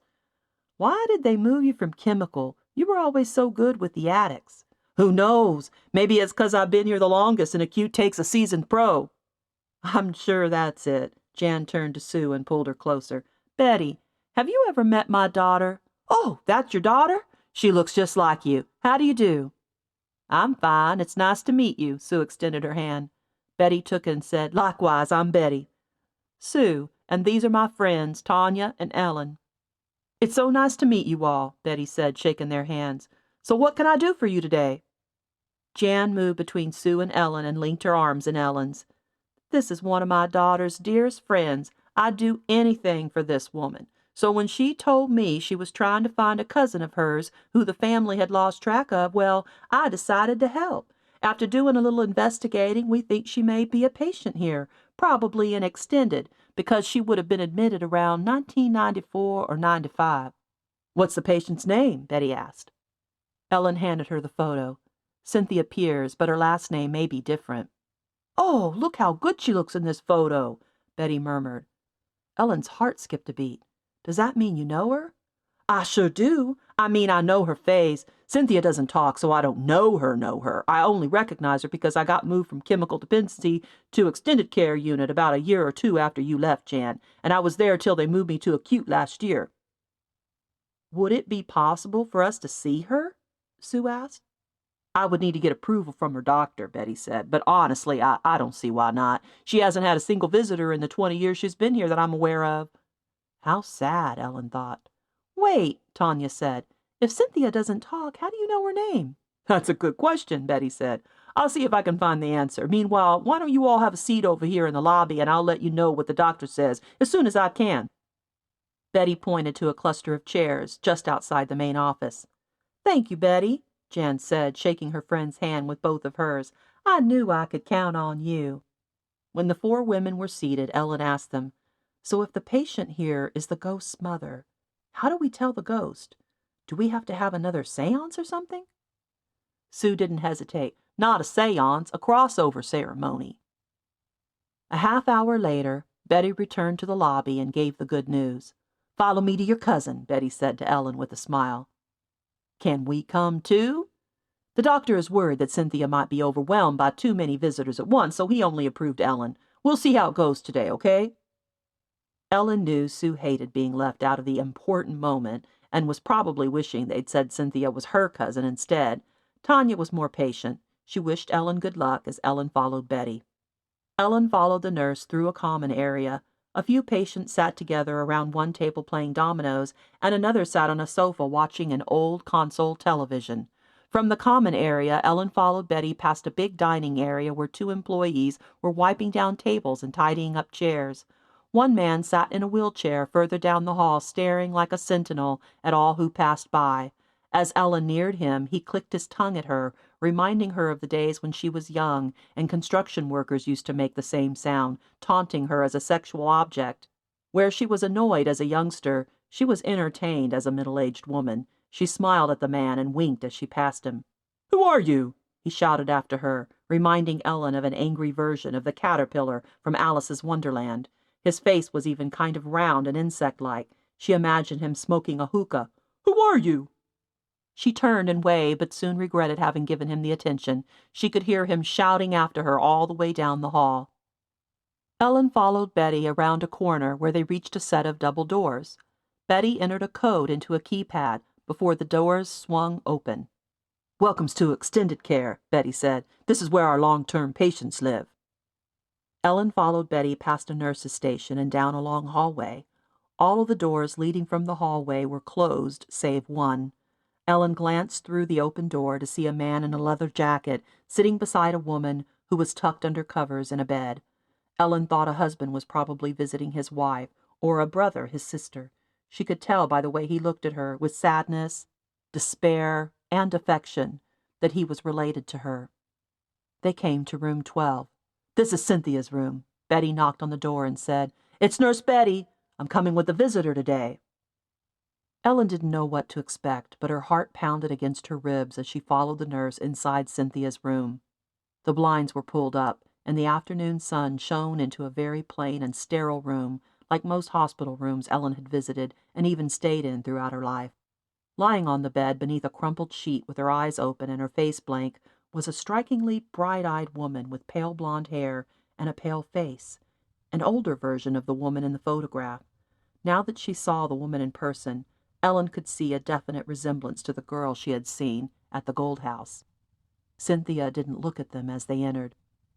"Your cousin Ellen is here," Betty said. "She's been looking for you." This got the woman's attention. She furrowed her brows and turned what seemed to be horrified eyes toward Ellen. Ellen stared back, speechless. "Do you remember your cousin?" Betty asked the patient. Cynthia looked Ellen up and down, from head to toe, studying her, but said nothing. She continued to frown and to furrow her brows, as though Ellen were repugnant to her. Clearly agitated, Cynthia lay back in her bed and pulled her sheet up to her chin. Then she stared off and ignored her visitors. "Maybe I should go," Ellen said to Betty. "I didn't mean to upset her." "She has never reacted to anything or anyone before," Betty said, "so this is actually progress. Go ahead and try to talk to her." Ellen took a deep breath and let it go, slowly, as she moved a little closer to the bed. "Hello, Cynthia. I've been looking for you because I was wondering if you could tell me if you once lived at the Gold House with Dr. Piers and—" Cynthia glared at her, and her nostrils flared. Was this confirmation or just crazy behavior? "Could you nod your head if you ever lived at the Gold House? Were you a patient of Dr. Piers?" Ellen asked. Cynthia's eyes widened, but she did not move her head. "And did you have a daughter?" Ellen asked. At this, Cynthia jumped out of the bed and stepped within inches of Ellen. She stared Ellen down like an enemy about to attack. "I ain't never seen her act like this before," Betty whispered. "Let's back out of the room. Nice and easy." Chapter 17. Bud's story begins. As Sue drove everyone home, Ellen told them about her encounter with Cynthia. "I think she's the right Cynthia," Ellen said when she'd finished her story. "But I can't be sure. I'll try to visit her again tomorrow after work." "I'll remind Betty to add you to the list of approved visitors," Jan said. "But we're supposed to meet at Home Depot to pick out the exterior paint color tomorrow afternoon," Sue said, "unless you want to trust Tanya and me with that." As much as Ellen wanted to have some input in the color choice, she didn't want to ask them to wait on her. She knew they'd been looking forward to making a decision, she had been too, and that Ed's team would be ready to start on it at 3 o'clock tomorrow. "Y'all go ahead," Ellen said. "I trust you." Tanya reached over and touched Ellen's shoulder. "Are you sure you don't want us to wait in the car while you meet with Bud? Just in case he tries to pull something?" What could he pull in Earl Abel's? Ellen asked. I'll be fine, I promise. A few hours later, Ellen sat across from Bud at the diner not far from the historic district. They had each ordered coffee and had made small talk about, of all things, art, until their coffee arrived and they'd each taken a sip. Then Bud's face turned a shade paler. "Thanks for meeting me," Bud said. It sounded pretty serious. She took another sip of the hot coffee. "Indeed it is." He looked around the diner for the third time before adding, "You need to know this isn't easy for me, but I have no choice. I have to tell you. I need someone to know the truth, and I can't tell Millie. She can never know." "Why not?" "Just hear me all the way through before you judge. Can you do that for me?" "I can try." He lowered his voice again. "To give this a little context, there's something else you need to know," he said with a frown. He held an empty sugar packet and kept folding it and unfolding it, never taking his eyes from it. "I'm in stage 4, pancreatic cancer. The cancer has spread to my liver. The doctor won't give me a deadline, but says that many patients survive 2 more years with the right treatment. That was 2 years ago." Ellen covered her mouth. Her first thought was who would take care of his wife and mother-in-law? Would they be moved to a nursing home? They'd lived in that one house their whole lives, probably thinking they'd die there too, and now that didn't look possible unless they could afford to hire home care. "So you see, I'm living on borrowed time." "I'm so sorry to hear this. Millie must be devastated." "Millie doesn't know." "What?" "I refused treatment. The doctor told me the side effects included weakness, vomiting, and the list goes on. Who would take care of the girls?" "You mean Millie and her mother?" "That's right. They've only been a few times that I've had to even call someone in to help me, and the girls hated it. They made me promise not to let strangers in their business. It was humiliating, they said." "But you can't do it alone, and—" She hesitated. "What about when you're gone?" "I'm going to keep my promise to them. After that, it's out of my hands." Then he added, "I never expected them to outlive me." Ellen didn't know what to say. She took another sip of coffee. "And now it's time to be practical. I have something I need to confess." "I'm listening." He fidgeted with the empty sugar packet again. "You need to let me explain some things before you get all offended and upset with me, okay?" She was beginning to feel even more nervous and uncomfortable, not sure she could handle the enormous burden he seemed to want to unload on her. But what could she say? "No, thank you. I don't want to hear your story after all." "I'll do my best." Besides, she had no choice. She had to hear it. "All right, then." He clasped his hands together on the table as sweat broke out on his forehead. "Amy isn't a ghost." Ellen covered her mouth. She wasn't sure why she was shocked. Hadn't she suspected this all along? So the girl was alive, and her name was Amy. Ellen clasped her hands together in her lap, holding on for dear life as she waited for him to continue. "At first I thought she was a ghost, just like everyone else. She was so white and so thin. She was even smaller back then and faster. Sometimes she seemed to disappear into thin air." "When did you realize she wasn't a ghost?" "Maybe 6 months after the first time I saw her. I had gone back to the dry creek bed to empty a pan of hot oil on a big mound of fire ants when I saw her watching me from a tree branch." "She was up in a tree?" "Yes, she was, just like a squirrel eating a pecan." "Did she say something to you?" "Not at first, but I thought, why would a ghost need to eat? So I kept looking at her from the corner of my eye as I poured the oil. I don't think she knew I'd seen her. She was mashing pecans together in her hands, plucking out the meat like she hadn't eaten in days. That's when I realized she was a child who was alive and starving." "So then what happened?" Ellen leaned forward and rested her elbows on the table, hugging the warm mug of coffee with both hands. "Well, I'd just cut up and fried an entire chicken, way too much food for me and the girls, so without looking up at her, I said, 'Do you want some fried chicken?'" He took a sip of his coffee.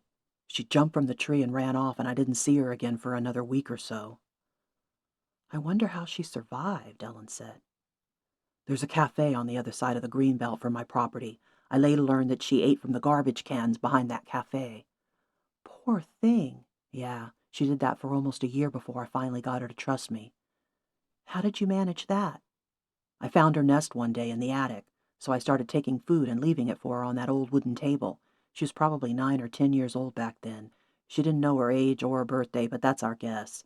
This went on for months. You have to understand, she was wild like a feral cat. She had no social skills and the language of maybe a second grader. I eventually taught her how to read. It's hard to imagine. From the time the house was abandoned to the time I got her to trust me, for that whole year, she was all alone. But she was actually better off on her own than she was when there were others living in that house. Ellen furrowed her brows. What do you mean? I'm getting off track. I'll get to that. Why didn't you call the police or Children's Protective Services? Why didn't you try to get her help? Ellen couldn't stop herself from interrupting him. I did.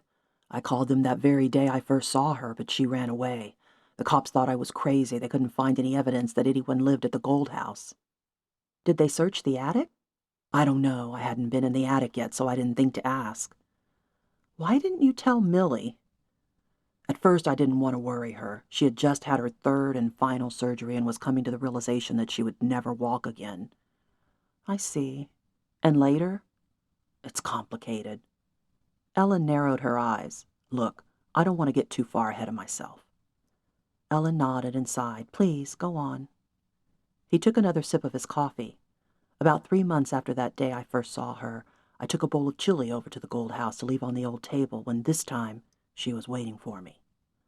Ellen gasped. Did she speak to you? He nodded.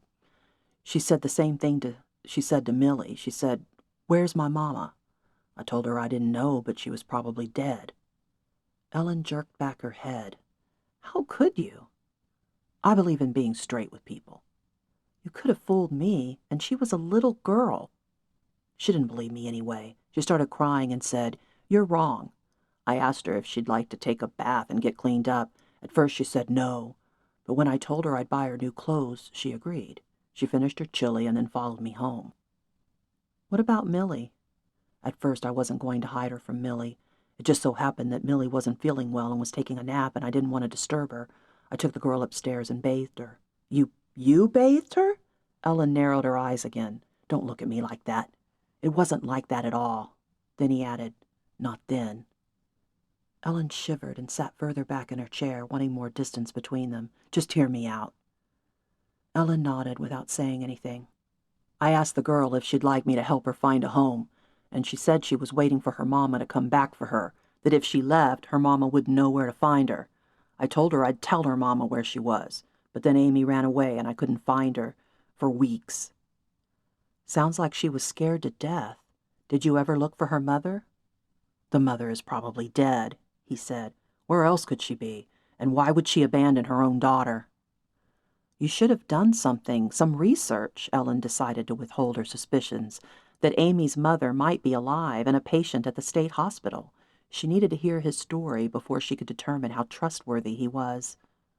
I did, but I wasn't lying when I said that house is haunted.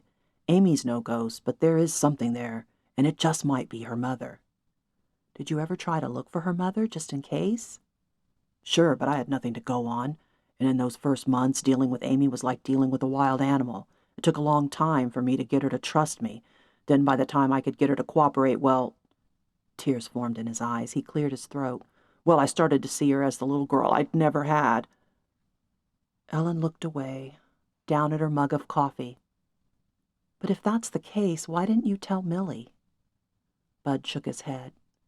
I don't know if you can understand this. Then he muttered, maybe this was a mistake. I'm listening. I'm trying to understand. Talk to me. When I met Millie back in the 60s, I was nothing. I had nobody. My parents were dead, and my older siblings had pretty much abandoned me. Hell, they had their own problems. Ellen waited for him to continue as he wiped the tears that were flowing from his eyes. The only choice I had was to enlist. I served in Vietnam and came back worse off than before I'd left. I was an alcoholic and would have succeeded in nothing but throwing my future away had Millie not come into my life. I'm telling you, she saved me from myself, and I'll be forever grateful. That still didn't explain why he didn't tell her about Amy. Ellen took a deep breath and fought the urge to interrupt. But she and I hadn't been married long when the accident happened. From that moment on, my whole life became about taking care of her. That must have been hard. Like I said, she saved my life, so it was my turn to save her back. So why couldn't you tell her? Ellen was trying to be patient, but she was failing. Because I didn't have anything of my own, never did. The house we live in belonged to Millie's family. And then my life belonged to her. Every waking moment became about taking care of her. And by then I was taking care of her mother, too. I just wanted one thing to be my own. This little girl needed someone, and I could be the father she needed, the father I never had. I see. I liked having another life away from Millie. I know I was a selfish son of a bitch not to tell her, and every day I would wake up and think this was the day I would tell her, but then I'd put it off, wanting to keep it to myself. I'm surprised Millie never suspected anything, Ellen said before taking another sip of her coffee. By now it was cold, so she waved to the waitress for a refill. The idea to dress Amy in the same kind of white dress all the time, that wasn't meant to trick Millie. That was meant to keep the neighbors from catching on, especially Mitchell Clark, who's been obsessed with the German gold for as long as I can remember. So you encouraged Amy to pretend to be a ghost? Well, if she wouldn't let me find her a home, then we needed to protect the one she had. It's too bad you couldn't help her get psychiatric help. Oh, that was out of the question. The doctor is what got her all screwed up in the first place. Ellen lifted her chin. What do you mean? I'll get to that part. Let me tell you this way I need to tell you, okay? Ellen apologized. So I took food over to the Gold House 3 times a day. Right after lunch, when Millie usually napped, I went over with books and read to Amy. That's how I taught her to read. Then every Sunday, I took her to my house so she could have her bath, always upstairs so we didn't disturb Millie. Ellen knew he really meant so Millie didn't find out what he was up to. They sat in silence for a moment as the waitress topped off their mugs.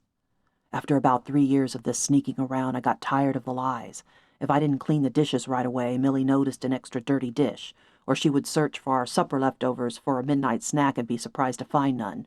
It didn't bother me at first, but over time, it took away some of the joy of it all. But then something happened that made it impossible for me to ever tell my wife, something I've dreaded ever since. Ellen felt the blood leave her face. Nausea crept up from her stomach to her throat. Tears ran down Bud's cheeks. He glanced at his wristwatch. Has it really been 2 hours? She looked up at a clock on the wall across the diner. It was 6:15. Bud stood from his chair. I need to get home to give my mother-in-law her next dose of medicine, and I need to get supper on the stove.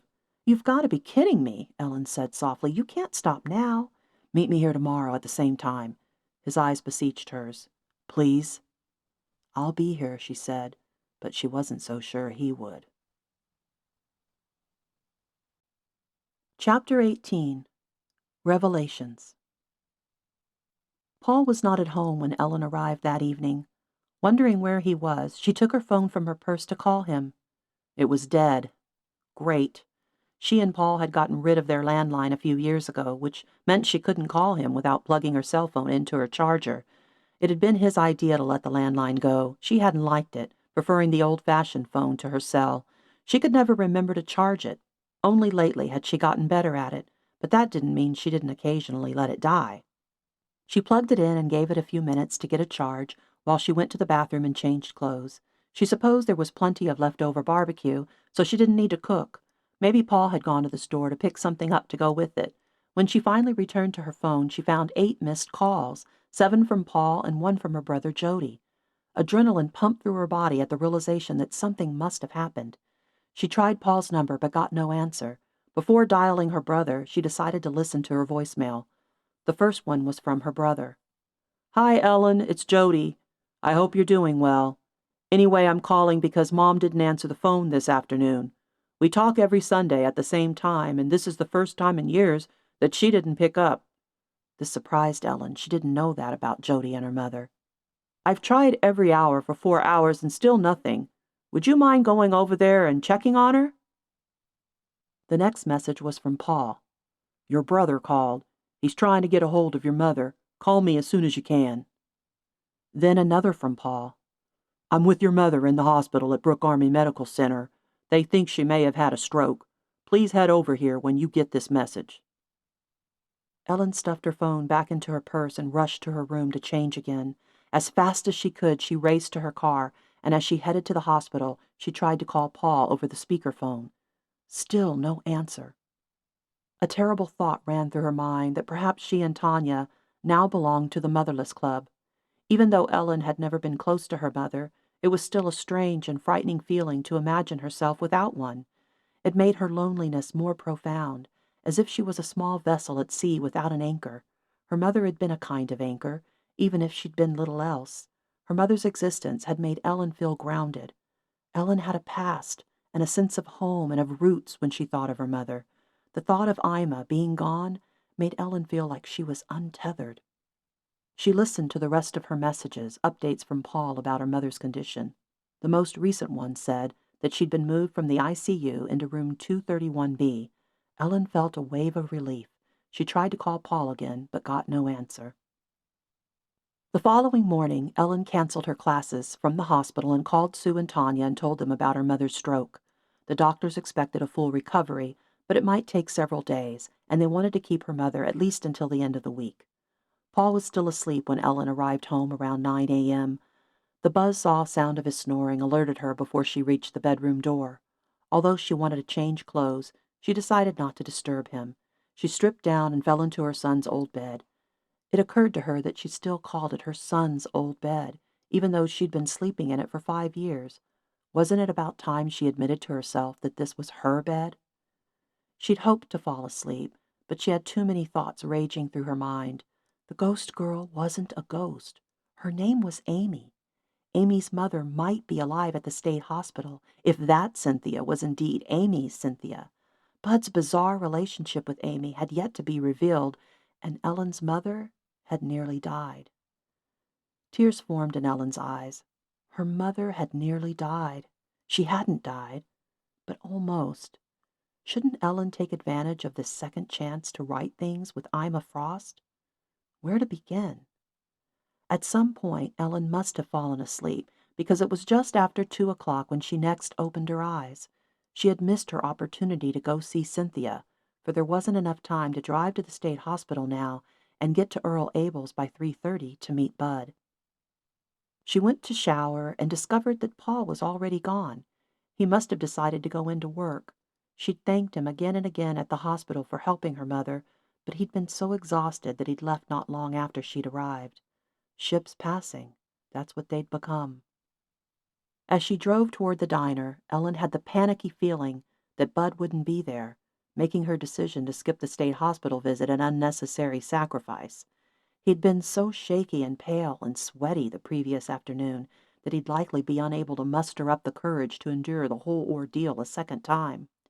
If she didn't find him at the diner, she would go to his house and force the confession out of him. He had dragged her too far into his story to quit it now. She entered the diner and held her breath as she scoured the room.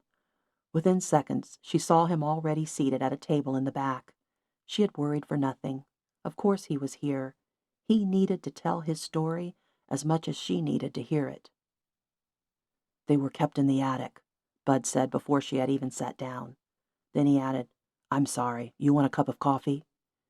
He waved to a waitress as she asked, "Who were kept in the attic?" He glanced around the diner before lowering his voice. "The children." The waitress approached their table. She wasn't the same pretty waitress from the previous evening. She was an old bag of bones with the wrinkled skin of a lifetime smoker. "Can I get you something?" she asked Ellen. "Coffee, please." "Would you like pie with that?" "No, thanks." Once the waitress had left again, Bud said, "Millie told you what the doctor did to his patients, right? She told you about organ stimulation?" He whispered those last 2 words. Ellen nodded. "As you can imagine, this sometimes resulted in pregnancy. Those babies were kept in the attic. It was a nursery." "All those awful instruments weren't up there when it was a nursery, right?" Bud shrugged. "I only know what I've been able to piece together from what Barbara told my mother-in-law and from what I got out of Amy. Amy lived her whole life from the time she was born to the time her mother disappeared, in the attic." "She never went to school?" Bud shook his head as he folded a white paper napkin into a tiny square. Then he unfolded it and began again. "The children never left the attic." "But there isn't a bathroom up there." "A nurse took care of them. They used bedpans and old chamber pots." Ellen shuddered. How could Barbara allow that to happen? Why didn't she report the doctor? "I don't know. I guess she believed in what the doctor was doing." The waitress brought Ellen her coffee. "Here you go, dear. Let me know if I can get you anything else." "Thank you," Ellen said. Once the waitress had left again, Bud said, "And that isn't all the nurse did." Ellen took a sip of her coffee, overwhelmed with dread. She closed her eyes and opened them. What else? She was ordered by the doctor to practice preventive measures. Bud clenched his jaw. What preventive measures? He whispered, "Force feeding, massage therapy, straitjacket therapy, and organ stimulation." Ellen gasped. "The nurse?" Bud nodded. "Not Barbara, another nurse. She eventually quit, but she confessed everything to Barbara before she left." "Oh, my God!" "Dr. Pierce trained his son to use the same methods," Bud continued. "I guess Johnny was brainwashed. That's the only way I can see it." "So Johnny—" Ellen couldn't complete the sentence. "From the time Amy was born, Johnny treated her." Tears flooded Ellen's eyes. How could any doctor believe this was good for people? "Amy was molested until Johnny died," Bud said. "So that's why you said she was better off after—" "Exactly. At least no one was abusing her." Until you came along, Ellen thought. Wasn't that Bud's big confession? Hadn't he taken over where Johnny had left off? Why else wouldn't he tell Millie? Ellen's phone rang. It was Paul.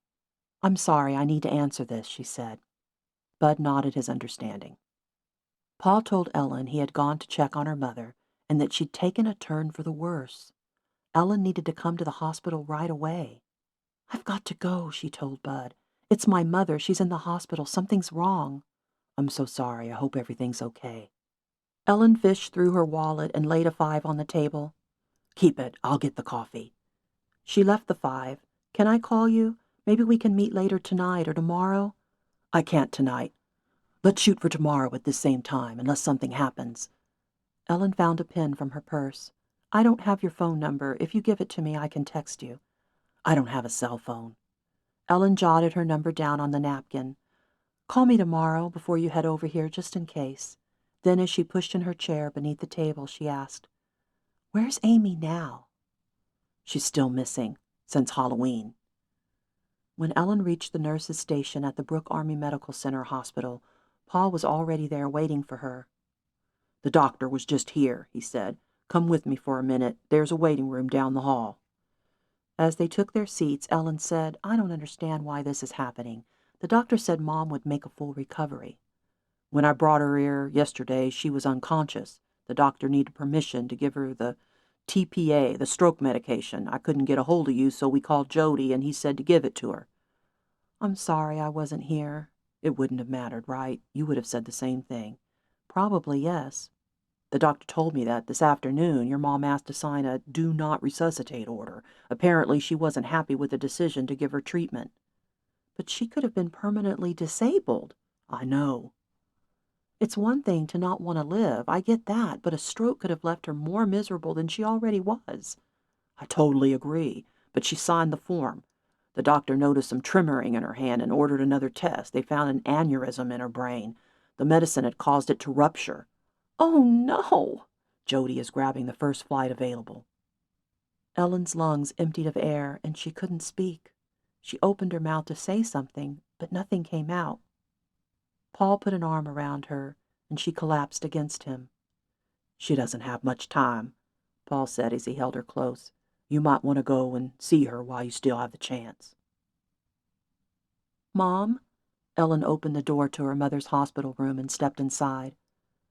Ima Frost looked dead. Ellen lost her footing and fell to her knees.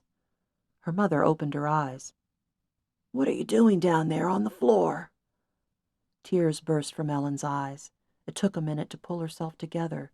When she could, she climbed to her feet and said, "How do you feel?" "Dizzy." Ellen pulled a chair up to the bed and sat down beside her mother. "Can I get you anything?" "Jody, is he—" "On his way." "He might not make it in time." Ellen bit her lip. "Let's hope for the best." Her mother rolled her eyes and sighed. "Hope?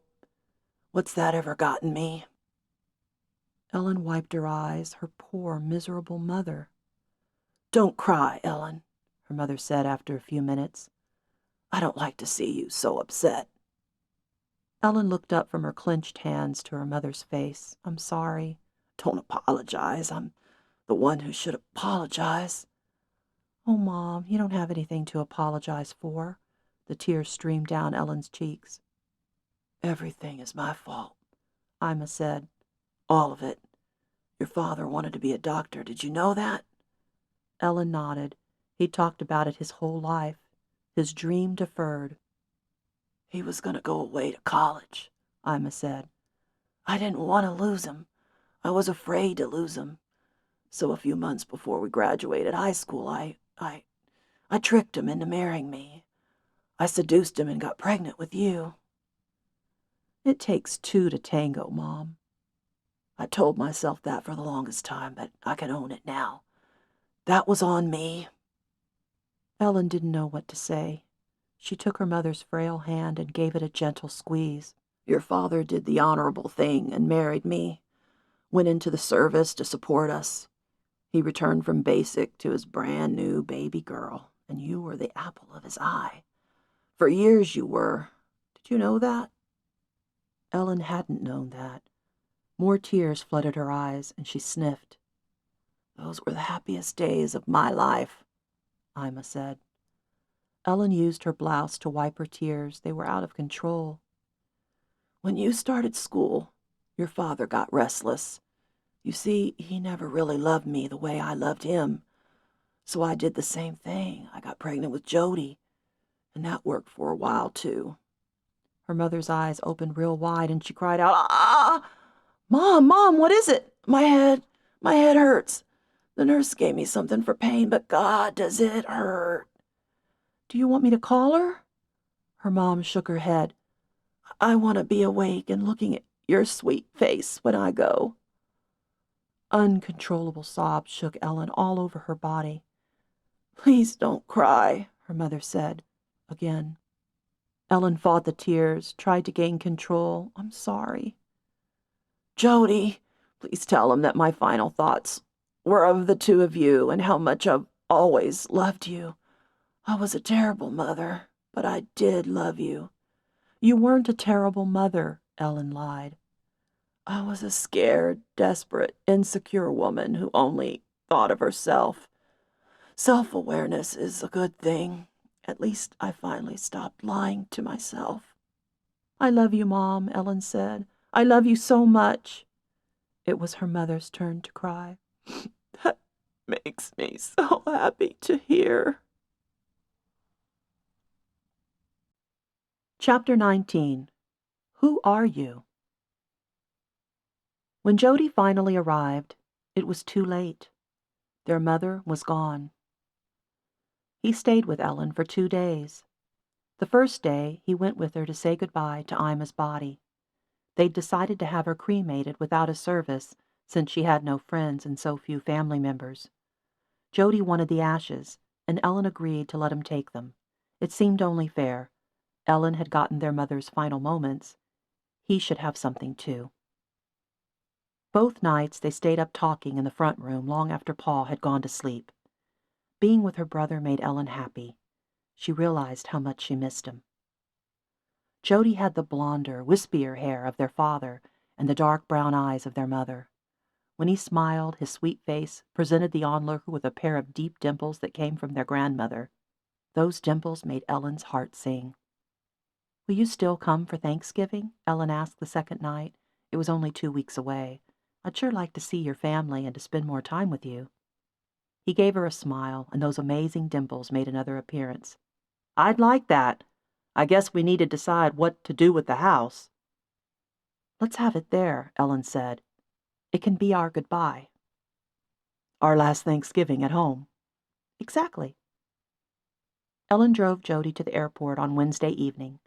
She'd decided to teach the next morning, and she planned to go to the state hospital afterward to see Cynthia. On the way, she drove by the Gold House. Along with their condolences, Sue and Tanya had been sending photos to her and texting her about their progress. The exterior paint job was complete. She pulled up to the curb and nearly lost her breath. The house looked exactly like the vision she'd had weeks ago. They'd resurrected the house. Now they needed to resurrect the people who lived there. Sue and Tanya noticed her car and came out to say hello. They'd both come by with cards and flowers the day before. Today, they focused on happier things. "Doesn't it look amazing?" Sue asked. "That it does," Ellen agreed. "Ed says we'll be done on the inside in 3 more weeks," Tanya added. "Can you believe it?" "No." Ellen folded her arms in the chilly afternoon air. "Look, there's something I need to tell you. Something that Bud told me. I haven't had a chance to talk to you about this before now." She told them what she knew about Amy. "Oh, my God," Sue said. "That is too bizarre." Tanya pressed her palms to her cheeks. "I can't believe it. I honestly cannot believe it." Ellen looked first at Sue and then at Tanya. "I want you two to know that, even though she's not a ghost, you have made a believer out of me." "We don't need you to make us feel better," Tanya said. "We know what we know." "I'm not trying to make you feel better, and I'm not saying I believe there are spirits or souls or what have you, but there is definitely an energy, some kind of impression in the universe that gets left behind by the living. I've felt it. Even Bud says there's a ghost in there, not Amy, but someone else." She didn't tell them that she thought her mother's energy had visited her the 2 nights Jody was at her house. Ellen had sensed Ima standing over her as she was falling asleep. "When do you see Bud again?" Sue asked. "To hear the rest of his story?" "Tomorrow," Ellen said. "Right now I'm on my way to see Cynthia. I'm going to tell her that if she's the Cynthia Pierce from the Gold House, then her daughter's alive." When Ellen arrived at the gate to the San Antonio State Hospital, she showed her driver's license to the guard and told him she was going to visit Cynthia Pierce. He checked his database for approved visitors, she supposed, and then waved her inside. Betty wasn't on duty at this time, so Ellen felt a little less confident as a different nurse escorted her down the winding halls to the double doors with the electronic keypad. This nurse was less talkative and less friendly. She entered the code and said, "Go on down to room 12. "Aren't you coming with me?" Ellen asked, surprised. "Do you need me to?" the nurse asked impatiently. "No, I guess not." The nurse waited for Ellen to enter the double doors. Ellen stopped and looked back, wondering if she should really be doing this alone. Last time Cynthia had become quite agitated. It had been frightening when the woman who hadn't spoken in 20 years had jumped out of her bed and had glared at Ellen. Through the windows in the double doors, Ellen could see the nurse walking away. The extended care unit had a different odor than the front part of the building. Whereas the front office and common areas had smelled like a school cafeteria, this ward reminded Ellen of a nursing home, even though she'd been told there was a separate geriatric unit. She made her way down the hall to Cynthia's room. When she reached the door, she recalled the way Betty had knocked before entering. Ellen tapped on the door and said, "You have a visitor." Then she took a deep breath and opened the door. The woman was sitting in a chair near the window. She wore a loose nightgown and was barefooted, her hair uncombed. She gave Ellen the impression of a woman waiting to die. It reminded her of her mother. A chill slid up her back and made her twitch. As she entered the room, Cynthia never turned her gaze from the window. "Hello, Cynthia," Ellen said. Cynthia still did not look at her. Ellen's patience vanished. Although she felt sorry for this woman who'd been institutionalized for her 50-something years, Ellen was tired and frustrated and grieving the death of her mother, and she couldn't handle this. Why hadn't the nurse come with her? Ellen pinched her hands together, walked nervously in a circle at the end of the bed, and then groaned. The groan, it seems, got Cynthia's attention. "So you can hear me," Ellen said. The woman began to turn away, again toward the window, so Ellen quickly added, "So I'm not really your cousin. And I don't even know if you can understand what I'm saying. But I've just bought a house in the historic district that was once owned by Dr. Jonathan Pierce. He turned the house into an asylum. And I'm doing research on his past patients. It's important that others know what he did. It was wrong. And if you were one of his patients, I'm so sorry. But there's this girl, her name is Amy, and she's looking for her mother." The woman flinched and emitted an audible gasp. Ellen waited for the woman to turn to her and miraculously speak, but that did not happen. Instead, the patient rocked forward and backward in her chair. It wasn't a rocking chair. She folded her arms across her chest, clasping each upper arm with the opposite hand, and vigorously rocked her body. This was beyond the scope of Ellen's understanding. "I didn't mean to upset you. It's just that if you're the Cynthia Pierce who once lived at the Gold House, I thought you should know that your daughter is alive and searching for you. She hasn't left the attic all these years. She refuses to go on with her life. If you are her mother, I would like to know so I can tell her where you are." The woman continued to rock even more violently than before. Ellen was at a loss as to what to do. She stood there dumbfounded, wondering if she should call a nurse. Then a strange idea came to her. The patient couldn't speak, but maybe she could write. Ellen took her purse from her shoulder and dug through it for a pen and a scrap of paper. She found an old grocery list. The back of it was blank and would do. Then hesitantly, like one would approach a stray dog, Ellen crossed the room toward the rocking woman and offered her the pen and paper. "Do you think you could write down what you want to say to me?" Ellen asked gently. To Ellen's great surprise, the woman slowed her rocking and snatched first the pen and then the paper from Ellen's hands. At first Ellen worried she would try to stab Ellen in the eye or perform some other violent act, and she wondered if she had been smart to give the patient a weapon that could be turned against her.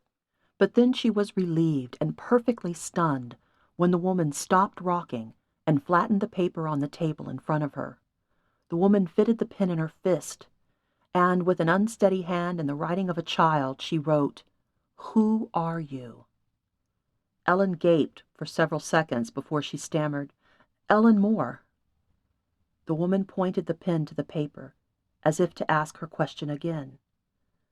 Ellen recalled the angry caterpillar in the hall who had asked her, "Who are you?" He had shouted it again and again. Ellen clasped her hands together. "I'm an art instructor at a university here in San Antonio." "Who are you?" "I'm married 30 years this year." "Who are you?" "I have 2 sons and a daughter, all in college. The oldest is in grad school." "Who are you?" "My mother just passed away 2 days ago." "Who are you?" "My father preceded her 10 years ago, heart failure." "Who are you?" "I have a brother, Jody, who lives with his family in Kentucky." "Who are you?" Ellen felt faint. She had another surprise when the patient leaned over the table, put the pen to the paper, and scratched out, "Why?" "Why what?" Ellen asked. "Why am I here? Why do I want to help you and Amy?" The woman glared at her and pointed the pen to the last word she had written again, asking, "Why?" Ellen wasn't sure what to say. She didn't know the answer herself. Why was she here? Why was she doing this? Who was she?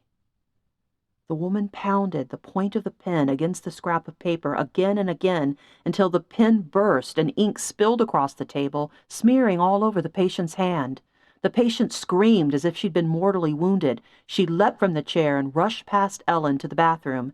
Ellen watched through the open door as the woman frantically scrubbed her hands and arm clean of the ink. At that moment, a nurse walked in the room. "Is everything okay in here?" Even though this was a much friendlier nurse than the woman who had escorted her previously, Ellen was so flustered she couldn't speak. "Cynthia," the nurse called before noticing her at the bathroom sink. "Oh, there you are. Are you doing all right?" The room began to spin. Ellen blinked and stumbled against the bed. "Ma'am, are you okay?" the nurse asked. Everything went dark. That evening, Ellen went to bed without eating. The nurse had speculated that Ellen had fainted because she had locked her knees, cutting off the blood flow to her brain. The nurse had given her a glass of water, and then had encouraged her to go home and take it easy. Ellen had left, frustrated. Paul had picked up Chinese food on the way home from work, but Ellen had said she'd eat it for lunch the next day. She didn't tell him what she had learned from Bud about Amy, or about what had happened at the state hospital. She was too drained. She went to her son's old room. Her room, damn it! And lay down. Who was she? And why was she doing this? Chapter 20. A Creature of Habit. The next day, Ellen went by the Gold House after work, to check on the progress of the reconstruction. Tanya was there, and Sue was on her way. Tanya gave Ellen a tour of the completed kitchen. It looked amazing. Solid stone countertops, an old-fashioned apron sink, antique cupboards, and newly finished hardwood floors throughout the house. "All the rooms are painted, too, except for the attic," Tanya said. "We'll have to move a lot of stuff out if we want to paint the attic, too." "I think we should do that," Ellen said. "It will force us to go through everything." Sue said the same thing. "I guess I'm outvoted." "You don't think we should paint it?" "It's just a lot of work, going through all of that stuff. I'm still helping my father go through my mother's things. It's really taxing." Ellen bit her lip. She hadn't even thought about cleaning out her mother's house. She put her hand to her head to steady herself. "I just think it would be throwing away useful square footage not to clean it up and paint it, too." "You're right," Tanya said. "I know it's the right thing to do." "We can hire someone to help us." "No, we shouldn't.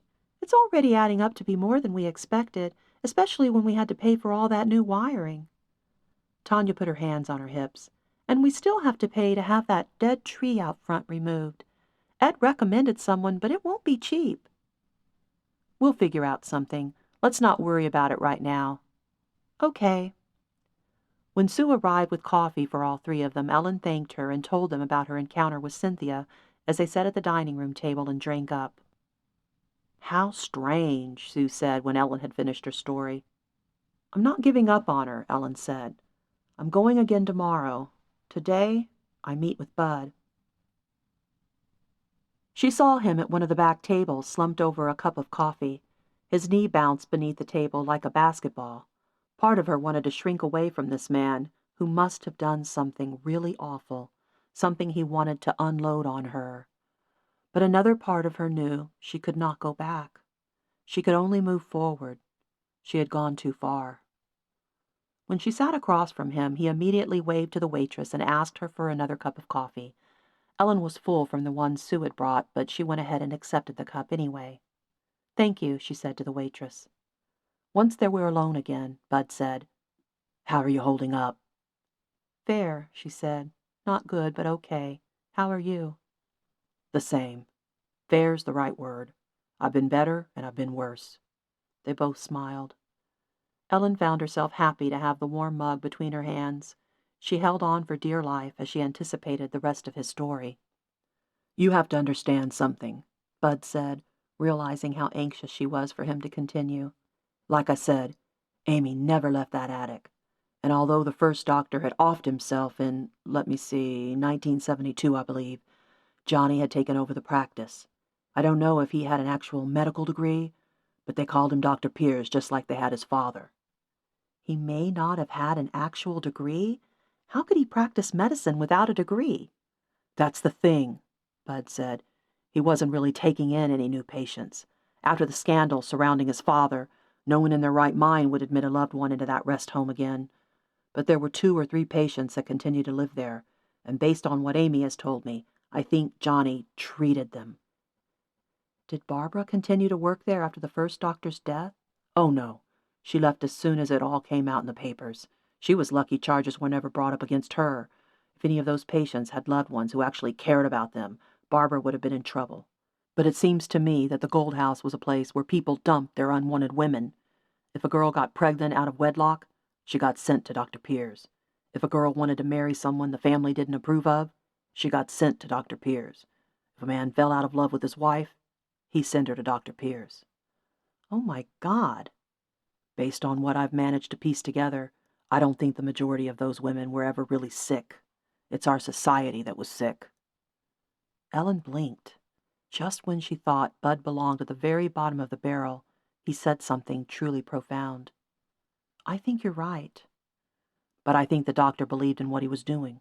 He had trained underneath someone who had practiced these techniques on Civil War veterans." Ellen shuddered. "That's why he committed suicide, I think," Bud continued, "because he believed in what he was doing and couldn't handle the way the papers were portraying him." "Sounds like the doctor was the one who was sick," Ellen said.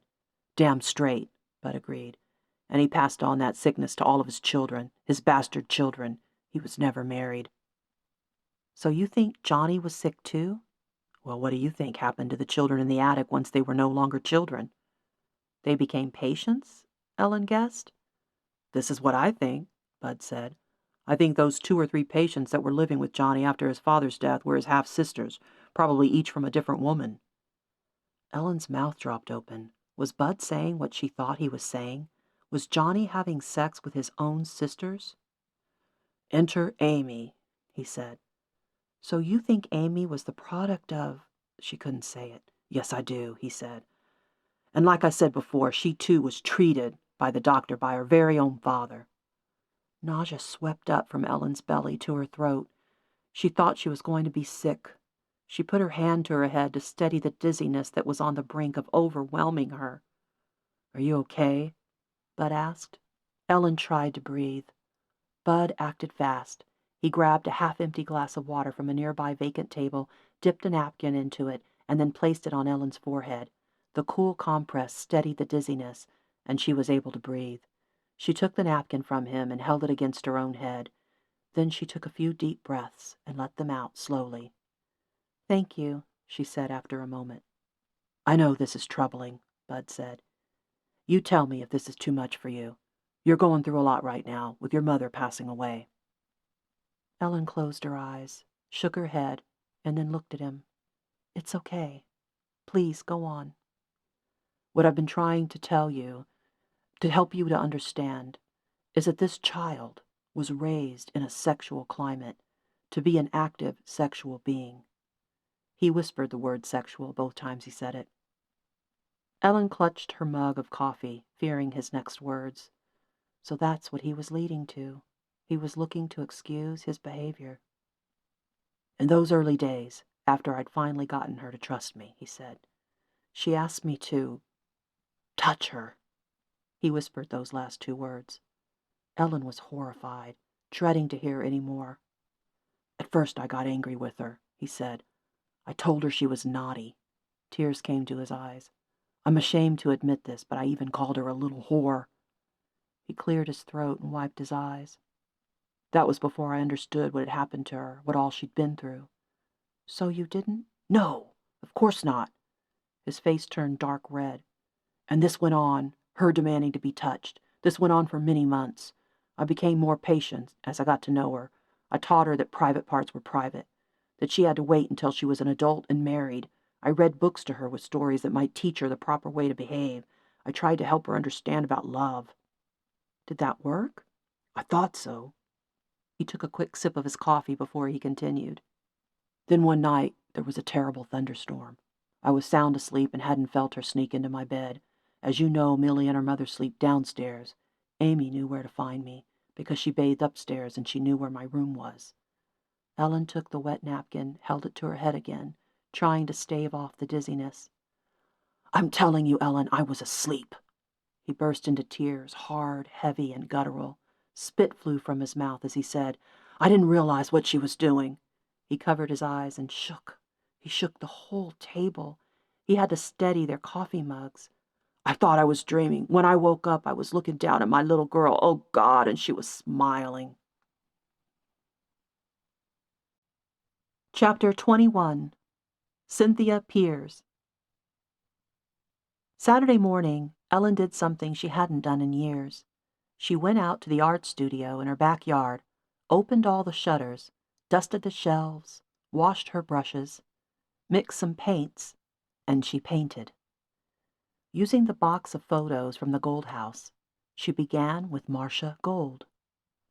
After an initial sketch, she added her base colors. Then she started bringing some of the features to life. A little shading here, a little highlighting there. She had to work to get the mouth just right. She was vaguely aware when notifications chirped on her phone, but she couldn't be bothered. She had submerged into another realm altogether, where she could be present and not present, where she could find herself and lose herself at the same time. When she next looked up, it was dusk. Sunday afternoon, she took the painting of Marcia to the Gold House. She hadn't yet put it in a frame, but she couldn't wait another second. A force beyond her control seemed to compel her to march over to the mantel, to take down the painting of Inger Borman, which Ed or one of his contractors must have rehung after the paint job, and to replace it with Marcia gold. When the new painting was in its rightful place, the whole house seemed to sigh. Yes, this was right and good. As she stepped back to gaze at the portrait for a moment longer, feeling very satisfied with the way it had turned out and thrilled that she had actually painted again, her phone rang. It was the San Antonio State Hospital. "Hello?" "Hello, Ellen," Betty's voice said over the phone. "You won't believe what happened this morning." "What?" "Cynthia spoke!" Betty cried cheerfully. "For the first time in 20 years. She's asking for you." Ellen entered Cynthia's room with a mixture of hope and dread. The patient was sitting by the window, in a different nightgown than she had worn during their first encounter. Her hair was brushed, and she was wearing slippers. As Ellen neared her, the woman glared at her. "He loved me," Cynthia said emphatically. Ellen was afraid to sit in the chair across the table from the woman, so she remained standing near the bed. "Who?" "Johnny." "So you are the Cynthia Pierce who lived at the Gold House?" Ellen asked. The woman stared blankly at Ellen for a long moment before she nodded. Ellen took off her coat and clutched it in her arms, as if it were a newborn baby. "He said it was natural for patients to fall in love with their doctors," Cynthia said. "But he loved me. He loved me back." "I see." Ellen wondered if they'd been unaware that they shared the same father. "He moved me downstairs with him. We watched television, and he let me go out with him. We ate at restaurants. We bought food for the others. He even took me to the movie theater once. I was no longer a patient when they brought me here, but they wouldn't believe me. No one would listen to me. So I told her to hide." "You told who to hide?" Tears filled Cynthia's eyes, and she barely squeaked out her answer. "Amy." Ellen sucked in her lips and began pacing at the end of the bed, clutching her coat close to her. "First the police came, then the doctors. They took Johnny away." "Took him away?" Ellen was confused. "I thought he had died." "Yes, they came and took him." Ellen covered her mouth and said nothing. How long had she held on to the body before someone had come for it? "I knew they were coming back for me, and for Regina and Carmen. I could tell. So I told her to stay in the attic. She was such a good girl. I didn't want them to take her away, too." Then she added, "No one would listen to me. I was not a patient. I told them to take Regina and Carmen. They were patients, but I was not. I was Johnny's wife." "Did you get married? Have a wedding?" After a few moments, Cynthia shook her head and hung it in shame. "And Regina and Carmen, are they still here? Still alive?" Cynthia shook her head again. "I tried to tell them that I didn't belong here, but they wouldn't listen. So I stopped talking." Ellen turned and met the woman's eyes. "I'm listening to you, Cynthia." Cynthia looked up at Ellen, as if she was trying to decide if she could trust her. "Is Amy okay? Can I see her?" Ellen froze in her tracks. At the moment, she didn't know the answer to those questions. She swallowed hard and did the only thing she could do. She lied. 2 hours later, Bud met Ellen out on his front porch. He didn't look her in the eye or give her the friendly greeting he'd given her in the past. She could tell he was embarrassed that she knew his deepest, darkest secret, and maybe she should be disgusted with him and not have anything to do with him. But the truth was that she just felt sorry for him. Not knowing for certain what really happened that night, she wasn't ready to exonerate him completely, but she wasn't ready to judge and condemn him either. "Let's take a walk," he said as she stepped down to the sidewalk. She followed him.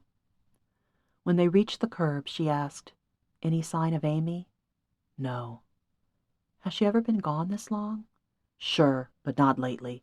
I don't know where she's getting her meals. Are you worried? Damn straight, I'm worried. Ellen's gaze fell on the house next door, on the Gold House. It looked amazing in the afternoon sun. Should we check the attic? Yes, if you don't mind. They walked across the lawn to the empty house. Ed and his team had needed to take off this Saturday. Sue and Tanya weren't there either. The last Ellen had heard, they were off picking out bathroom fixtures. Are you planning to do something about the old tree? Bud asked her. We're having it removed. Good.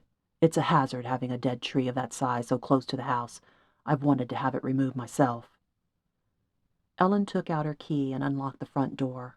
Although the electrical had been completed recently, they were still waiting on the city public service to turn the energy on for them. Luckily, the afternoon sun gave them enough light to make their way up the stairs. It looks really nice in here, Bud said. Thanks. I think so, too. Ellen led the way to the attic stairs. There were no more locks on the doors, so she didn't have to worry about being locked out. We still need to sort through all the mess up there, she said, as they reached the attic floor and looked around for some sign of Amy. I don't see her here, Bud. Bud crossed the room to a back corner. Ellen studied him. What was he doing? In another moment, he'd lifted a trap door. I didn't know that was there, she said. Ellen followed and looked over his shoulder. Beneath the trap door was a small niche, about 4 feet long by 4 feet wide and only 2 feet deep. The niche was lined with a blanket and pillow. Ellen covered her mouth. Is that where she sleeps? Only sometimes, when she needs to hide. I didn't even know that door was there, she repeated. It's a good hiding place. It's too bad she's not here. Where do you suppose she is? He closed the trap door. I honestly don't know. Maybe she's in some kind of trouble. Ellen crossed her arms. Bud, I know you don't want to hear this, but I think we need to call the police. He looked sharply down at her but didn't say anything for several seconds. She'll turn up. Bud led the way from the attic. There's something else I was wondering about, Ellen said as they took the steps down to the second floor. What's that? Bud asked. Did Amy really kill Millie's dog? They reached the second floor and crossed the hall over to the next set of steps. No, I don't know who did, but when Millie assumed the ghost did it, it helped her, I think. It gave her some closure, at least. Pedro may have even died of old age, but it helped my case to say the ghost did it. What about the neighbor's cats? Amy would never kill an animal. Hell, she could make a rat her friend. He led the way down toward the bottom floor. You have to remember that, except for me, she was all alone. She turned to animals for companionship. Any stray dog or cat or rat or mouse became Amy's new best friend. Ellen wondered about the 4 dead rats she and Sue and Jan had found that first day in the attic. Bud continued, I just said those things about her because I needed everyone to be afraid of her, so they would leave her in this house alone. I see. But the person responsible for the deaths of those animals is probably Mitchell Clark. Why? I don't understand. They reached the bottom floor. I don't know either, but that's what Amy says, and I believe her. Does she know where the gold is? Ellen asked. There's no gold. Ellen furrowed her brows. Are you sure? Don't you think someone would have found it by now? Not necessarily. She doesn't know anything about it, Bud said. Ellen wasn't sure she believed him.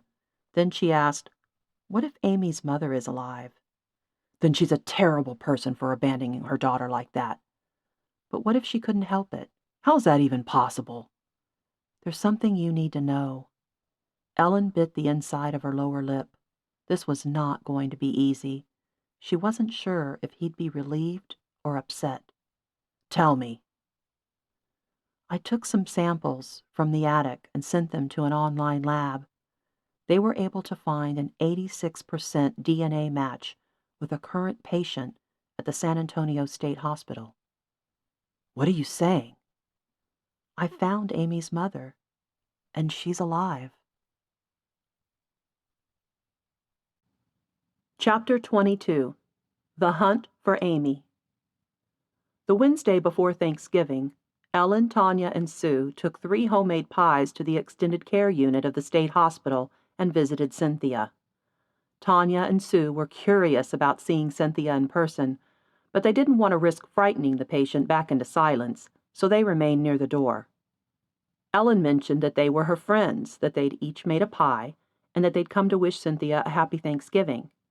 Although not as talkative as she'd been during Ellen's last visit, Cynthia did ask about her daughter. Ellen didn't want to admit the truth, that she didn't know where Amy was, so she told the woman that she was waiting for the right moment to tell Amy. "Amy doesn't know about me yet?" Cynthia asked. "Not yet." Cynthia folded her arms across her chest, clasping each upper arm with the opposite hand, and began to rock in her chair. Ellen glanced back at her friends, bewildered and unsure of what to do. Tanya shrugged. Sue shook her head. Then Tanya stepped out of the room and Sue followed her. After another long minute, Cynthia stopped rocking, turned her bright eyes on Ellen, and asked, "Why?" "It's delicate," Ellen said. "I want to see you get better and make sure you can handle this, both of you. I'll keep you posted." And, like a coward, Ellen fled the room. The last Thanksgiving, in her childhood home with Paul and her kids and Jody and his family, was both a happy and sad event. Although she and Jody found it difficult to decide what to do about the house, he wanted a place to stay when he visited San Antonio and didn't want to sell it, whereas Ellen hoped to use her part of the proceeds to invest more in the Gold House. There was one thing Ellen did know for sure now that her mother had passed. Ghosts were real.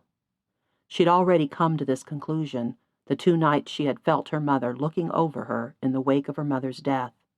But that Thanksgiving day, she could feel her mother all over the house. She'd been there, celebrating with them.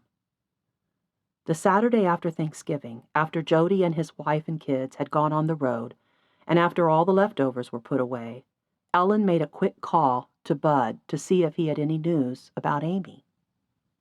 "Let me call you back," he murmured. A few minutes later, he called. "Still no sign of her," he said. "She hasn't disappeared for this long in years. I don't know what to do. I even went over and paid a visit to Mitchell Clark, thinking maybe he'd been up to something." "I was thinking the very same thing," Ellen said. "Did you learn anything?" "He didn't let me in the door. Not that he usually would. We've never been on friendly terms." "How old do you think Amy is?" Ellen asked. "Late 20s, he said. "Why?" "Maybe it's time to call the police," Ellen said. "Let's give her a few more days." That night, Ellen convinced Sue and Tanya to go with her to spy on Mitchell Clark. Sue offered to drive. She picked up Ellen and then Tanya, and then drove out to the historic district. As they drove, they planned their strategies. "Keep us on the speaker the entire time," Ellen told Sue, "just in case." "Don't worry. I'll only hang up if my mother calls," Sue said with a smile. "You better not!" Tanya gave Sue a playful punch in the arm from the back seat. "Don't worry, ladies," Sue said. "I've got you covered. I'll sit in front of the Gold House, and if you need me to drive up the road and pick you up, you just let me know. If you need an emergency latte and muffin, well, I can get those too." "Maybe we need some code names," Ellen said. "I call Ziva." "You can have her," Tanya said. "I call Agent Scully." "Given your phobias," Sue said to Tanya, "I think your code name should be Mr. Monk." "Ha ha," Tanya said sarcastically. It wasn't long before Sue pulled up to the curb in front of the Gold House. This was the first time Ellen had seen it completely restored at night. Tears filled her eyes. The house looked regal. They just needed to get rid of the dead tree that still loomed over the property with its sad and weary branches. Luckily, the tree removal service had been scheduled to come on Thursday. Ellen bit her lip as she checked the torch app on her phone once more. "Are we ready, Agent Scully?" Tanya gave her a nod. "But we stay together, okay? Promise me we won't split up?" "I promise," she said, "but I really want to hear you call me Ziva." "Lead the way, Ziva David," Tanya said. With a smile on her face and with her heart beating fast against her ribs, Ellen opened the car door and stepped out onto the street. It was after 9 o'clock, and the moon was now a tiny crescent sliver. Clouds filled the chilly sky, and except for the section of street in front of the forester's house where a lamppost illuminated about 30 square feet, the night was dark. There were a few lights on at the Robertsons' house, but the same could not be said of Mitchell Clark's Italianate-style home. "Ready, Agent Scully?" Ellen asked. "I guess so, Ziva David." Joking with Tanya and Sue had kept Ellen from being terrified over what she and her friends were attempting to do. What if this gold-digging stranger had abducted Amy? What if Tanya and Ellen were spotted by him and captured too? Ellen had 911 on speed dial, and she wasn't afraid to use it. After they'd passed Ida and Sam Robertson's Victorian, they left the street and took cover in the trees between the two houses as they made their way to Mitchell Clark's side windows. Ellen experienced a moment of déjà vu as she recalled the night of the séance and the image of Bud Forrester peeking into the dining room of the Gold House. The screens over the windows of Mitchell Clark's Italianate were full of dirt and cobwebs, making it difficult for Ellen and Tanya to see inside. As they inched their way around the back of the house, they kept Sue on their phones in conference call mode. Like most of the houses in this area, there was no fence, so they had easy access to the back. "We're at the back porch," Ellen whispered into her phone. Both of the windows from the back porch were open a few inches. Ellen and Tanya exchanged glances before Ellen wrapped her fingers around the edge of one of the windows and lifted. It opened another 10 inches and was now wide enough for her to fit through. Tanya shook her head and pointed to the shed that was out toward the dry creek bed on the edge of the woods. Ellen nodded and followed Tanya toward the shed. It made sense to check this first. Less risky. The 12 by 12 metal building was about 8 feet tall and faced the house. When Ellen tried the door, she found it locked. Tanya pointed around the side, where there was a small square window up high. Ellen followed her to it. 6-foot Tanya could easily see inside, but Ellen had to get on her tiptoes and crane her neck to get the slightest peek. Something moved inside. Ellen and Tanya both saw it at the same time. Ellen knew this because she heard Tanya suck in a surprised gulp of air. It was too dark to tell what it was that had moved, but as the windows were closed, it couldn't have been caused by the wind. Tanya turned on the torch app of her phone and shined it through the window. Just then, Ellen heard Sue's voice come over her phone. "Abort! Abort! A truck is pulling into the driveway!" Ellen turned in time to see 2 headlights shining toward her. She and Tanya ran for the woods. Once they were scrambling behind the trees, Ellen said, "There's a cafe on the other side of the creek. Keep going." Tanya led the way past the trees toward the creek, which was full of rocks and leaves and dirt. Even with both of their phones shining on the ground, navigation wasn't easy. It seemed to take forever to get down the hill of one side of the creek and up the other side. Ellen's heart was beating fast, and she felt a little delirious, giggling despite her fear. They hurried through another line of trees before they spotted pavement and the backs of buildings. But between them and the line of buildings was a chain-link fence. "Just great," Ellen said. "Come on," Tanya put her hands along the top rod of the fence. "We can do this." She pressed the toe of one sneaker against the chain link and brought the other foot all the way up to the top, pushed off with her foot and hands, and made it to the other side. Ellen felt abandoned. She laughed and cried at the same time. "I can't climb that stupid fence." "Come on, Ziva David," Tanya said. "I really don't think I can do it."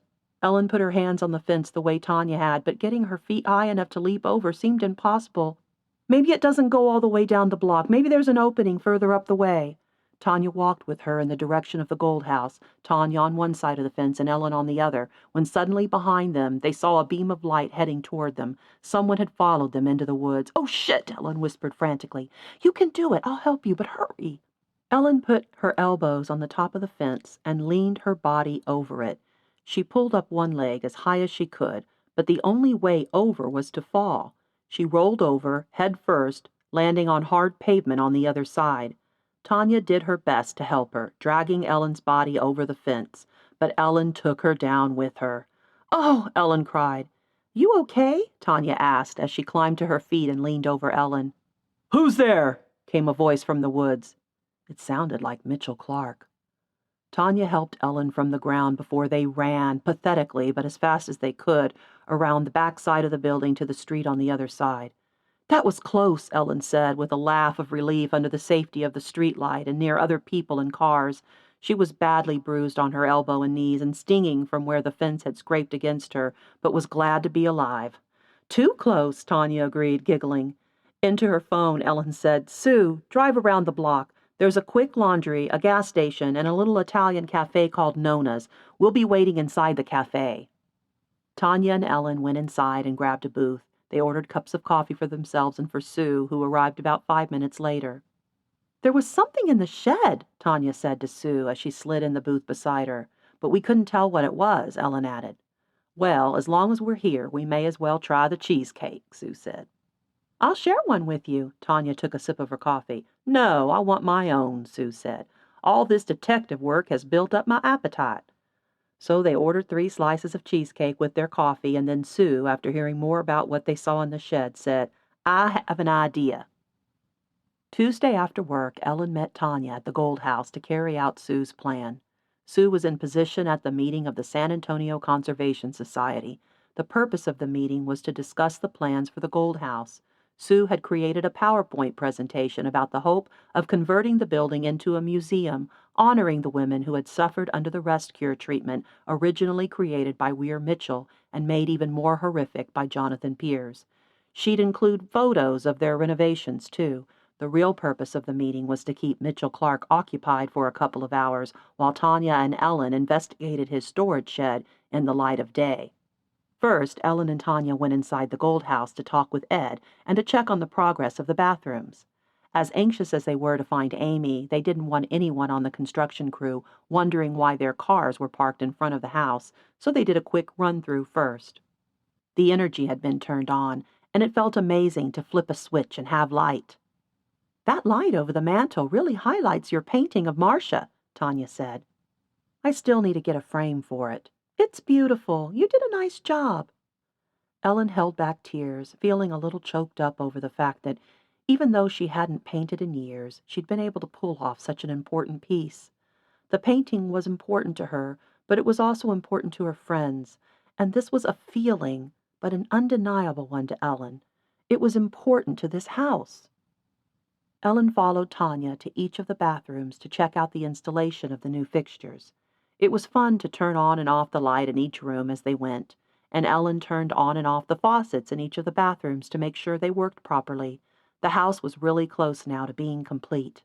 All that was left to deal with was the attic and the dead tree. They told Ed how happy they were. They would call him when they had the attic ready. Right now, they said, they were going for a walk to check out the rest of the neighborhood. Ed shook each of their hands and said he would be out of the house within the hour. He just needed to clean up and pack his tools. "We better get started," Tanya said to Ellen. Ellen followed Tanya from the back door, down the back steps, and out into the woods. They followed the dry creek past the Robertsons' Victorian toward Mitchell Clark's Italian 8. What if she's dead? Ellen hadn't meant to sound so pessimistic, but she was full of dread. How in the hell can I go back to Cynthia and say, "Oops, I made a mistake. Your daughter isn't really alive after all. Sorry." "We can't think like that," Tanya said. "I'm scared," Ellen said. "Yeah, me too." "At the first sign of foul play, we call the cops. Agreed?" Tanya nodded. Mitchell's metal building came into view. Ellen and Tanya glanced nervously at one another as they made their way to the side window. Tanya looked through the pane first. Ellen pushed up on her tiptoes and craned her neck to see inside. Ellen wasn't sure what she was seeing. Were those cats? Tanya whispered. "Are those cats?" "That's what it looks like. Maybe 6 or 7 of them." "What do you think he's doing with cats locked up in his storage shed?" "That's a good question. Can you see anything else?" "No sign of Amy." "Should we check the house?" Ellen asked. As soon as she'd suggested it, adrenaline pumped through her body. She'd really believed she'd find Amy in the shed. Disappointment and fear coursed through her. Tanya let out a deep breath. "I guess we should." As they picked their way across the lawn to the back porch, Ellen said, "If nothing else, we need to call the Humane Society. I wonder if those cats have food and water." "I couldn't tell." When they reached the porch, they found the windows were closed, and there was nothing to grab onto on the outside to lift them open. Ellen tried pressing against the glass and lifting, but had no luck. "Oh, hell," Ellen moaned. "Now what do we do?" Tanya pulled open the back screen door and tried the knob on the old wooden door. It opened. That was easy, Ellen said. I don't think a kidnapper would keep his house unlocked, Tanya added. Well, he might not be keeping her here. Maybe we can find some clues, though. Let's go in. Ellen led the way. They walked into a sunroom with a sofa and coffee table. Although the plaid sofa was old and worn, the room was surprisingly neat and tidy for a man obsessed with finding gold. Ellen had imagined muddy shovels and a careless attitude toward anything else. They stepped up from the sunroom into the kitchen. There were a few bowls in the sink, but otherwise it was also neat. Not immaculate by any means, but neat. From the kitchen they could see into the dining room and living areas. The stairs to the second story were near the front door. I feel weird being in someone else's house, Tanya whispered. What if a neighbor saw us come inside? What if we get caught? Let's make it quick, Ellen said. Then she called out, Amy! Amy, are you here? What are you doing? Tanya said in a panic. Someone's going to hear you. Who's going to hear me? A neighbor out walking or something. I don't know. Just keep it down. All right, all right. Ellen grabbed the banister. I'm going upstairs. Coming? Ellen took the carpeted stairs to the second floor, where there were a series of closed doors along a hallway. The worn, shaggy brown carpeting from the stairs continued up here. Ellen wondered if hardwood floors were preserved beneath it. The HGTV addict in her came out at the most inopportune moments. The first door opened to the master bedroom. Wow, he makes his bed, Ellen whispered. This feels so wrong, being in this house. Hurry up. Amy, Ellen called out, wondering if they should check the closet and beneath the bed. She's not in there. Come on. Ellen closed the door and opened the second one. It led to a spare bedroom with a twin bed, a gun cabinet, and a collection of hunting magazines. It was dusty but neat. I don't think she's here, Tanya said. Let's get out of here. We're almost done, Ellen said. Come on. Ellen opened the door at the end of the hall. There was a big wooden desk in the middle of the room with bookshelves on one wall and a bulletin board on another. Stretched out over the expanse of the big desk was a huge hand-drawn map. Ellen had only to study the old parchment paper for a moment to recognize the gold house and its surrounding property. A 1-inch grid had been penciled over the map with penciled X's filling nearly every one. This is a map of our property, Tanya said. It's his record, I bet, Ellen said, his way of keeping track of all the places he's already searched for the gold. It looks like he searched every possible square inch. It does, Ellen agreed. Maybe the gold isn't there anymore. Maybe Marcia did something with it. Maybe so. This is so sad, Ellen whispered. He spent so much time and energy searching for something that isn't there. I wonder why he's so obsessed. Who knows, Tanya said. We should go now.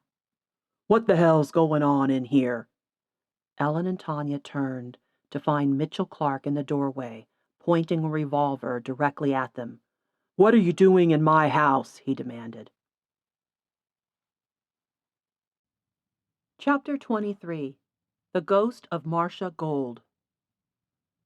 With his free hand, Mitchell Clark pulled a cell phone from his trouser pocket. I'm calling the police. You two don't move and I won't shoot. Fine, Ellen said boldly. I wanted to call them myself to tell them about all those cats you've got locked up in your shed. Mitchell stopped dialing and returned his phone to his pocket. You've been snooping around back there, have you? Please don't shoot us. Tanya put her hands in the air. We're sorry. We're just trying to find Amy, Ellen explained, lifting her hands too. She may have even peed a little. Who's Amy? He continued to point the revolver at them. The ghost girl, Tanya said, at the gold house. She's dead, isn't she? Ellen accused as hopelessness washed over her. Of course the ghost is dead, he said. She's been dead for over 100 years. Ellen and Tanya exchanged glances. I don't think we're talking about the same person, Tanya said. I'm talking about the ghost of Marcia Gold, Mitchell said. My great-grandmother. Your great-grandmother? Tanya repeated. You're a descendant of Marcia Gold? Ellen asked with surprise. Not that it's helped me claim her house over the years, he complained. About 10 years ago, I fought for it in the courts and lost. Then why didn't you just buy it? Tanya asked. Why should I buy something that's rightfully mine? Look, could you just lower your gun and talk to us? Ellen said. I'm sure we can work something out. You two need to get off my property, he demanded angrily. You won the battle of the gold house, but this place is mine, and if I ever find the gold, that's mine too. What makes you think it's still there? Ellen's heart was about to burst from her chest. Why on earth did she think she could be so brave? Because that damn ghost won't let me rest until I find it, he said. I would have given up years ago if she didn't torment me in my dreams. Now you two get out of here. Okay, Tanya started to leave, but Ellen pulled her back. What the heck, Ellen? Tanya whispered. Let's get out of here. Wait a minute. Ellen was confused. The ghost isn't really a ghost. Her name is Amy. We think she's a descendant of Marcia's too. I think I know a ghost when I see one, he said. Now, do I need to put a bullet through your head to get you out of here? Nope. Tanya dashed from the room and down the stairs. Ellen stood there with her hands in the air, totally conflicted. The need to understand the truth was greater than her fear. Shoot me if you want, she said, but I have a diary you might be interested in. It was written by Marcia Gold in the summer of 1881, and in it she talks about the gold. Mitchell's mouth dropped open. Where is it? Where did you find it? Give it to me now! He put the gun a few inches from her face. She may have peed a little more. I don't have it on me, and if you want it, you better lower that gun and talk to me like a normal human being. He lowered the gun. How can I trust you'll give it to me? And how do I know you aren't bluffing? He raised the gun again. I'm not bluffing. I swear there's a diary. Marcia wrote about her love for Joseph Clark in it. Was that your great-grandfather? Mitchell lowered the gun. Yes. She wrote fondly of him. You should read it, since they're your ancestors. Ellen? Tanya called from downstairs. I'm okay, Ellen called back. Then to Mitchell she said, So, can we go downstairs and talk like civilized people? He stuffed his gun in the back of his waistband and stepped away from the door. After you. Ellen led the way down the stairs where Tanya was waiting by the front door. Ellen, let's get out of here, Tanya said. I told Mitchell about the diary, Ellen said. I told him I'd give it to him, but I have a few conditions. What conditions? Mitchell asked as they reached the ground level. Tanya opened the front door. Why don't we discuss this outside? Ellen followed Tanya through the door. Mitchell was right behind her. A few houses away, Sue was parked in front of the Gold House. When she saw them coming out of Mitchell's Italian 8, she drove her car in front of it and rolled down her window. Everything okay over there? Sue called out. I'm not sure, Tanya called back from the front porch as she stepped down into the sidewalk. Where's the diary? Mitchell asked again. I'm not fooling around with you ladies all evening. Evening? Ellen looked up to see the sky. From where the sun was positioned, she imagined it must be around 4 o'clock. Time had gone by quickly this afternoon. She glanced over at Tanya, who stood on the curb next to Sue's car, probably telling Sue what they had found and what had happened. Are you going to tell me or not? Mitchell demanded. I'm not telling you where it is until you answer a few questions, Ellen said to Mitchell. First of all, the girl that you shot at on Halloween night. You mean the ghost? He interrupted. She's not a ghost, Ellen said. Her name is Amy. Bud Forrester has been taking care of her all these years. It's a long story, but the short of it is that she's missing. You know anything about that? Mitchell gawked at her. Are you bullshitting me? I promise I'm not, Ellen said. He fell onto a rocking chair and put his hand to his mouth. She could see the wheels spinning in his head as he processed what he'd just been told. Are you saying that ghost in the white dress isn't a ghost? This isn't the same Marcia Gold that haunts me in my dreams? She's a living, breathing young woman, and her name is Amy. Bud found her years ago and has tried to help her, but she refuses to leave the house because she thinks her mother's coming back for her. I'll be damned, he muttered.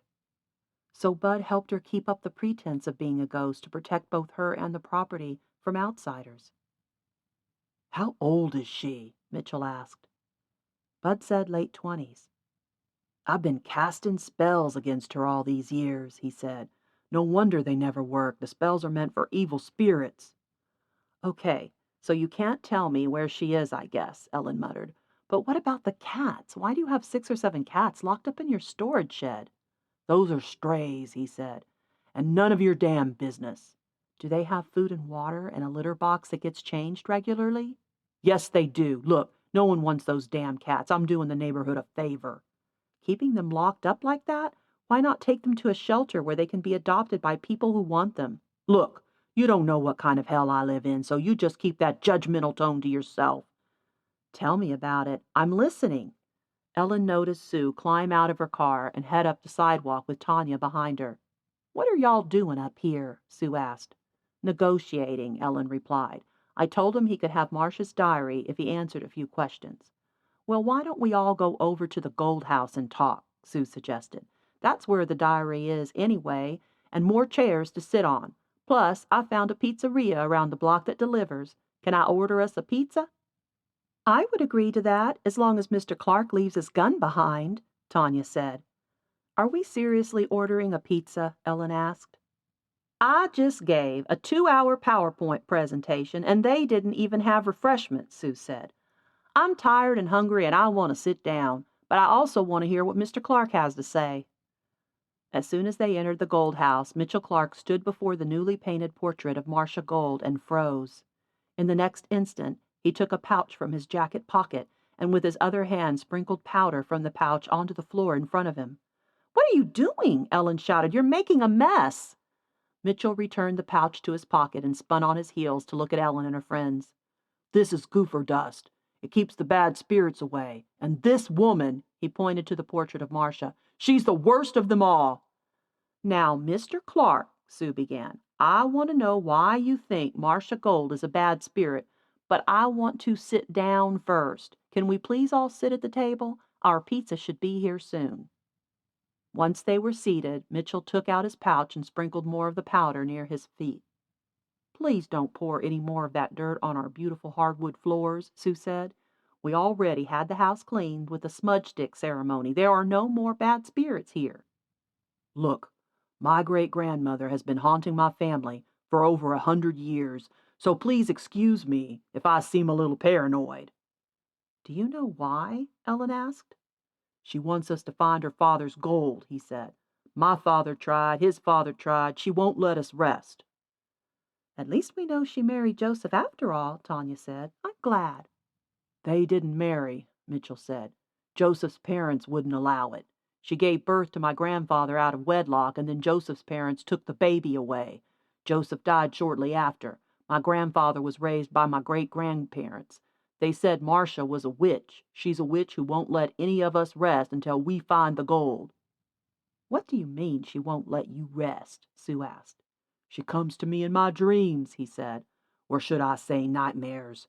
Lord knows I've tried. Over the years I've dug up every place possible in this property."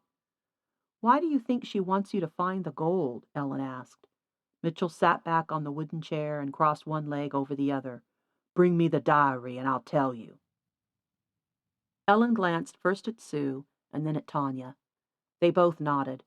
Ellen got up and went to the trunk they'd been storing in the master bedroom. When she returned, she handed it over to Mitchell. The pizza arrived. Ellen was surprised that Mitchell didn't try to leave with the diary. Instead, he scoured the pages right then and there and even ate a couple of slices of pizza. They had a stash of styrofoam cups in the kitchen, which Tanya filled with water from the kitchen sink for each of them. The three women watched Mitchell's reactions to the diary as he read. Ellen wasn't sure, but she thought she saw a tear escape one of his eyes. As he reached the end, his hands began to tremble. "Are you okay?" Ellen asked. He cleared his throat. "She sounds different in her diary." "Maybe she wasn't the witch your great-great-grandparents made her out to be," Sue suggested. Aloud, he read, "He recorded the location of the gold in permanent ink in several places beneath the wallpaper." He looked up at Ellen. "Did you find anything written on the walls?" "Just a bunch of algebra," Sue said. "No map," Tanya added. "What kind of algebra?" Mitchell asked. "And where?" He jumped up from the table. "We've already painted over it," Ellen said. "I've got some paint stripper in my shed." "No!" Tanya cried. "Throwing dirt on our floors is enough for one day." "Wait, I took photos, remember?" Sue said. "Where are they?" Mitchell demanded. "I don't have my camera with me, but I included some of the photos in my PowerPoint presentation. If you would have stayed for the whole thing, you would have seen them." Mitchell frowned. Where's that presentation, on a computer? I've got my laptop out in the car. Just a minute, and I'll go get it. Mitchell walked with Sue. Tanya began clearing off the table. Ellen's heart was beating fast. Sue returned with her laptop. She set it on the table and opened it, powered it up. The four of them stood around the table waiting as Sue pulled up her PowerPoint presentation and skipped through her slides. Not that one. She clicked on the next slide. Wait for it. She clicked. Wait for it. She clicked again. There it is. Can you see those algebraic equations? We assumed they had something to do with the building dimensions, but we did think it might be some kind of code. Mitchell leaned in to get a better view of the screen. That's not algebra or code, he said, suddenly very excited. Well, I'll be damned. What? The three women said at once. Those are coordinates. Very precise coordinates in latitude and longitude. He pulled out his phone. I have an app that can tell us the exact location of those coordinates. Ellen held her breath as he entered the numbers into his phone. This app will tell me when I'm standing in the right location. He took a few steps one way and then another, the whole while staring down at his phone. He headed toward the back door and then stopped. That's not right. Wait a minute. He turned and headed toward the front door. Ellen, Sue, and Tanya followed him outside. He stepped from the porch onto the sidewalk. He took a few steps to his right toward the Foresters' Victorian and then stopped. He pivoted. He took a few steps toward the Robertsons' Victorian, still staring down at his phone. Then he turned toward the street and halted right before the dead tree. He looked up at them, his face full of astonishment. It's pointing here, beneath this goddamn tree. Chapter 24. Clues in the Attic. I'll be right back with my tools, Mitchell Clark, full of excitement, said as he stuffed his phone in his pocket. Sue put her hands on her hips. You realize this is our land, don't you, Mr. Clark? Mitchell gritted his teeth and narrowed his eyes. That gold belongs to my family. You wouldn't have found it if it weren't for me. That goes both ways, Tanya said. Now hold on, Ellen said. We don't even know if it's still there. Well, we're about to find out, Mitchell said. I'll get this tree down with my chainsaw and then dig up the roots. I'll find it before sundown. You will do nothing of the kind, Sue insisted. We already have a tree removal service coming on Thursday. If you touch that tree, I'll call the cops. You're trespassing on our property. Who's trespassing on whose property? He gave Ellen and Tanya an angry glare. Listen to me, Ellen said. Both of you listen. If there's gold under that tree, we should split it 3 ways. Mr. Clark gets 1/3, Amy gets 1/3, and we get 1/3, to be divided evenly among the 3 of us. She motioned to Sue, Tanya, and herself. Mitchell started to object, but Ellen continued. You won't have a leg to stand on in court, Mr. Clark.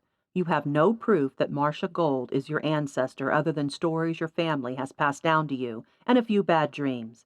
And we believe Amy is also Marcia's descendant, and she needs the money more than any of us. And since the 3 of us own this land, we have the best legal claim to it of anyone. So before anybody starts digging, I think we need to agree right here, right now, that that's the way it's going to be.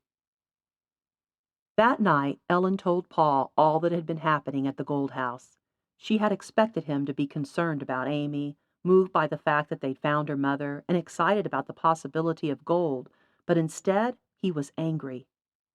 Why would anyone break into the house of a suspect? He asked. You should have let the police do the investigating. You could have been killed. But I wasn't. You're lucky. It was really stupid, Ellen. I thought you were smarter than that. He shuffled away from the den toward their bedroom. His bedroom.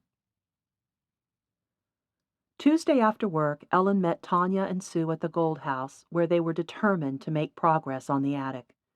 As soon as she reached the top of the stairs and saw her 2 friends sitting on folded metal chairs with papers in their hands, she could tell something was up. What's going on? She asked. The bins they had marked as donations, trash, and keep were mostly empty. We found something, Tanya said, and it's really strange. Come here. Ellen crossed the room and looked over Tanya's shoulder. They are letters, Sue said.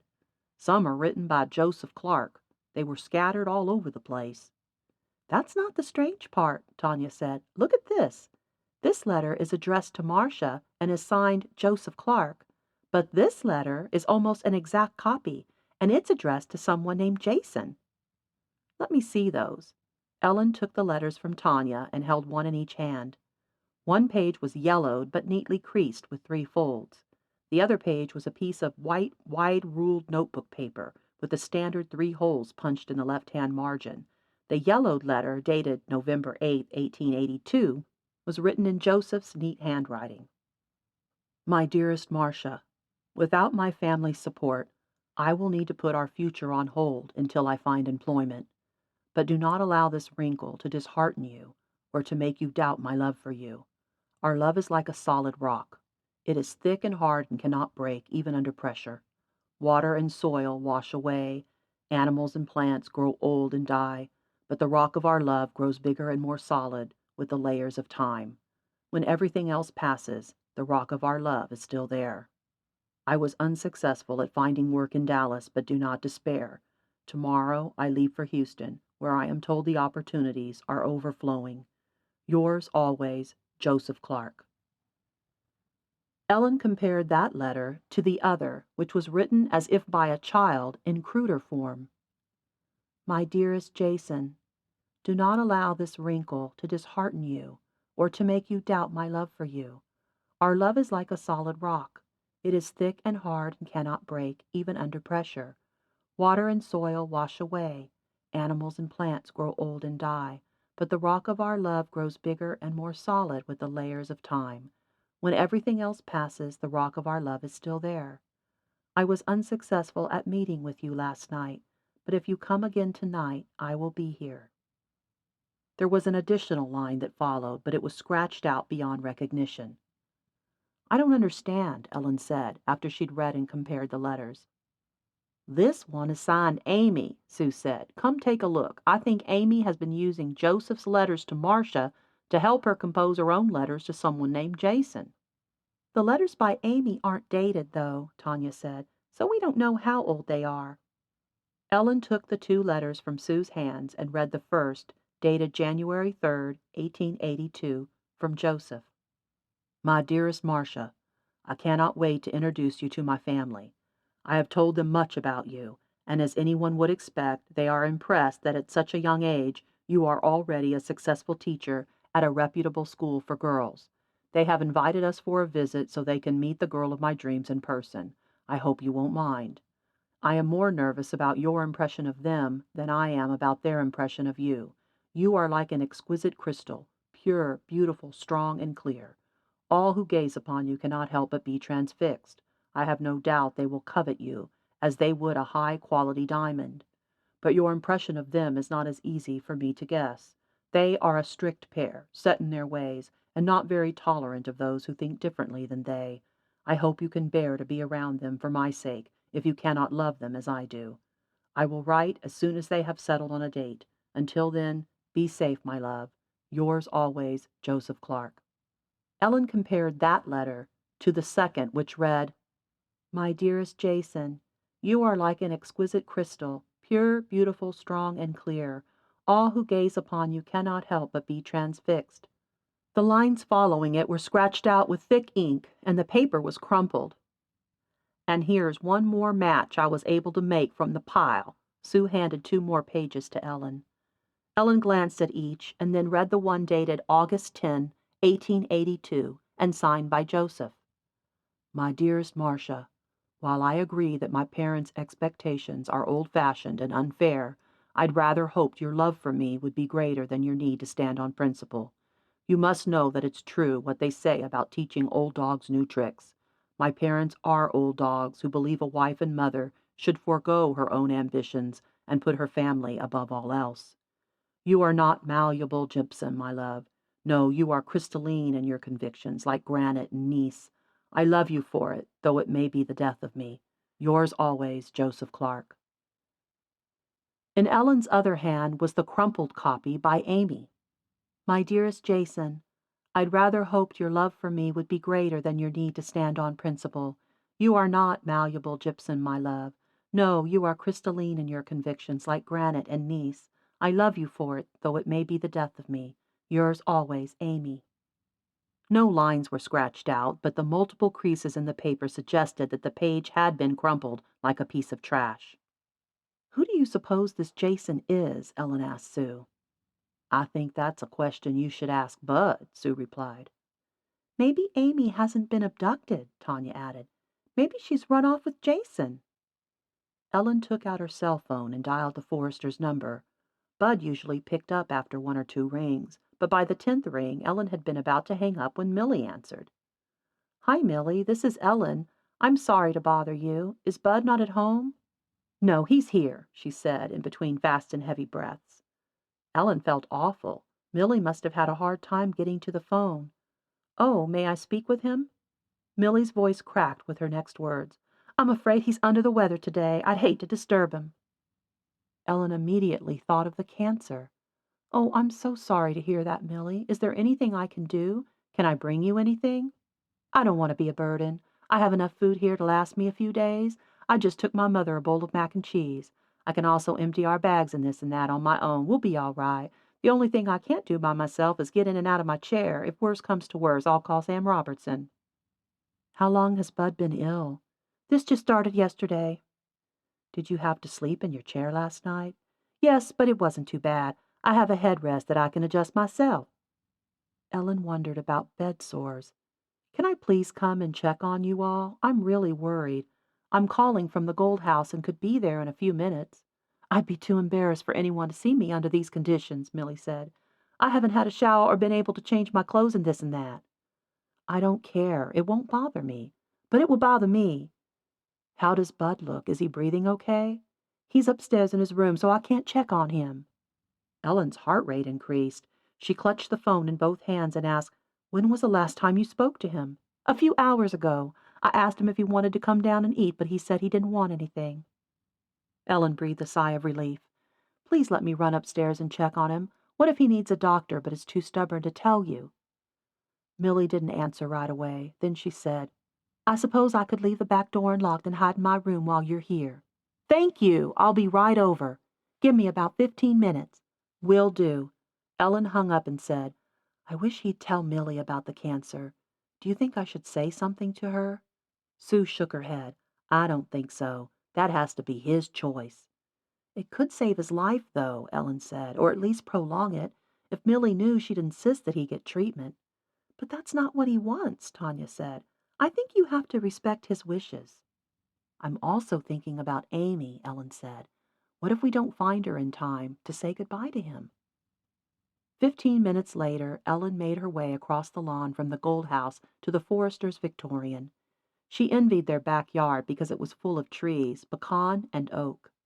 She wished there were as many trees at the Gold House, but there was just the one, and it was dead.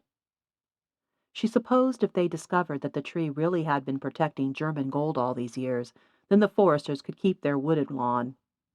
Ellen turned the knob on the back door and found it unlocked just as Millie had said it would be. Ellen pushed the door open and stepped inside. The kitchen sink was full of dishes, and there was food and crumbs on the counter, along with half-empty mugs of coffee. She resisted the urge to tidy it for Millie and continued toward the front of the house to the stairwell.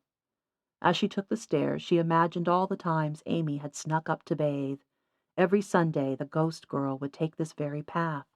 At the top of the landing, the first door to the left was a bathroom, probably the bathroom. Across the hall, another door was ajar. Bud's room? "Bud, are you awake?" Ellen said gently from the hallway. She wanted to give him a moment to make himself decent if he wasn't already. "It's Ellen. I've come to check on you." "Oh, Lord," she heard him murmur. "Is that okay? Can I come in?" She waited outside his door, full of uncertainty. "You won't like what you see, but you go ahead and come on in." She pushed the door all the way open and stepped inside. Bud was on a double bed beneath a navy blue comforter. Although only his face was visible, it was yellowish orange. She crossed the room and bent over him, moving the white bangs away from his forehead. The whites of his eyes were yellow, too. "Oh, my God, Bud. You're jaundiced. You need to see a doctor as soon as possible." He closed his eyes and spoke slowly. "I've already told you how this is going down." Ellen linked her fingers together as if in prayer. but this could be an easy fix. I understand rejecting chemotherapy and other treatments that weaken you. I get that. But this may be something the doctors can fix without treating the cancer. You've got to give them a chance for Millie and for Millie's mother. And for Amy. Bud looked up at her. The hope in his eyes broke her heart. "You've seen Amy?" Ellen shook her head. "Not yet, but we'll find her. Have you ever heard of her speak of someone named Jason?" "No, why?" "Do you know of a Jason in the area?" "One of the twins down the street goes by Jay," he said. "I don't know if that's his full name. He and his brother mow my lawn. Why?" "It's just a theory. If you let me take you to the emergency room, I'll tell you about it on the way." Chapter 25. Near Misses. Wednesday morning, Ellen turned in her grades electronically and said goodbye to another semester. She had decided not to give her classes a final exam project in light of all she was going through. The students had not complained. Ellen then went by Panera and picked up both potato and broccoli cheese soup, along with bread and cookies for Millie and her mother. Millie had agreed to unlock the back door, but had refused to be seen again, so Ellen left everything out on the kitchen counter. Then Ellen met Tanya and Sue at the Gold House to continue their work in the attic. As they sorted and organized, Ellen told her friends the latest news about Bud. His bile duct bypass surgery had been a success. This would buy him a little more time. The doctor hadn't seemed very optimistic about how much more time, but at least it would make Bud more comfortable. The hospital would release him by the end of the week. Tanya had made a batch of brownies for them to snack on, and Sue had brought coffee, which made their work more tolerable. Sue stopped organizing for a moment to have a brownie and said, "Oh, I almost forgot to tell you something I discovered last night. It's really shocking. I can't believe I forgot to tell you." "About Amy?" Tanya asked. "No, about Mitchell." "What?" Ellen asked. "Well, I was curious about the dust he sprinkled on the floors downstairs," Sue said, "so I Googled it." "Oh my gosh, I should have thought of that," Tanya said. "He called it gopher or something like that, right?" "Yes, gopher dust," Sue said. "It's an old African American powder made from graveyard dirt, snakeskin, and powdered bones." Ellen shuddered. "That's so gross." "Powdered bones?" Tanya asked. "What kind of powdered bones?" "The most commonly used bone is cat," Sue said. Tanya's eyes widened. "Cat bones?" Tanya glanced at Ellen. Ellen covered her mouth. "Do you think that's what he does with all those stray cats he's got locked in the shed? Do you think he kills them and turns them to powder for his spells?" "That's exactly what I think," Sue said. "We need to call the Humane Society," Tanya said. "We can't let him keep doing that." "I agree we should do something," Sue said, "but I think we should wait until the tree is removed and we find out whatever there is to find out. We need his cooperation." Ellen thought that was sound advice. But after that, we have to do something. A few hours later, Ellen, Tanya, and Sue took a break from organizing the attic to lunch at that cafe they had discovered around the block. Apparently, Nona's was a popular place because it was still crowded at 2 o'clock when they arrived. Luckily, they didn't have to wait long for a table. Once they were seated and were handed menus, Sue said, "I have an idea." "What is it?" Tanya asked. "Why don't we tell Mitchell Clark that the only way he can have his share of the gold is if he promises to take the cats to the Humane Society and to never kill another one again?" "That's brilliant," Ellen said. "Good thinking, Sue." "Maybe we should make sure he does it before the tree service comes tomorrow," Tanya said. "We could even offer to take the cats there ourselves." "Good idea, Tanya," Ellen said. "Maybe we should stop by later today to pay him a visit." "What does he do, anyway?" Tanya wondered. "Is he retired? He's the same age as we are." "Bud said his family was in the oil industry," Ellen said. "Mitchell lives off oil money." "I wonder how he's dealing with being made to wait for our tree people," Sue said. "I bet it's eating him up." "Do you guys really think there's gold beneath that tree?" Tanya asked doubtfully. "I hope so," Sue said. "I'm not sure," Ellen admitted. "I suppose it's possible, but I'm trying not to get too excited." Their conversation ended when their waiter approached their table. "Can I get you ladies something to drink?" They all wanted water, so he left to get that for them, and after, Tanya said, "Did you see his name tag?" "No," Ellen said. "Why?" "Our waiter's name is Jason." Ellen and Sue gawked at one another. Jason is a popular name, Sue said. It's probably a coincidence. You're probably right, Ellen said. But Bud did say that Amy used to eat from the cans in back. Maybe she's been inside to eat since then. Maybe that's how they met. Why don't you ask him? Tanya said. It couldn't hurt. Sue lowered her voice. How do you ask someone if they know a girl who pretends to be a ghost? Tanya giggled. Good point. But you should say something. Why me? Sue asked. Because of the three of us, you're the bravest one with people, Ellen said. That's right, Tanya said. Besides, we did all the work sneaking into Mitchell's house, even had a gun pulled on us. That 2-hour PowerPoint presentation was no easy task, Sue said defensively. Jason appeared with their water. Are you ladies ready to order? Sue glanced around the cafe. Yes, but first I have a question for you. Sure, do you want to hear about today's specials? As a matter of fact, I do, Sue said, but that wasn't my question. She cleared her throat. We're looking for a young woman about your age named Amy Pierce. Do you know her? The young man frowned. No, why? We're worried about her, Ellen said. We haven't seen her for many weeks. Sorry to hear that. I hope you find her soon.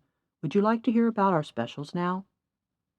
When they'd finished their lunch and were heading around the block in Sue's car back to the Gold House, they were shocked to see Mitchell Clark in their front lawn demolishing the tree with his chainsaw. Oh, shit, Ellen cried. I guess it really was eating him up inside, Tanya said as they pulled up to the curb. As soon as Sue had parked, they climbed out of the car and charged toward him. Sue had one fist on her hip and was shaking a finger at him before he even turned and noticed them. He shut off the chainsaw and gave them an angry glare. Ellen lifted both palms up and shook her head. What in the world are you doing? We had a deal, Sue shouted, wagging her finger. Are you trying to get the jump on us or what? You vandalized my property, I vandalized yours, he shouted back. What the hell are you talking about? Ellen asked. Don't act like you don't know, he said as he brought the chainsaw back to life and turned again to the tree. Ellen marched right up to him. Didn't even care if he accidentally chopped off one of her own limbs. There was no way she was going to let him think he was in charge of this show. If they let him dismantle and remove the tree, he might think he had a claim to all the gold. She tapped him on the shoulder and screamed, If you don't stop, I'm calling the police. Go right ahead, he hollered back. I'll show them the damage you did to my storage shed. Ellen narrowed her eyes. Your storage shed? We didn't touch it. He turned off the chainsaw again. I came home from running errands to find the shed door wide open, the lock busted, and all those cats gone. Who else would do that? Ellen glanced at her friends. Who else would? Well, we sure as heck didn't, Sue said, taking out her phone. I'm calling 911 if you don't leave immediately. Fine, I'll leave, he said, but I'll be back tomorrow. Fine, Sue shouted as he stomped away. Once he was down the street, the three women recovered from the shock and headed back to their work in the attic. That man is a lunatic, Tanya said, on the way up the stairs. But he sure is attractive, isn't he? Sue said. Sue! Tanya chastised. But who else knew about the cats? Ellen asked. When they reached the attic, they were surprised to find that things weren't exactly as they had left them. The most obvious change was the empty pan of brownies. Do you think Mitchell Clark finished off our brownies before attacking the tree? Tanya wondered out loud. The letters from Joseph Clark and the copycats written by Amy are missing too, Sue said. Why would he want those? I don't think he took the letters, Ellen said, as a strange thought occurred to her. I don't think he took the brownies either. She walked over to the corner and lifted the trap door. The pillow and blanket were still there, but they weren't in the same position in which she had last seen them. She stooped over the niche to get a better look. Lying across the pillow was a brand new long white hair. She lifted it between her thumb and index finger and held it up in the light. It was an exact match to the one she'd sent to the lab. Amy was here. She must have overheard us talking earlier about the cats. She set them free. Tanya pressed her palms to her face. Amy was hiding here all morning? That gives me chills, Sue said. Ellen closed the trap door and let the single strand of hair fall from her fingers. At least we know she's alive. I wonder where she is now. Chapter 26. The Search Continues. While the tree removal service cut down the dead tree in front of the Gold House, Ellen walked down the street toward the house of the twins, who helped Bud with his lawn. Tanya and Sue stayed behind to keep an eye on the progress with the workers and to prevent Mitchell Clark from finding the gold without them. Ellen knew it was a long shot that the one twin who went by Jay might be the Jason in Amy's letters, but she didn't have any other leads and she was desperate to find Amy. She couldn't help but suspect that Bud's sudden turn for the worse was due to his worry.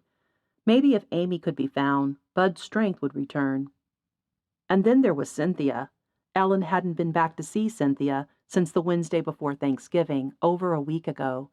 She imagined the poor woman must be anxious for some news. It must be torture, in fact, for a mother who hadn't seen her daughter in 20 years to be told she could see her, but not yet. To make her wait was cruel. Ellen turned up the sidewalk of the other Greek revival on their block. It wasn't in as good of shape as most of the houses on Alta Vista Street. Bud had said that the twins' mother was a single parent who worked long hours as a teacher. Her sons had been in and out of trouble with the law over the years, but Bud didn't think they were bad to the core, just restless and undisciplined. They dropped out of high school several years ago and worked odd and end jobs around the neighborhood.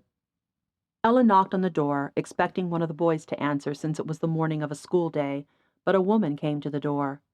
"Hello," Ellen said. "My name is Ellen Moore. I'm one of the new owners of the Gold House." "Hello," the woman said. "How can I help you?" "Bud Forrester mentioned that your sons are sometimes available for yard work," Ellen said. "I was hoping to talk to them about helping me with some of my landscaping. Would that be okay?" "Of course," the woman said. "Let me call Nick." The woman turned toward the foyer behind her and hollered up the stairs. "Nick, can you come to the door, please?"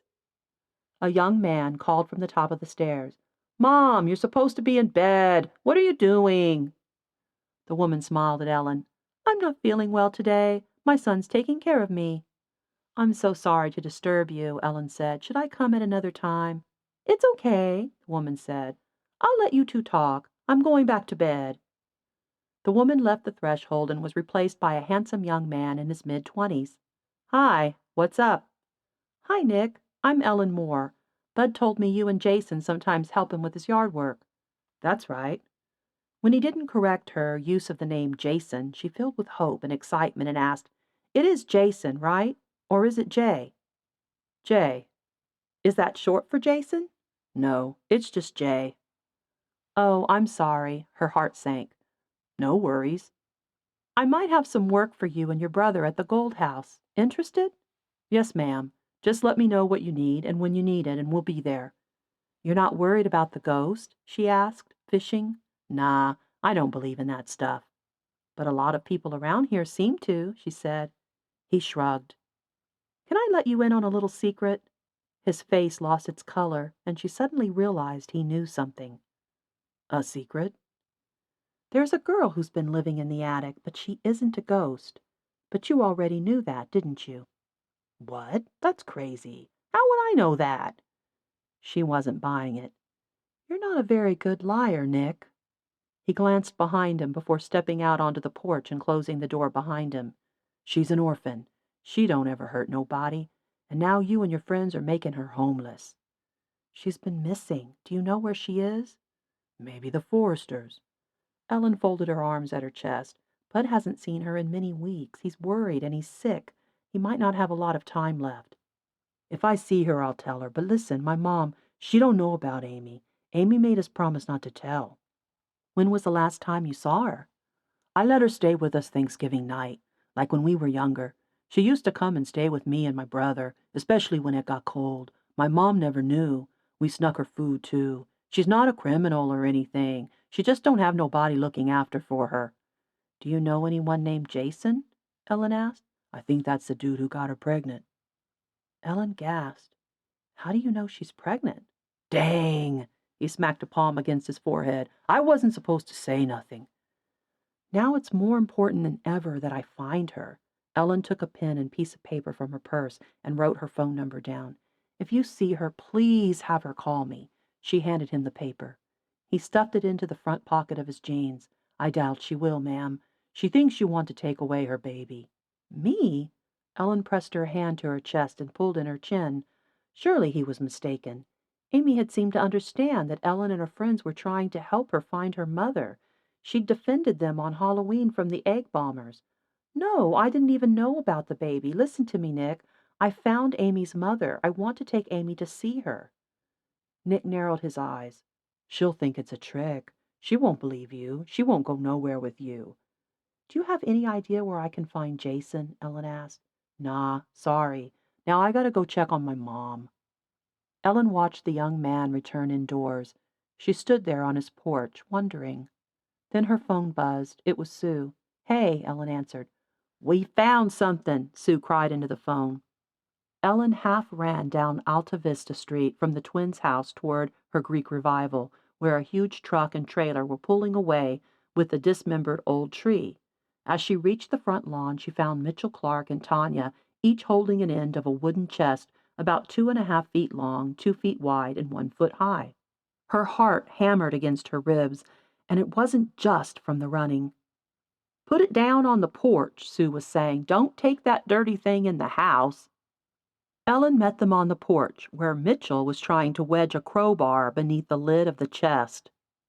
"Did you find out anything about Amy?" Tanya asked. Sue kicked a clump of dirt off the porch. "Was the twin named Jason?" "The twin isn't Jason," Ellen said, "but they do know Amy. They just saw her last week. Apparently they've helped her throughout their lives without their mother knowing." "You talking about Nick and Jay Oresco?" Mitchell asked as he continued to work the crowbar. "The twins who live down the street," Ellen said. "Yes." She hadn't known their last name, but she assumed she and Mitchell were referring to the same twins. "Did the twins know a Jason?" Sue asked. "Nick couldn't give me any information about Jason's whereabouts, but he had heard of him." "Maybe he knows more than he's letting on," Tanya suggested. "Well, there's something else," Ellen said as her friends waited for an explanation. "According to Nick, she's pregnant with Jason's baby." "Oh, no," Tanya said. "She thinks we want to take her baby away," Ellen said, "just like she was taken from her mother." Sue shook her head. "We have to find her." Ellen folded her hands together as a feeling of helplessness washed over her. "Cynthia Pierce has got to be wondering why I haven't brought Amy to see her." Mitchell suddenly stopped trying to pry open the chest. He looked from one woman to the other before asking, "Cynthia Pierce? Did you say Cynthia Pierce?" "Yes," Ellen said. "Why?" He dropped the crowbar on the porch at his feet and brought a hand to his chest. "Cynthia's alive?" Ellen exchanged glances with Sue and Tanya. "Yes, she's a patient in the San Antonio State Hospital," Ellen said. Tears filled Mitchell's eyes. "Those bastards! I should have known!" "Mr. Clark, what happened?" Sue asked. "How do you know Cynthia?"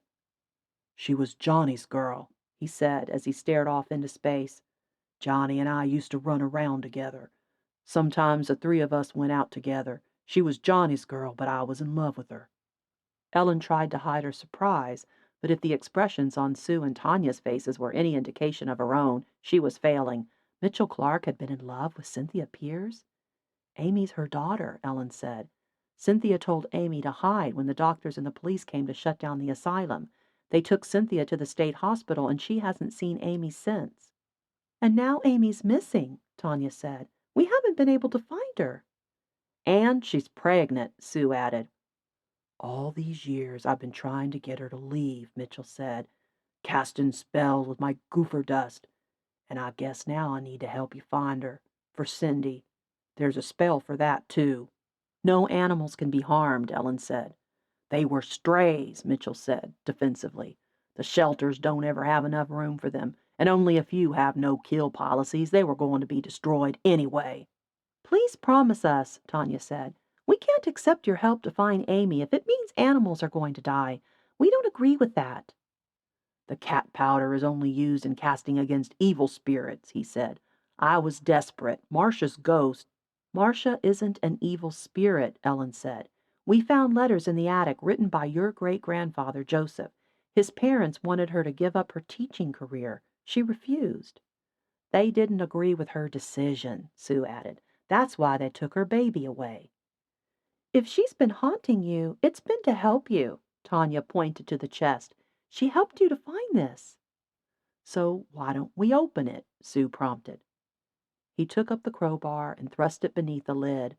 After another few minutes of rattling the bar back and forth against the old wood, he finally pried the chest open. They leaned over and peered inside, where they found 3 rows of 10 gold bars stacked at least 3 bars high.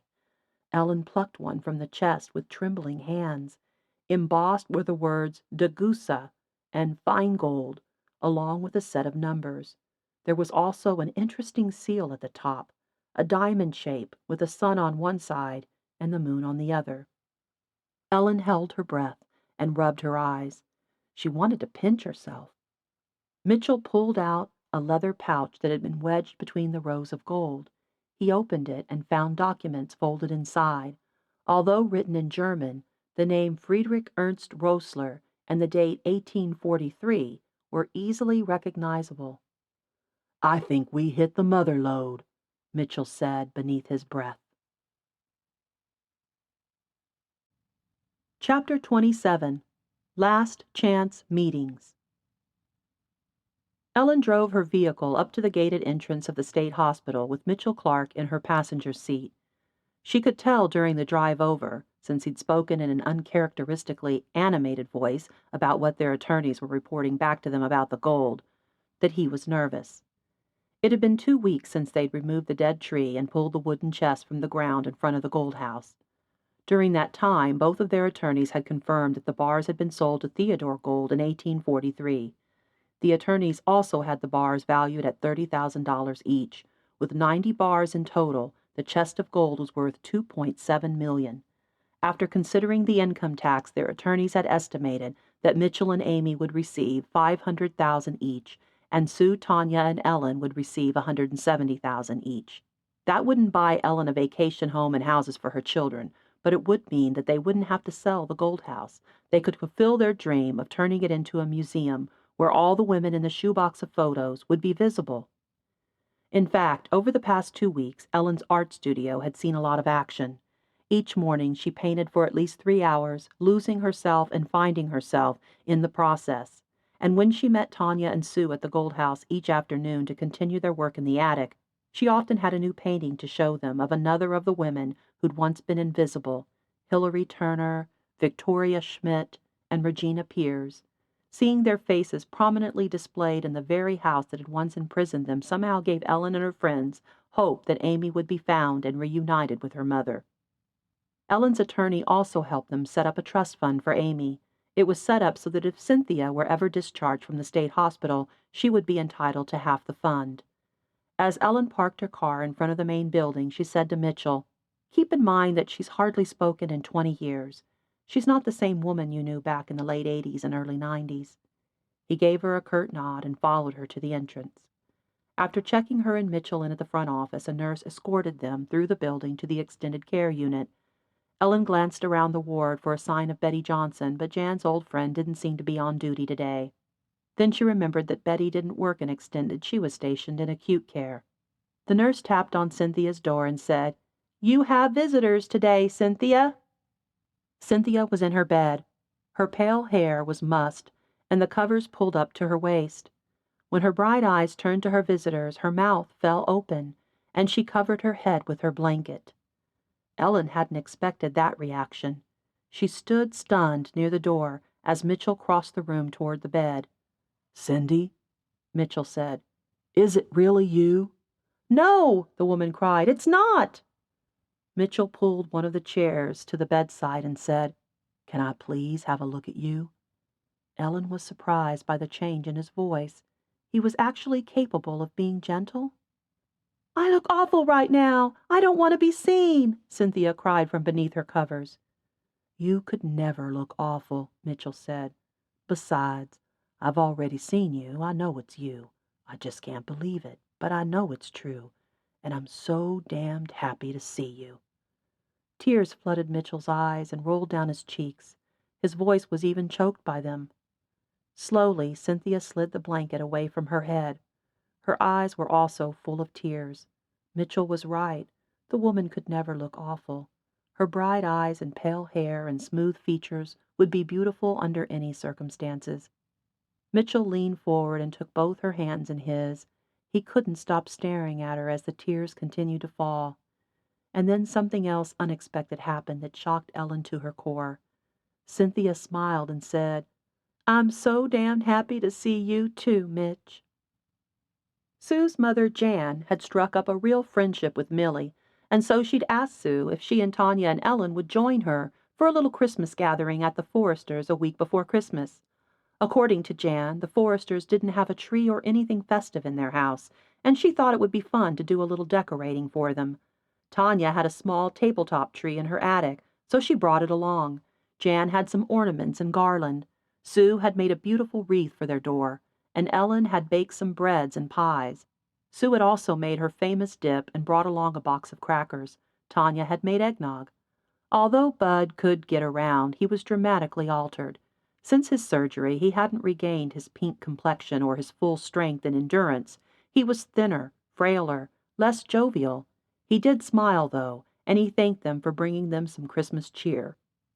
2 days later, however, Bud took another turn. Ellen found out about Bud from Jan, who now spoke with Millie daily. Jan said that Millie had called for an ambulance after Bud had passed out on the sofa and wouldn't wake up. Kidney failure. That's what would kill Bud Forrester. But it would happen in his home. He'd refused to go to the hospital, and Millie had respected his wishes. The day before Bud died, 2 days before Christmas, Ellen went to visit him, hoping to reassure him that she would find Amy.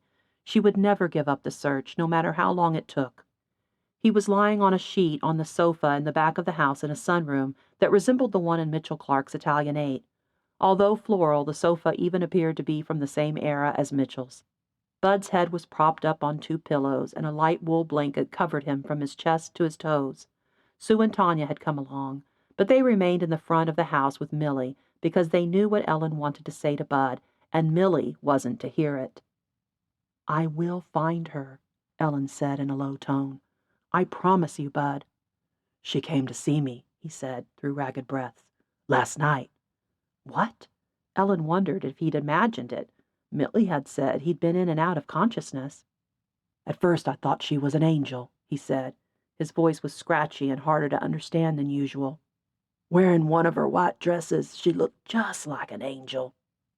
"Did you tell her about her mother, about the gold?" Bud shook his head.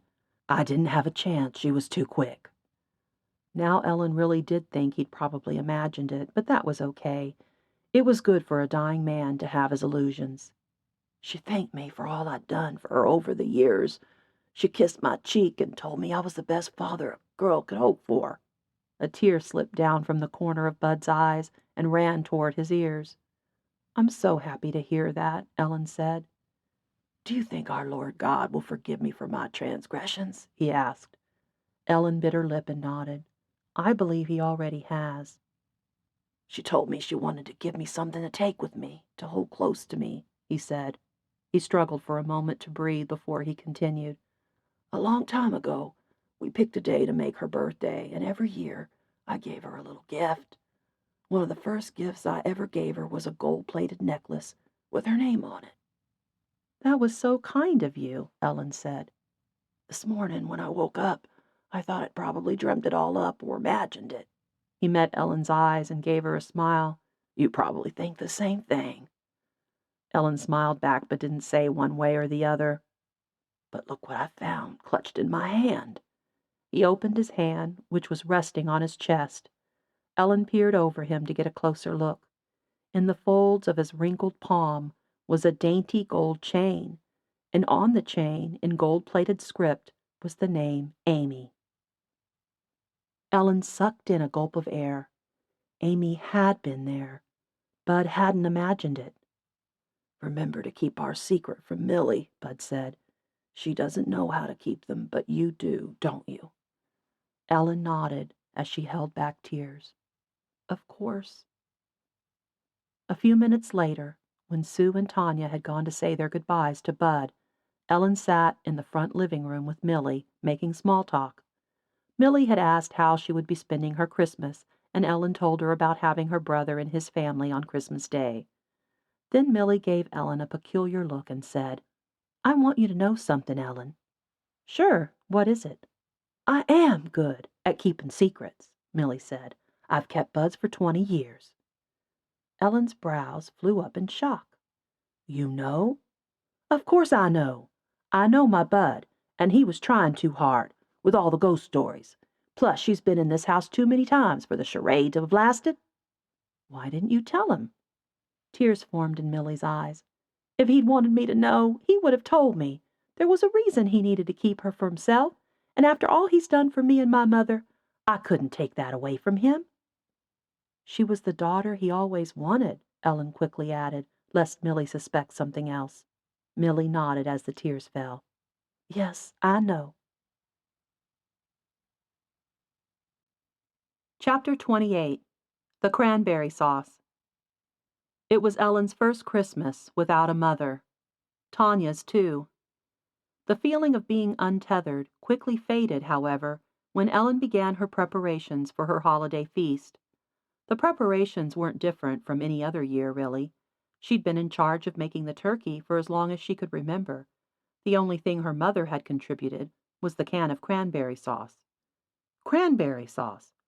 Ellen had almost forgotten. She didn't care for it herself, and neither did Paul or the kids, but it was Jody's favorite.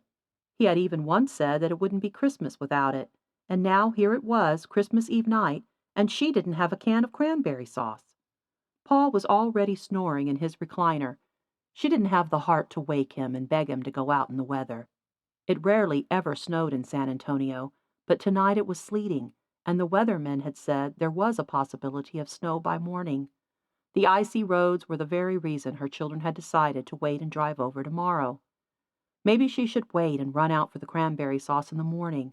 The traffic on Christmas Eve night would be a nightmare. All those other people were out getting the things they'd forgotten, too. How many other people had just remembered the cranberry sauce? But would anything be open on Christmas Day? And if she did find some place, maybe a Walgreens or an Easy Mart, would they have a can of cranberry sauce? She couldn't take the chance. She had to go out tonight. First she called Sue and Tanya to see if either had a can to spare. Sue was planning to make homemade cranberry sauce and offered to bring some to Ellen in the morning, but Jody only liked the canned stuff.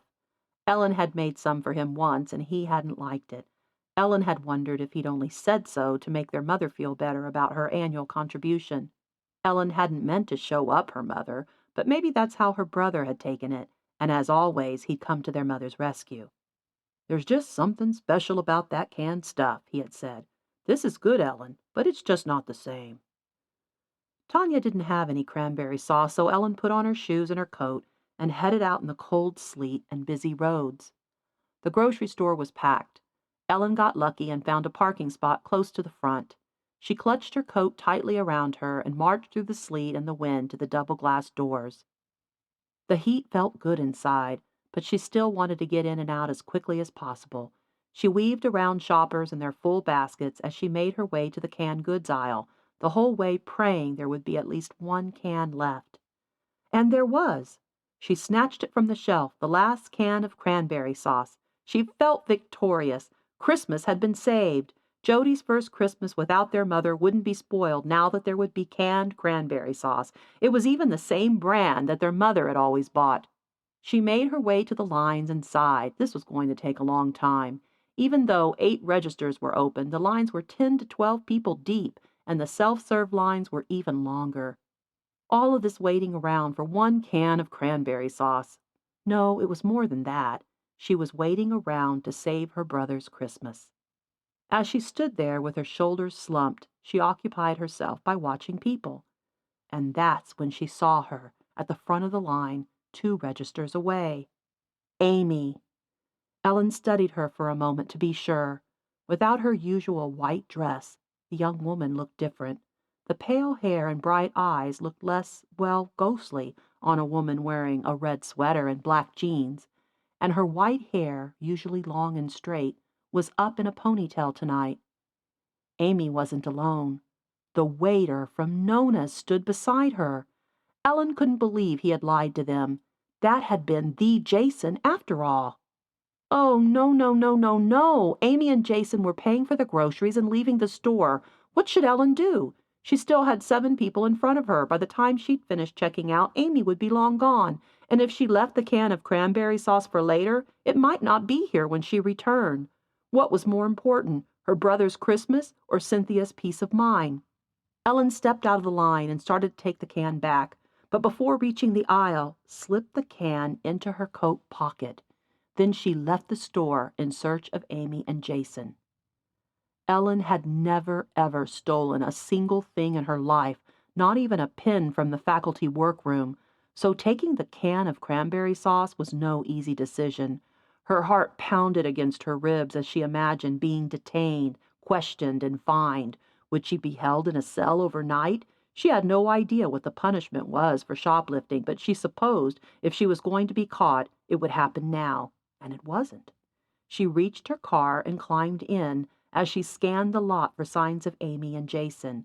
Then she saw them, running across the asphalt and laughing in the sleet toward the very back of the lot. It was the white ponytail waving in the wind that gave them away, though they had no idea someone was watching them. Its translucence caught Ellen's attention, and she would not look away from it. The young couple climbed into a red Honda Civic. Luckily for Ellen, the red color was easy to spot as she weaved her way through the crowded lot after them. Then Ellen broke the law a second time by calling Sue on her cell phone while driving. She had only to press one number to call her on speed dial, and she put Sue on speaker to be hands-free, but it was still illegal as far as Ellen knew. "Hello?" Sue answered. "You won't believe this," Ellen said as she weaved through the lot, trying to catch up to the red Honda Civic before it disappeared in the busy streets of San Antonio. "What?" "I saw Amy." "Oh, my God, where?" "At H-E-B. I had to steal a can of cranberry sauce to do it, but I'm in the car now following her." "You stole a can of cranberry sauce?" "Let's not focus on that right now, Sue, okay? I just said I'm in the car following her. Be careful. We wouldn't want you to kill yourself trying to catch up with her," Sue warned. "The roads are slick tonight." "I'm just a few cars behind her," Ellen said. "We're still stuck in the parking lot. Can you get Tanya on a conference call? She'll want to hear about this too." "Sure. Let me put you on hold." A family with 2 small children crossed in front of Ellen, forcing her to wait as the red Honda turned down another row in the lot. "Shit, shit, shit," Ellen muttered, not realizing Tanya and Sue were back on the line. "What's happening?" Tanya asked. "Oh, I'm losing her in the parking lot," Ellen said. "No, wait. I see her car again." "Where are you?" Tanya said. "I'm at H-E-B too." "Oh my gosh, is that you coming out of the store now?" Ellen asked. Tanya waved. "Yes, it's me. Can I climb in with you?" As soon as Ellen could, she pulled up in front of Tanya. "I needed flour for my gravy tomorrow," Tanya said as she put her small bag on the floorboard and buckled in. "I could have given you some," Sue said over the phone. "Why didn't you call? I know how you hate to drive." "Especially at night in the sleet," Ellen added. Then she said, "You see that red Honda Civic right there? That's them." "Them?" Tanya and Sue said at the same time. "Jason is with her," Ellen said. "And it's our Jason from Nona's." "No way!" Tanya said. "I knew it," Sue cried. "I had a feeling he was lying to us." Ellen rolled her eyes and Tanya saw her and giggled. "I'm telling you, I have the gift," Sue reiterated. "I sense things." Ellen shook her head. Good old Sue. Maybe she really did have the gift. The red Honda Civic turned from the parking lot onto the main road. Ellen was still 3 cars behind them. "Watch them for me," Ellen said to Tanya. "Help me see which way they go." "Don't hit that lady!" Tanya hollered. Ellen slammed on her brakes. "There's a crosswalk, woman," Ellen muttered, even though she often crossed here too. "Be careful," Sue said over the phone. "There they go," Tanya said. "They turned right, toward downtown." After Ellen turned onto the main road, she inched her way to the right lane, and as soon as she could, she turned right. "Do you see them yet?" Ellen asked as she scanned the cars in front of them. "Not yet. Oh, there! Left-hand lane. Oh, gosh, are they turning?" "Looks like it." Ellen put on her left blinker and hoped these cars beside her would have mercy on her. "These people aren't going to let me in," Ellen said. "Roll down your window and wave to them," Sue suggested. "It's harder for them to ignore you that way." "But it's freezing out there," Ellen protested.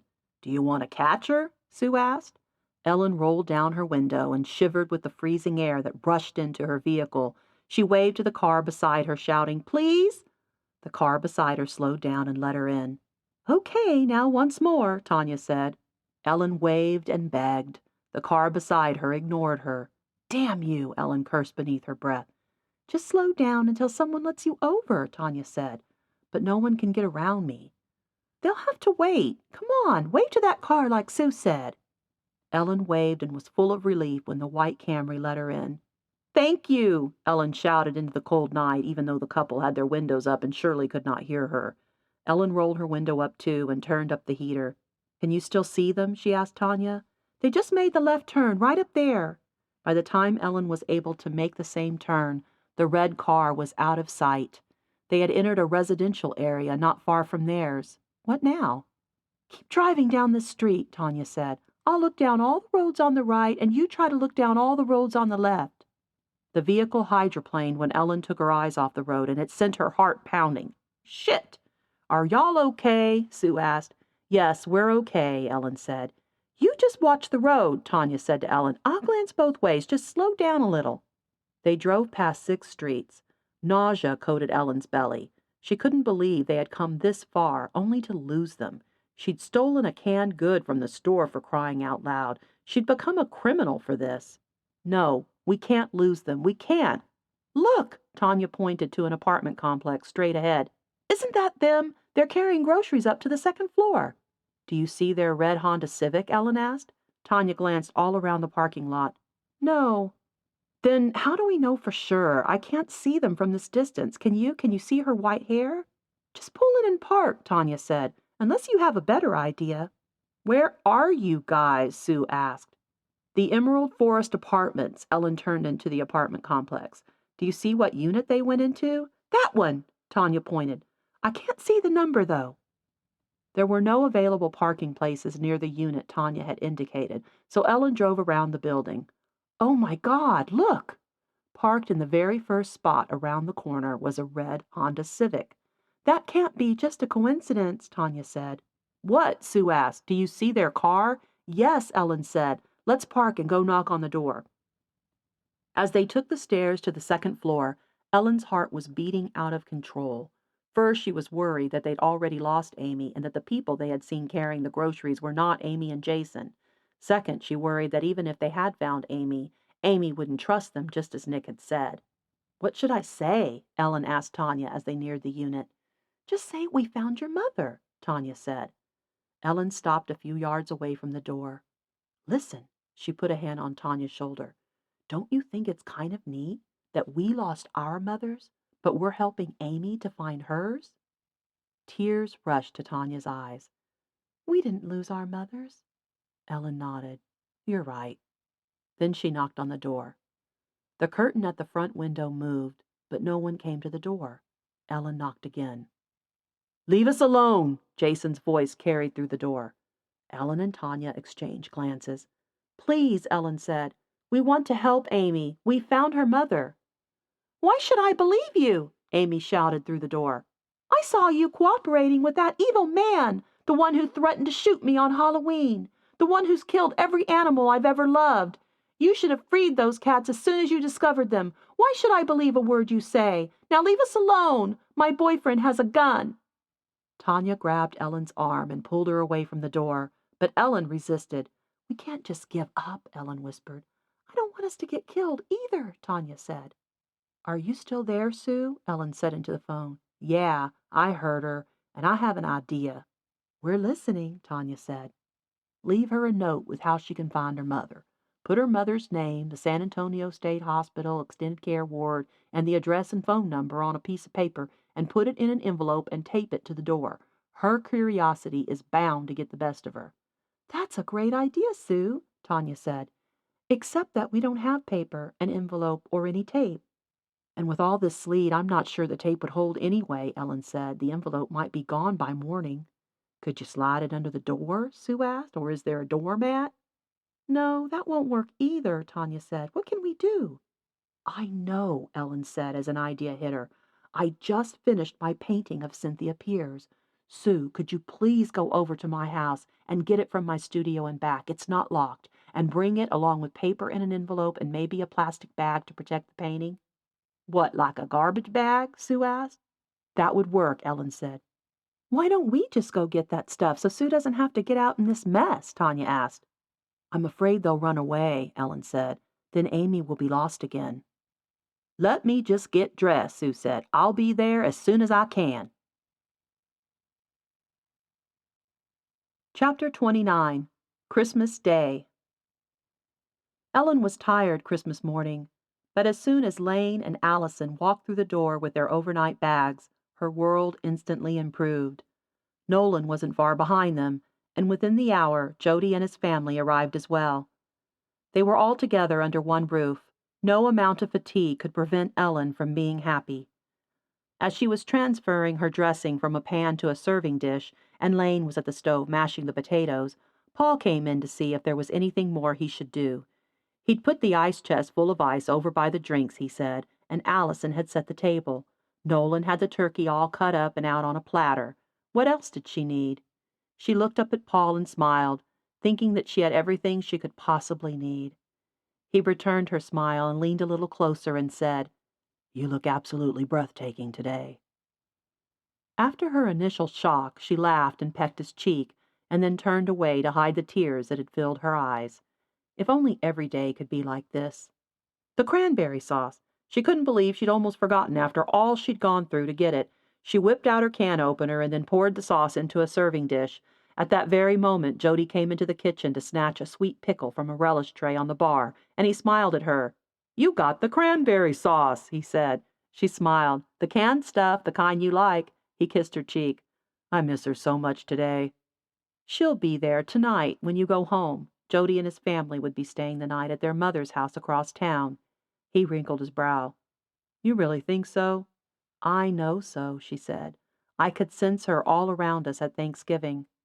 "I didn't think you believed in that kind of thing." She winked and said, "Let's keep it our little secret." "Speaking of secrets," he said, "I have one of my own." "Oh?" "I've never really liked cranberry sauce." They spent a lovely day enjoying the meal she had made, the desserts Jody and his wife June had baked, and the games of dominoes and rummy and pinochle they had all played at various times in between. Jody's little boys ran around the house like two wild pups, chasing Lane until Lane collapsed on the rug with exhaustion. Then Allison called everyone to the window at the front room. "Hurry, come see!" They all gathered around in awe at the very unusual sight of a white Christmas in San Antonio. At least 4 inches of soft snow covered the ground, some of it even sticking to the branches of trees. It was still falling, too, coating the street out front, so that it was difficult to tell where the yard ended and the street began.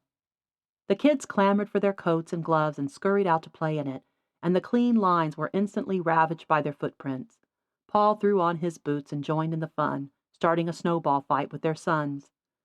The ringing of Ellen's cell phone brought her from the window and back into the kitchen, where she'd left it on the bar. She didn't recognize the number, but who would be calling on Christmas Day? It wouldn't be a sales call. "Hello?" she said.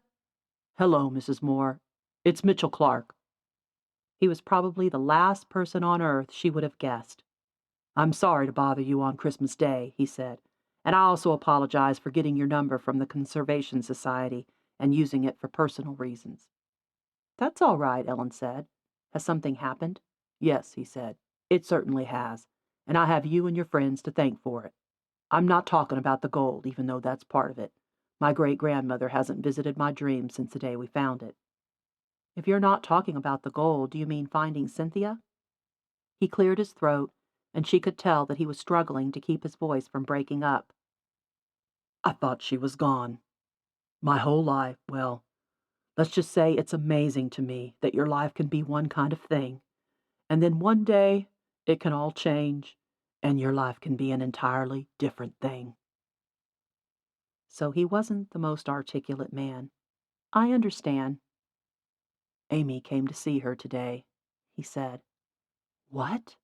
Ellen felt a surge of adrenaline curse through her body. Tears, which had already formed in her eyes, spilled down her cheeks. "What happened?" "I was there at the hospital, spending Christmas with her. I've been to see her every day since that day we went together, and I'm working with her doctor to get her released possibly as soon as late January." "That's wonderful news," Ellen said, bringing her hand to her cheek. "And what about Amy?" Cindy and I were sitting together by the window in her room talking, just like we always do. We have a lot of catching up to do. Then we heard a knock and the nurse said she had visitors. My first thought was that it would be you and your friends, but it was Amy and her boyfriend Jason. What did Amy say when she saw you there? She didn't recognize me at first, he said. I shaved my beard and was wearing a suit and tie, not my usual attire. And as soon as she saw her mother, she didn't see anyone else in the room. I wish I could have been there, she said. There wasn't a dry eye in the joint, he said. Even the nurses were crying once they'd heard about it. I'm so happy to hear that. Thanks so much for calling and letting me know. I wasn't sure if Amy would find our note. She brought the painting with her. She read us your letter. We all had another cry after that. Ellen struggled with her own tears. Thank you. No, thank you. You have literally made my life. When Cindy's released, she's moving in with me. Amy and Jason are getting married now that they can afford it because of the trust fund. Their baby is due in May. I'm going to help them find a house nearby so we can all be together. Things will probably be a little rough between me and Amy for a while. She hasn't forgiven me for what I did to her cats, but at least she sees my point of view and understands why I did what I did. She'll forgive you in time. I wouldn't have believed that before, but now I believe anything's possible, and I owe it all to you. You don't owe me anything, Mr. Clark.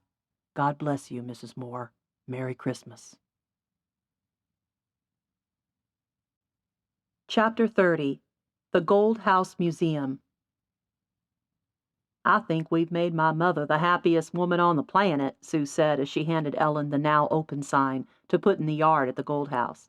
She's so excited to be all settled in, and I'm actually jealous. Her bathroom is nicer than mine. Ellen took the sign and hammered it into the ground. Well, she's the best person for the job. She already knows so much about all the old equipment, and when Amy and Jason passed on our offer, your mother was the next best option. And being right next door to Millie will come in handy. They've become such good friends. An answer to one of your prayers, I know, Ellen said. I think the handsome male nurse my mom found for her sealed their friendship, don't you? Sue said with a laugh. I bet so. I still can't believe Millie agreed to that, though. Tanya stepped down from the porch and joined them on the front lawn. Looks good, she said of the sign. I've got the lemonade poured and the cookies on platters. I think we're all set. Ellen glanced at the time on her cell phone. With 10 minutes to spare, shall we go inside? As they headed back toward the house, Sue asked Tanya, Did the guys finish hanging all the paintings? Dave said they got all that were in the back of Paul's van, Tanya said. Was that all of them? Those were the last of them, Ellen said. Tanya led the way up the front steps. The big pots of wisteria beside each column added a nice touch to the front porch, even though the flowers wouldn't bloom for another few months. The wreath Sue had made of silk orchids for the front door was also welcoming. But to Ellen, it wasn't until you were all the way inside the house and appreciating all the details at once that the enormity of what they'd accomplished actually hit you. Your paintings are amazing, Tanya said beside her in the living room, especially now that they're all framed and hung on the walls. Paul was straightening the final painting on the living room wall. He climbed down from the ladder, noticed Ellen across the room, and winked. Look at all those faces, Sue said. All these women are finally visible after being hidden away in these walls for decades. Bravo! Penelope Williams said from the foyer. The president of the Conservation Society was the first member to arrive to their special grand opening. That's all I can say. Bravo! Wait till you see the rest of it, Sue said. We have the rooms upstairs fitted out with all the equipment looking exactly as they would have had in the asylum. People will finally get to see firsthand how these women were treated, Ellen said. And maybe seeing it will prevent something like this from ever happening again, Tanya said.